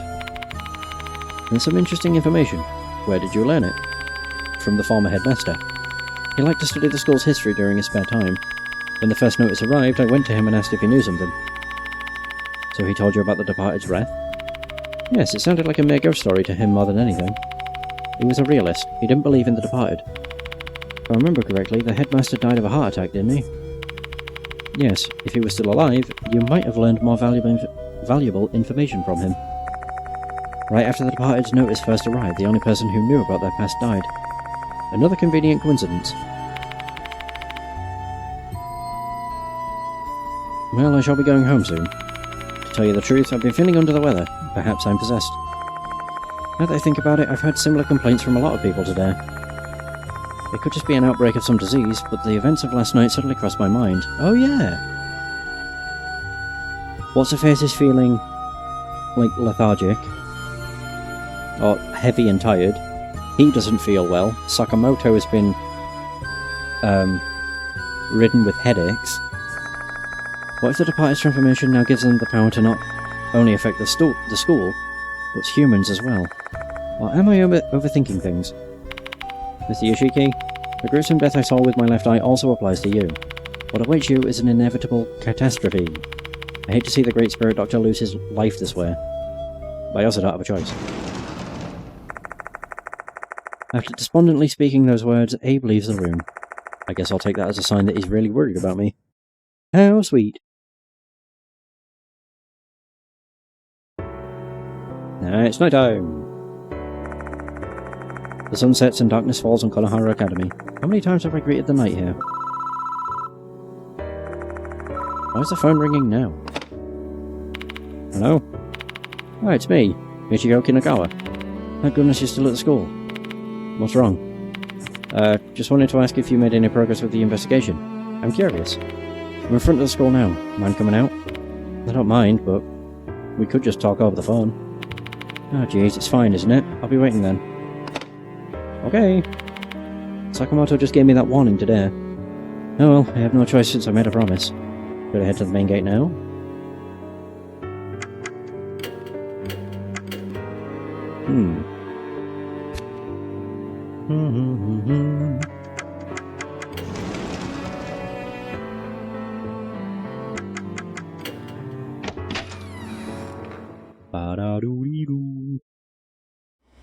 Oh, it is all red still. Oh. The lights in the hallway are glowing red. Given the lack of commotion right now, I'm guessing nobody's noticed yet. Oh, it's pretty hard to miss, so someone's going to notice sooner or later. Indeed.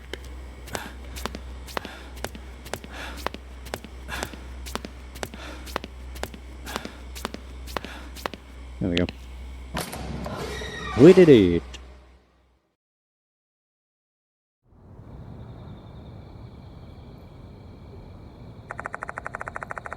Michio is waiting in front of the main gate. The moment she sees me, she rushes over like a puppy. Good evening, Mr. Yoshiki. You look tired today too. I'm not surprised though. How are you feeling? Same old, same old. A bit tired since I haven't been getting a lot of sleep lately. Never mind that, how's your investigation going? Did you learn any new facts? Not a lot, but... I tell her about the story of the departed's wrath that I heard from Abe. Wrath of the Departed? Sounds like something from a fantasy novel. Did the previous headmaster tell you anything? Nope, I wasn't particularly close to him. I'm student council vice president, but I usually just have Hime deal with the teachers. Oh, okay. There's something that caught my attention. I remember M-Town coming up in one of the cases somehow. Now she mentions it, that name does sound somewhat familiar. In which case did the name M-Town show up? It was Slipmouth Kashima. We ended up going to M-Town shop. I recall what happened when we were investigating Slipmouth Kashima. Yeah, I feel like I saw that name during Slipmouth Kashima's investigation. Where did I see the name M-Town? Oh, the bus route map. I try to remember what was written on the bus. The bus route map I saw. Bingo, one of the bus stops I saw that time was M-Town shop. I immediately let Michio know about it. Oh, you're right. You sure have a good memory. I mean, it was only yesterday, so, you know. If the owner is a descendant of an M-Town resident, they might have some documents from the past. I'll try going to M-Town shop. Sure, let's go there together. Wait a minute. You're coming with me? Of course I am. But don't you have a curfew? No need to worry. Hime can handle it. The doll manager trusts her, you know. That's not the issue, though. I don't want to leave you alone. Carrying these burdens all by yourself just seems really tough. Tough, huh? I guess it is. Mr. Kano's ultimatum, Sakamoto's hostility, Abe's prediction of death. The departed constantly targeting me, the students I couldn't protect, Diamond unconscious in a hospital bed. My heart is screaming from all the weight it's bearing, but I've chosen to close my ears and ignore it. I know I can't can't help carry all that heavy baggage, but I can at least help you relax a bit. I'm begging you. I'm not asking for too much. Okay, sure. And yeah, like Peeper says, there's good, bad, and true. I think it was the same way with the first game as well. Pretty sure. Essentially, how you get the bad ending is you let all of your companions die. And in this game, the way you do that, I'm assuming, is by not fulfilling or not letting the spirits pass on completely. I will be going for the true ending, yeah. Her kindness tastes as sweet as honey to my exhausted mind. Except, there's a chance she might be the departed.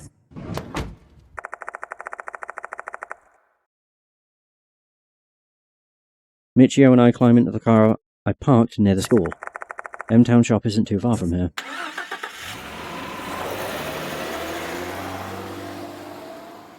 Although I will say, if true ending requires playing through the entire game again, I might be less inclined to want to do that.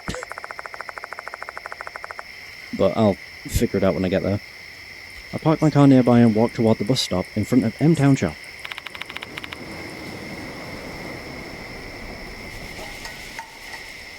If all I have to do is replay this chapter, that's fine, so I can just skip everything. Ick, this shop is so creepy. Maybe I wouldn't skip it, depends how long it is. The building is run down and there's no sign of life inside. Doesn't look like anyone actually lives here. We'll find out for sure once we check it out. Oh yeah, that's where the car collided. A crooked guardrail and a slanted pole. There was a car accident. Yoshi. There's an old mailbox hanging on the wooden wall. When I peer inside, I find a postcard.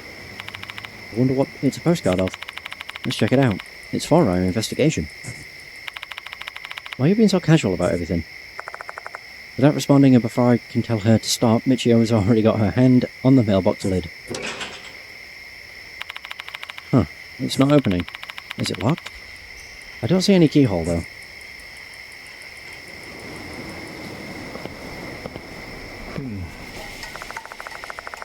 There's a faded paper with the word morning on it pasted on the glass door. Isn't this a morning notice? I think they hang it on the house and they're supposed to remove it after 49 days. You sure know a lot of strange things, huh? When my grandma died, one of my relatives told me about it. I don't know what she said, I skipped it. But does that mean someone here passed away sometime in the past 7 weeks? I suppose it would imply that.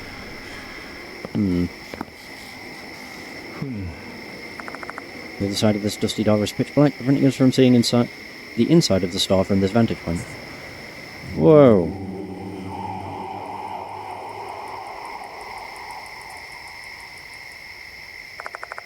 What's going on here? I hear an eerie male voice coming from inside the shop. Ooh.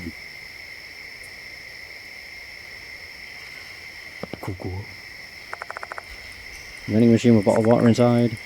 Is that the same as before? Yeah, it's the same.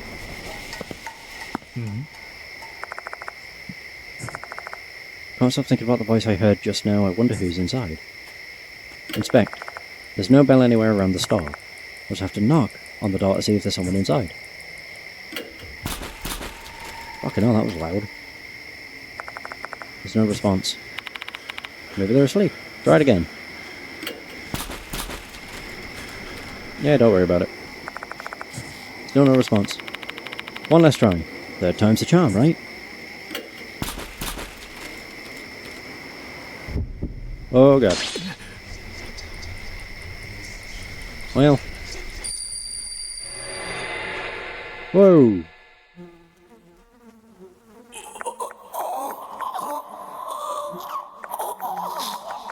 My head. Huh? A scene suddenly flashes before my eyes. And that scene is... Whoa! Whoa! Of an elderly man lying on the ground of an old store.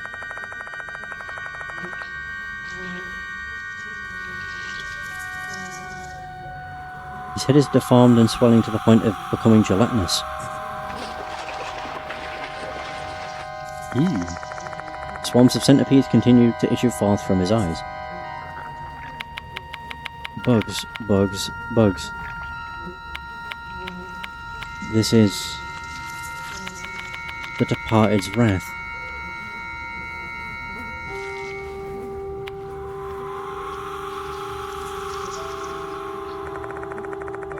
The moment he stops speaking, his body also stops twitching.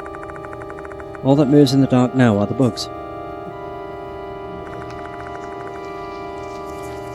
I wonder what caused this to happen. I can no longer hear any response coming from his gaping mouth. There is one thing that I'm dead certain about. He said this was the Departed's wrath. Oh, I need a drink. I can feel the cough coming on.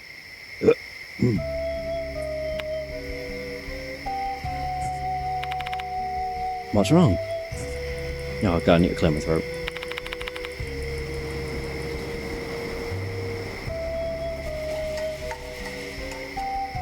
Much better. I saw what happened. The owner of the shop, he was probably killed by the Departed's wrath. I described the vision I just saw to Michio.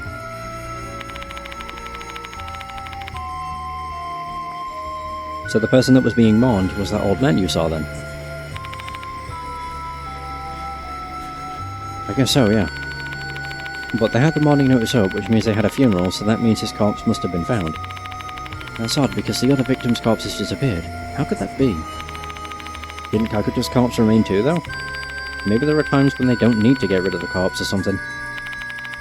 I don't understand. This is just a guess, but the Departed wants to continue this whole little notice game. If there's actually a dead body found at the school, the police will come. There's a chance that the school will be closed, and then there won't be any students. So maybe they only discard the corpses at school. But Manabe's body also disappeared and she didn't die at the school. That one was probably because of you, though. With that corpse in the hospital, the cops would probably have arrested you, and that's also not something the Departed wants. That actually makes sense, since I'm supposed to be their husband. And this ends my sloppy deduction. Thank you for listening.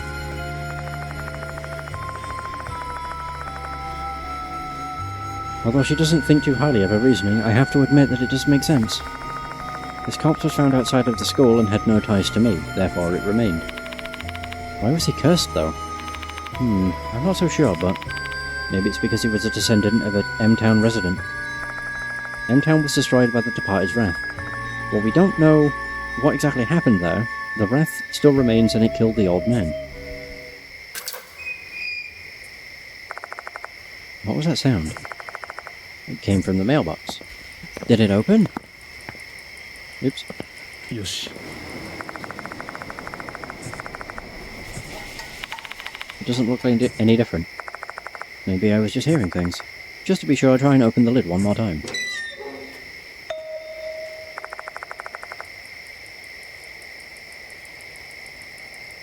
Unlike last time, it opens easily. How is this possible? Did something just happen to get caught, so the mailbox refused to open? Or was there a trigger of something? Or something? Oh well, not like I'm going to get an answer. Time to see what was locked away. It was a postcard, you already said. I collect the postcard. It's addressed to M-Town Shop, though I have no idea who the sender is. Oh, the sender's the previous headmaster. Oh. I flip the card over and find some words of gratitude written on it. This is obviously some kind of thank you letter from the previous headmaster. Reading the letter more thoroughly, the shop owner apparently donated an old book about M-Town's ritual to the school. An old book about M-Town, huh? Interesting. It should be in Konohara Academy now. Probably in the library.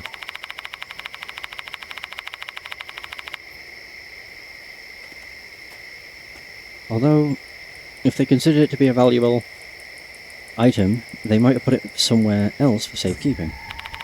We've come this far. And that's where the trail leads, so why don't we try looking for it? Let's go back to Konohara Academy. Let's go! Oh. It would be counterproductive to take the bus, since I came here by car. Well, I didn't know. I leave M-Town shop and get into the car I parked nearby.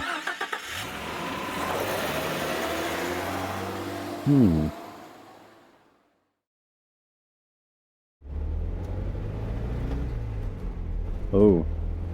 There's a car on the road. The trip back to Konohara Academy should only take about 5 minutes if we don't get caught in traffic. Throughout the ride, Michio only stares blankly at the scenery outside. She was in such high spirits earlier. I wonder what's wrong. Say, Mr. Yoshiki, do you have a moment? Michio calls out to me in a low, subdued voice, as if she were waiting for the right moment to spring something on me. I need your opinion on something. It's related to The Departed. Mind if I talk about it? Sure, go ahead. It's about The Departed's notices. Do you remember how many notices we've gotten? Ooh. Ribbon, pianist, gold prize. Shoot.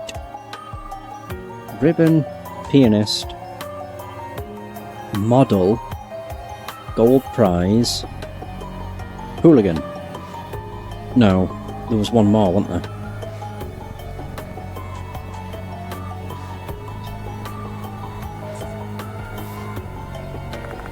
Including the one that arrived before I came to the school. Ribbon, pianist, model. I'm just trying to think. Gold prize. Student council. Hooligan. There we go. There was a notice. 6. Correct. Way to go. I tried to recall the 6 notices. The first was targeting Ribbon, aka Kyoko Takai. The second one was targeting pianist, Toshihiko Izumi. The third notice was for Naomi Horikoshi, the model. The fourth was for Megumi Manabe, gold prize. Fifth was for Doyu and Michio, student council. And finally, the hooligan, Shinichi Kakuta. Yeah, I got it right. Nice. What about the notices? I want to know what the purpose was for issuing these notices. The Departed isn't a spirit who goes around committing horrible acts for fun. They issued these notices with a goal in mind. Ever since the model notice, they've been releasing those notices to test you, their husband. But what about the first 2? Well, now you've got me all curious about it too. Do you have any ideas? Well, yeah, sorta. If they issued the latter notices as a trial for their husband, I'm guessing that also applied to the first 2. So are you saying there was already a marriage candidate even before I arrived at the school? Yep. If I'm right, who do you think it was? Ooh.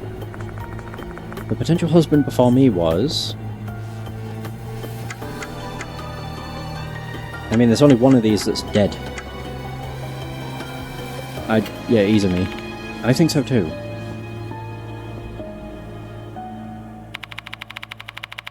No, Yoshiki doesn't count. Because there's not actually been any notices directed towards him.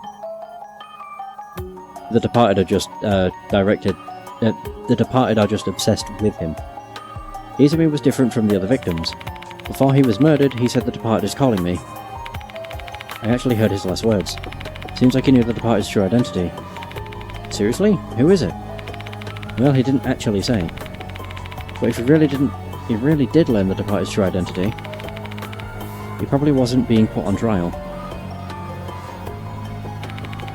So the first notice really was issued to test Izumi, huh?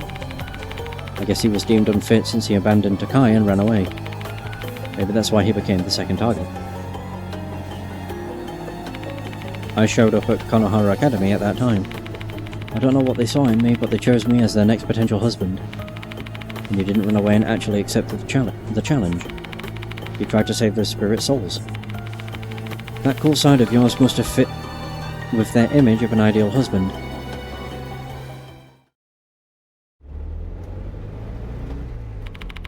And that concludes Michio Kinukawa's deduction.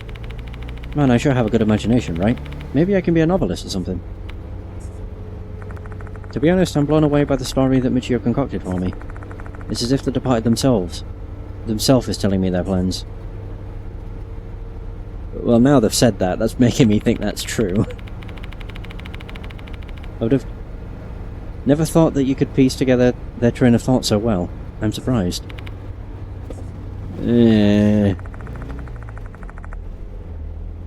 Michio smiles, her fingers playing with her white hair. I don't trust her now.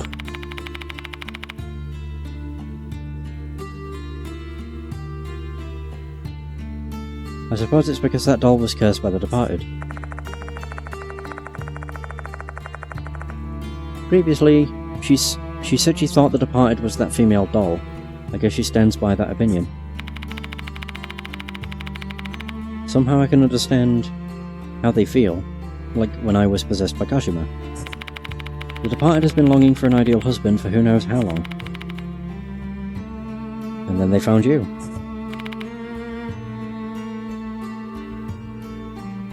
Michio?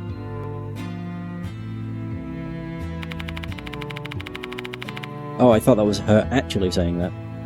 Olivia, I want to vow to live happily ever after with you. Then I want to...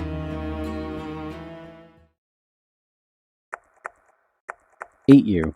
Up. What? Just kidding. Come on now. Oh, don't be mad, please. I end up getting carried away when I start acting like the departed. How was it? Did I freak you out? But I don't trust you, that's for sure. But don't tease your teacher.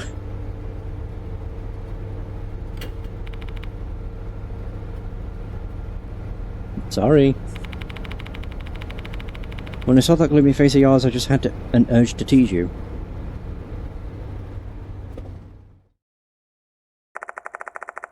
We should be arriving at Konohara Academy soon. I open the window and let the cold night air in. I don't think I can bear this indescribable atmosphere.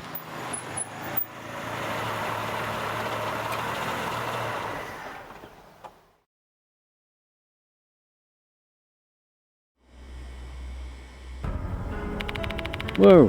Why are the lights red? So you can see it too. Alright, I didn't tell you about this. They've been like this since last night. I think the departed did this, but I could be wrong. I see. Is this their way of trying to charm you? In what way exactly? Let's see. The departed thinks you're their ideal husband, right? They do, yeah. Is this something I've seen on TV? In Shinto weddings, bonfires and paper lanterns are usually lit at night to illuminate the path of the newlyweds. I figure these lights are their version of that. They're really going all out to perfect every detail of their wedding then. I mean, everything they do is pretty detailed. They issue fancy notices and even blend themselves in with people in school. But they're having so much fun. I don't doubt that. Among spirits, there are some who feel their greatest pleasure when they're inflicting fear on humans. Supposedly an exquisite pleasure that humans cannot comprehend. The departed might be one of those spirits. Doesn't seem to be causing any harm, so we probably shouldn't pay too much attention to it. Let's just ignore it for now. You're a strong one, aren't you? Should we go to the library then? Why don't you go back to the dorms? It's getting late. Boo. I don't wanna. Let me tag along until the end. I'm curious to know where this leads. But how about I promise I'll go home once we find the old book. Just let me stay until then. What if I don't want to? And I'll still tag along. Sheesh.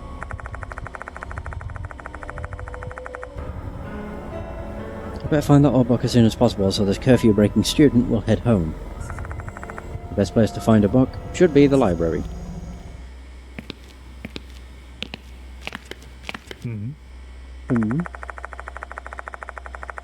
There's a large bulletin board here. This is where the first notice appeared. When I move the papers around, there's a knife damage and some red marks. Wouldn't have had the chance to meet you if it wasn't for the notices. I would have thanked the departed for that. It's rather inconsiderate to the victims when you say it like that. Oops, sorry. Hey, Mr. Yoshiki, how about you? Are you glad you were able to get to know me and Hime? Sure. I'm glad. Both of you have helped me a lot. It makes me happy to hear that. I'm not used to being praised so directly like that. I'm feeling a bit embarrassed now. Here, a gift for you. It's a thank you for answering my question. Grabs my hand and gives me a small object. Why are you carrying that around? Okay. You're gathering these things, aren't you? I picked it up on the way. Oh, okay. For some reason it was in the student council room.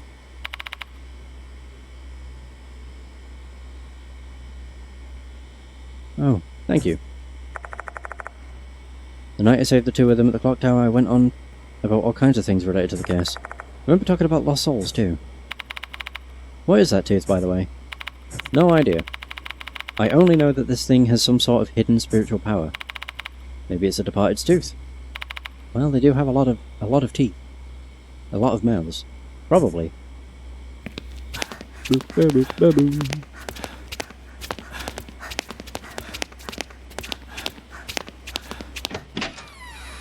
Right, library, baby.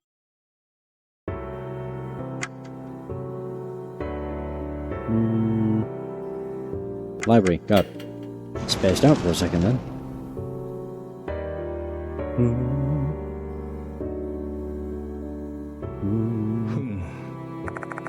Bookshelf is filled with all sorts of encyclopedias and pictorial books. Oh, this is... So the World Beetle Encyclopedia is back, huh? Now you can see as many beautiful beetles as you want. Michio takes out a book with a stern-looking beetle on the cover. Man, I really can't get enough of this. All of them are just so cute. I guess this is how men must feel when they look at... I don't remember how you say that name. Word. Is it gravure? Magazines. I don't know how to reply to that. Like, you see, this elephant beetle is just adorable. Look at the silhouette in the corner. Oh. As Michio is about to show a photo from the book, something falls out. Another tooth. Man, these teeth are everywhere. Nice. Level up. Why is that here? And it came from an insect encyclopedia of all things. Are they challenging me? Don't ask me. Yoshi. Books about plants are arranged on the shelf. Well, there are some who are interested in plants, but not me. I only see plants as bug food. Where else can I look? Oh, it must be here. There's a wooden book storage cabinet but with a glass door. It seems to store special books that aren't allowed to leave the school premises. Since all books will be considered valuable items, it should be around here somewhere. Or somewhere around here. I like to jumble up words. Michio and I split up to check each book storage section. 8 city local documents and old maps are stored together in the old school newspaper folder. I skim the documents hoping to find anything related to the departed to no avail. I can't seem to find anything that looks like an old book either. Hey, Mr. Yoshiki. This book has some information about M-Town. Michio shows me a book titled H City's Local History, which was self-published by the previous headmaster. Issued a year ago, this book apparently was only given to family and close friends. Thinking it might be connected to the case, I write down the bits about M-Town in my notes. Whoa. So Konohara and M-Town. Konohara used to be a small town named M. The area where Konohara Academy currently sits was once M-Town's downtown. M-Town had its own beliefs and customs, though they gradually disappeared following the westernization that occurred during the Meiji period. Furthermore, the plague that occurred at the end of the Meiji era caused a sharp decrease in its population. The survivors all called it the Departed's Wrath, but autopsies determined it to actually be cholera. It's still unknown what the Departed refers to, though, although some speculate it may be tied to their local folklore. M-Town's religion. 2 earthly deities were enshrined in M-Town. One of them was Mushigami. Details regarding this deity are hazy, as there are not many traces of M-Town's customs, though it does beg the question. Did these people really make an insect their god? Mushigami Shrine was said to be located in the vicinity of Konohara Academy's old building, but the shrine was already half ruined when the school was founded. They demolished it to build the old building. When the first headmaster, Genzo Kono, had the shrine demolished, he tried to placate Mushigami and the souls of those who died of the plague. This is how the shrine and the connecting corridor came to be. Most teachers and students might have called it Kokori Shrine, but that's actually incorrect. It was simply named after the guardian fox of the Mushigami Shrine, which is now standing in the courtyard. Oh. Lord Mushigami, huh? What a beautiful name. I want to know their connection to the departed. How should I put this? There are many scary stories where gods punish humans for destroying their shrines. The departed's wrath began before the shrine was destroyed, though. True, but I don't think those things are completely unrelated. Because those who knew about the wrath died one after the other. You see the picture of the talisman over there? Or over here? I think they had good taste for choosing centipedes, don't you think so too? Is the theme, whatever that is, Scolopendra subspinipsis? Spinipes? Whatever. Michio points at a photo on the edge of a page about the local history. It's an old talisman with a centipede drawn on it. Looking at the details, this talisman was made at Mushigami Shrine. Apparently the previous headmaster got his hand on it. In M-Town, people believe they could escape danger by putting this talisman on the front of their houses. Why do I feel like I've seen this talisman somewhere before? It's on the shrine. Or is it? Yeah, it is on that. I thought so. Yeah, that's right. The shrine on the second floor. There are talismans hanging there. But all we found inside the shrine was the petri dish. There wasn't any information related to M-Town.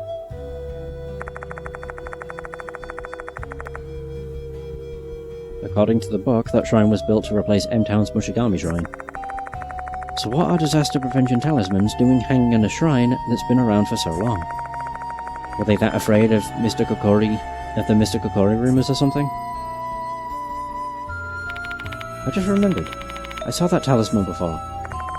Michio, who is peering at the book beside me, speaks up. The shrine in the connecting corridor, right? To my surprise, she shook her head in disagreement. Where did you see it then? Over there. I was completely confused at the time, but I saw that talisman with my own eyes. The place where she was completely confused. Don't tell me she saw that talisman at... the clock tower? Exactly. When both Hime and I were on the ground, I saw that talisman. Why don't we go inspect the clock tower? It's locked though. It was open that time, no? I mean, it's already nighttime, so who knows? Maybe it's open again. It might be indeed. Doesn't make any logical sense, but I'm still willing to believe that it's in that slim chance. Let's go to the clock tower. Not before going to the infirmary. Bum bum bum.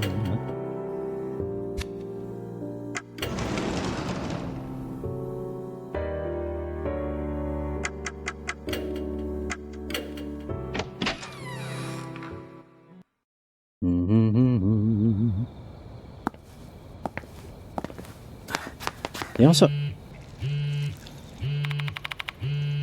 Oh, I'm getting a call. Hello? Oh, what's up, Hime? I'm helping Mr. Yoshiki right now. We're gonna go to the clock tower. Don't worry about me, I'm fine. Mr. Yoshiki's here with me. We'll be fine even if the departed shows up. Don't be mad, Hime. I promise I'll be home in 30 minutes. Cover for me in the meantime. Whew, Hime is mad. I mean, she's always kind of irritated by my actions, but she doesn't usually scold me. She's worried about you.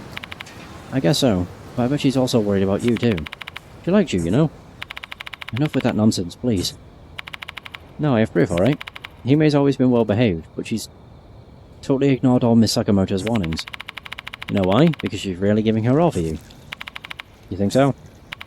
Absolutely. Please, treat her well. Okay. I want to examine the fox thing. Yeah, you. よし。 A massive statue of the Guardian Fox stands here. It's darkened, which gives one the impression that it's been here for quite some time. Now that I think about it, what was the voice I heard before? What's wrong, Mr. Yoshiki? You look troubled. Oh, actually, I talk about the strange voice I heard when I prayed for the girl's safety. Yeah, so you prayed for Hime and I. Thank you. She flashes a grin at me. I'm tickled. Do you think that voice might be the voice of Inari? Maybe they think you're a teacher who deeply cares for his students, so they're granting your wish. The voice sounded way too ominous for that, though. But I did obtain a lost soul that should help me with the investigation. I can't help but think that was Inari helping me out. It's intriguing for some reason. Alright, let's give it a try. Try what? Try thinking about me and make another wish. Who knows? Maybe you'll hear something. Why don't you give it a try? Yeah, let's give it a shot. Sure, let's give it a try. Nice, I love an inquisitive teacher. Close your eyes, concentrate, and make a wish. I closed my eyes as Michio said. I clasp my hands and make a wish in my mind. I hope Michio and Oyu will always be safe. Oh! All of a sudden I hear the sound of something. That was... It's Yoshiki, it fell from the fox. Michio gives me a name. Whoa, it's a tooth dispenser! It's an airy tooth.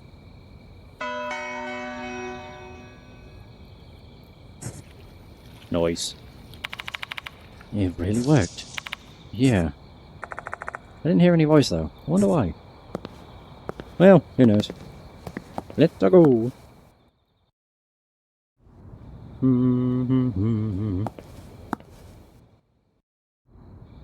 Ah, there it is. The beautiful clock tower. Now the question is the door open? Once again I arrive at this place. I recall the story I heard from Doryu this evening. During summer break, Doryu and Michio discovered the doll the first headmaster put in here. Is it here? So I ask, swallowing down my saliva. My mind is screaming that I am in grave danger, and should not take one step closer. That bell again. Michio doesn't seem to hear it.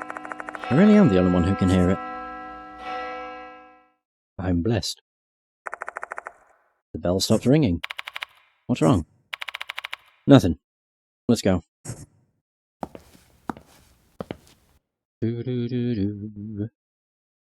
And the door is open. Shocker. It's open. How?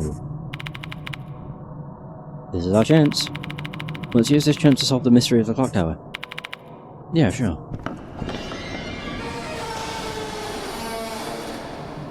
And now the door is going to lock behind us. Oh. I step into the clock tower. The unpleasant smell of dampness and mould hits my nostrils immediately. Wait outside, Michio. I'm coming with you. I'm not scared at all. No, I want you to keep an eye on the door. If I get locked in up here, things will get really bad. Oh, okay. I'll keep the exit safe for you. Be careful. Woo! Okay. Michio leaves the clock tower. これは An old Western-style cabinet with several talismans pasted on it. What do you know? Michio is telling the truth. Let's take a look. Closer look.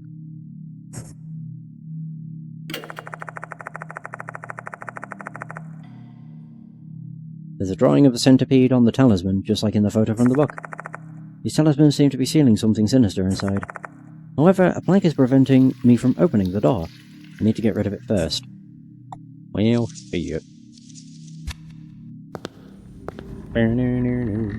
Whoa. A mannequin without limbs. Has it always been clothed? Clothed? It has no clothes. I'm personally a big fan of horror. I do appreciate it. ここは Especially if this is something you don't like. A dusty stone floor. Now that I look closely, I can see something resembling a tooth stuck in the gutter. I need to get a thing. Whoa. There's a tooth.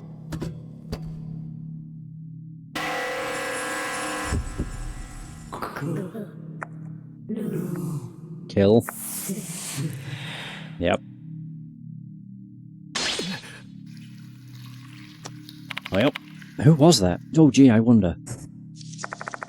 I blurt out the question. But there's no reply. The silent darkness is the only thing accompanying me in here. Well. There's a large wooden box against the wall. I peer inside to find a crowbar and a wrench. I can use these to get rid of the plank. Sweet. And a blackened wrench. Beautiful. Oh. Hang on. I notice something and look around the room. Oh, I don't see any more stairs to climb. This is the top floor. But there's no altar anywhere. Oh yeah. I just assumed the altar was on the first floor. The female doll was placed on an altar. That's what Doyu told me. The same story was in the school newspaper. So why isn't there an altar anywhere in here? Huh. That's a good point. Who knows?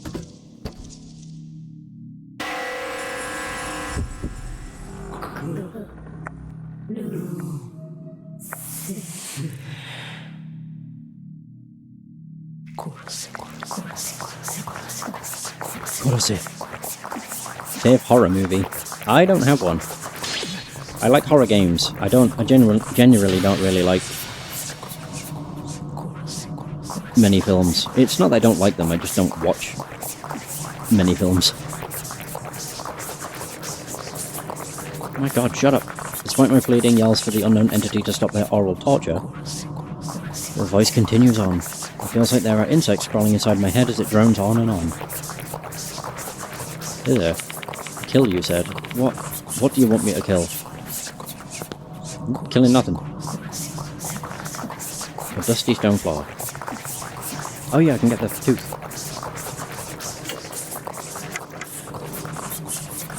Yeah. Maybe we can get the tooth out if I widen the gap with this tool. Take aim, swing down.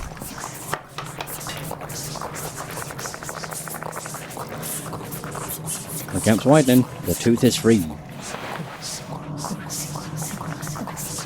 My god, hearing that constantly sucks. Ooh! I learned more about aid. Alright, now we're gonna tell us even more. Oh yeah, I can get rid of this.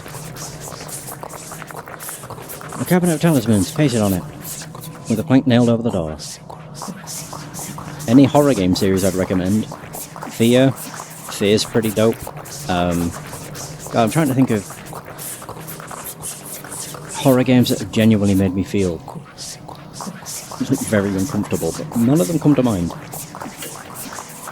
Crowbar. Obviously the Deathmark, Spirit Hunter NG. This. What other bloody horror games have I played? Stalker. That's also a good one. I use a crowbar to remove the planks before getting rid of the talismans. Then I open the door. There's an old book inside. M-Town's Private Records. Is written on the cover. Is this the old book we're searching for? Oh yeah, there's also Dead Space. The remake as well as the originals. They're also very good. This is written in a peculiar ancient script. It'll take me some time to decipher the content. God, I keep getting attacked. Shit, my headache is getting worse. But I have to read this. This must be where the departed secret... Oh! God! What is happening? Suddenly the letters turn red. Whoa! I'm just getting... red, bright red. I can't read the book like this. Tell me what's written here. Oh god. Whoa! Okay, that's scripted. Goddamn. Do you want me to kill someone that badly? But who? Oh god. Dear husband. Oh no. Oh god, you're horrifying! Ugh. Are you the departed? Did you eat Kokori? This is neither a dream nor a hallucination. The departed really has transformed. Dear husband. What are you going to do this time? Ooh. Where is Michio, by the way? Thank you for the food. Don't tell me you ate Michio.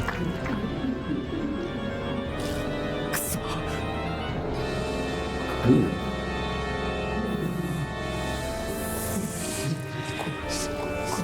I don't want to be hearing that constantly again.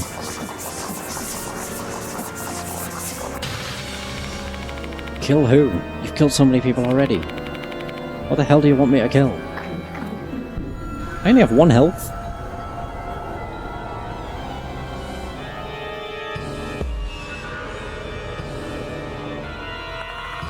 The departed is clearly a monster. I don't really want to get close to it. What should I do? I don't bloody know. Oh, threaten to throw. Oh, I don't cost anything. Oh, perfect. Try throwing the wrench near the departed's feet. That's not really threatening to throw. Did I manage to intimidate them? The wrench hit the departed's feet instead of hitting the floor near their feet. Something about the departed scream earlier seems strange to me. Looks like the attack is working. I want to believe I made the right choice. Okay.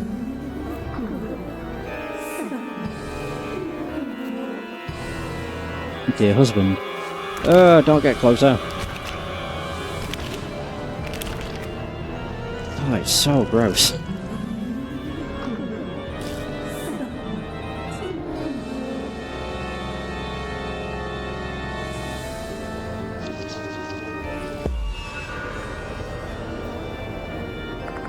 Did they just say kill? They keep whispering the same word over and over. Are they telling me to kill the departed or what?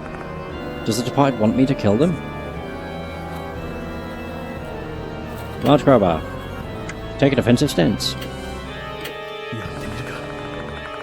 This just doesn't feel right. For now I should try defending myself with the crowbar. It had the higher success rate. That's my reasoning. I strengthen my defense as I watch the departed warily. But then the departed moans and they sound rather mournful. Why would they do that? Are things not going as expected?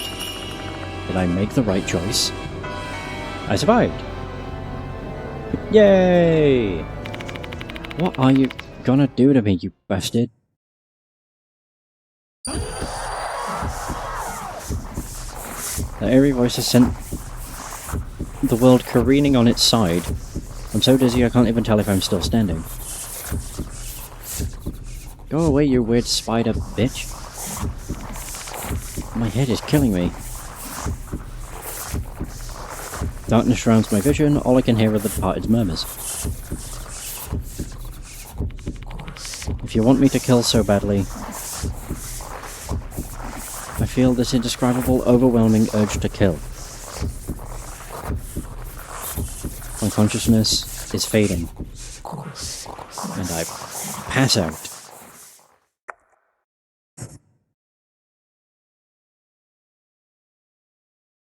Hmm?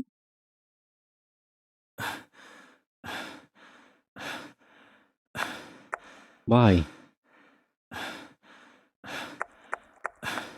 Why is she... What?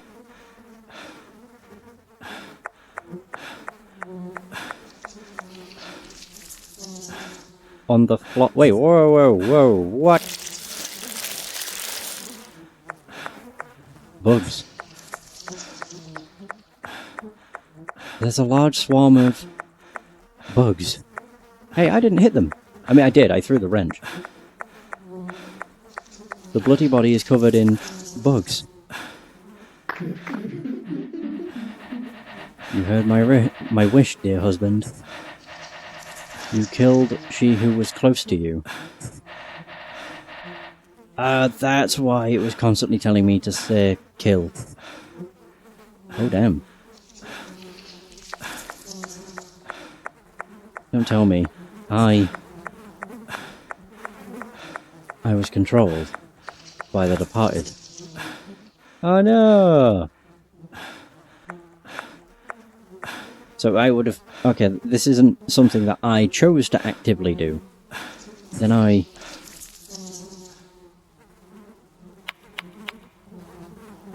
Yeah, because I'm fairly sure I threatened to throw. I didn't actually do anything that was... aggressive. Oh dear. I flee from the clock tower.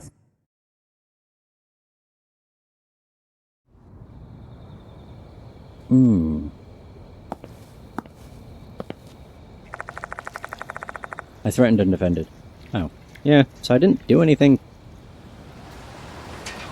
God knows. I think that's scripted to just happen.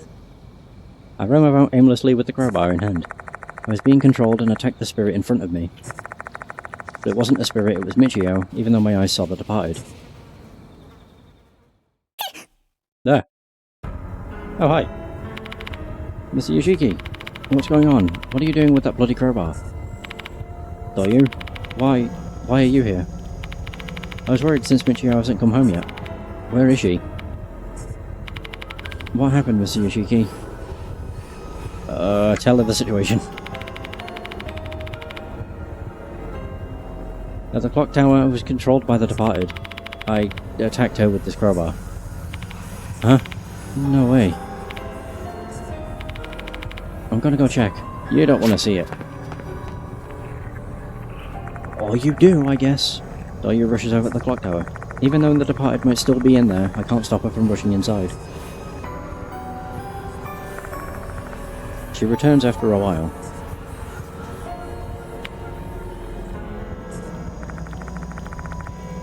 She looks as emotionless as a wax statue.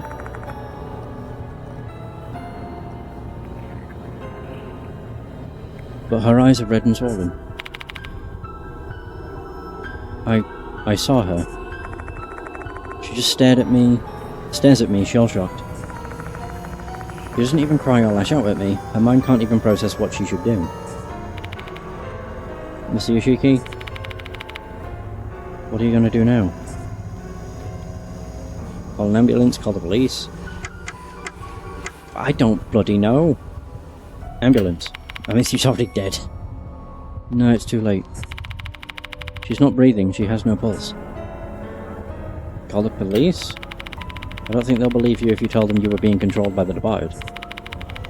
They'll arrest you, and if that happens, you won't be able to pursue the departed anymore. In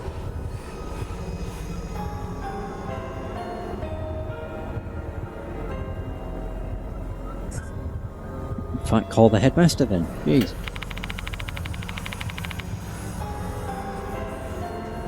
I understand why you'd want to contact the headmaster, but given the situation, I don't know if he'd be willing to help you.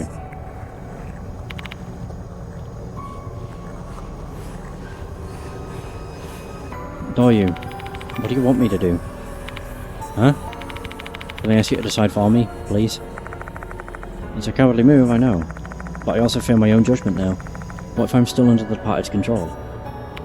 Mr. Yoshiki? Got it. After a long silence, Doryu nods her head. She opens her mouth again right after.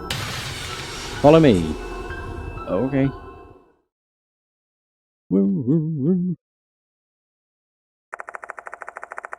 Once Doryu has settled on a course of action, she quickly regains her composure. I'm still stunned, but she immediately grabs my hand and drags me out of Konohara Academy.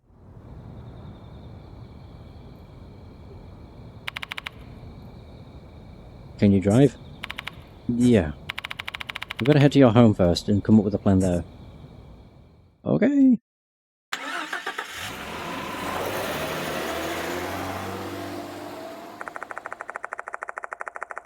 Doryu takes the passenger seat as I drive my car back to Kujo Mansion. During the ride, I tell her about what happened earlier. Even though I struggle to find the words and need to pause several times, Doryu pushes me and I manage to get through my recap. Oh, right, yeah.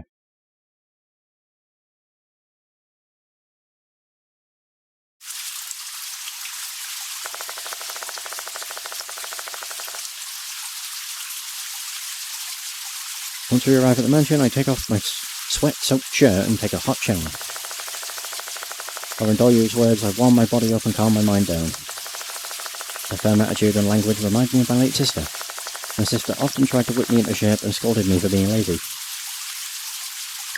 No worries, Ark. I'll be ending the stream shortly anyway. I just wanted to get to the end of the chapter. I put on a new shirt and slacks.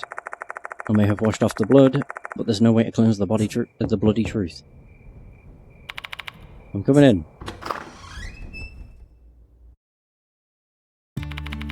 You look much better now. Yeah. Thanks for your help. Ah, please. Why are you helping me? I was being controlled, but it doesn't change the fact that I killed. Can you please stop? I know you didn't do it on your own will. Of your own will.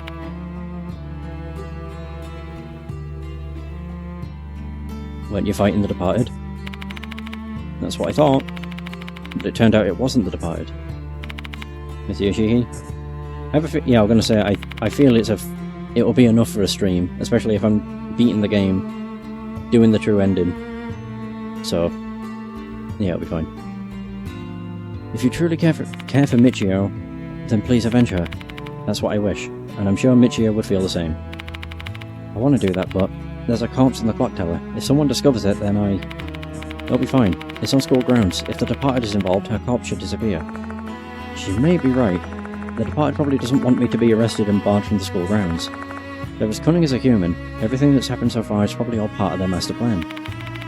As long as both of us keep this quiet, you won't be suspected of murder. So you're saying you want us to continue the investigation while keeping Michio's death a secret? Exactly. I'll never forgive you if you say you want to run from the departed now. Though your levels a determined gaze at me. I can see black flames burning in her eyes. She's really pissed off at the departed. Maybe granting the wishes of the girl whose best friend I accidentally killed is the best way for me to atone for my actions. I'm begging you, please hunt down the departed. Decide to turn myself in. No, I'm not. Thank you. Let me help you out. Please, avenge Michio. Doryu falls into my arms. Aww. Doryu sobs deeply into my chest. This must have broken her.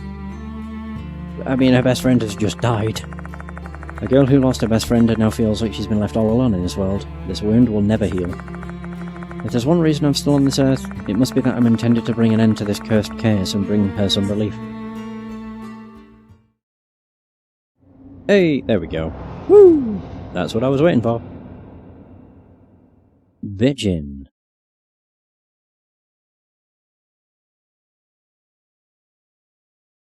Save your progress. Why, yes. Yes, I will. So 7... Goddamn. Almost 5 hours. Woo! That's not bad, though. For Chapter 5 and 6. Yeah, the chapters where you're on your own, well, kind of on your own, seem to be very short.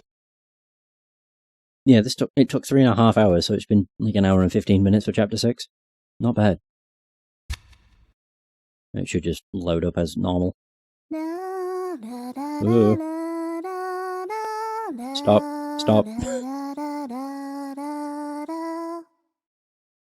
I'm assuming that's Hime. I don't care what that song is.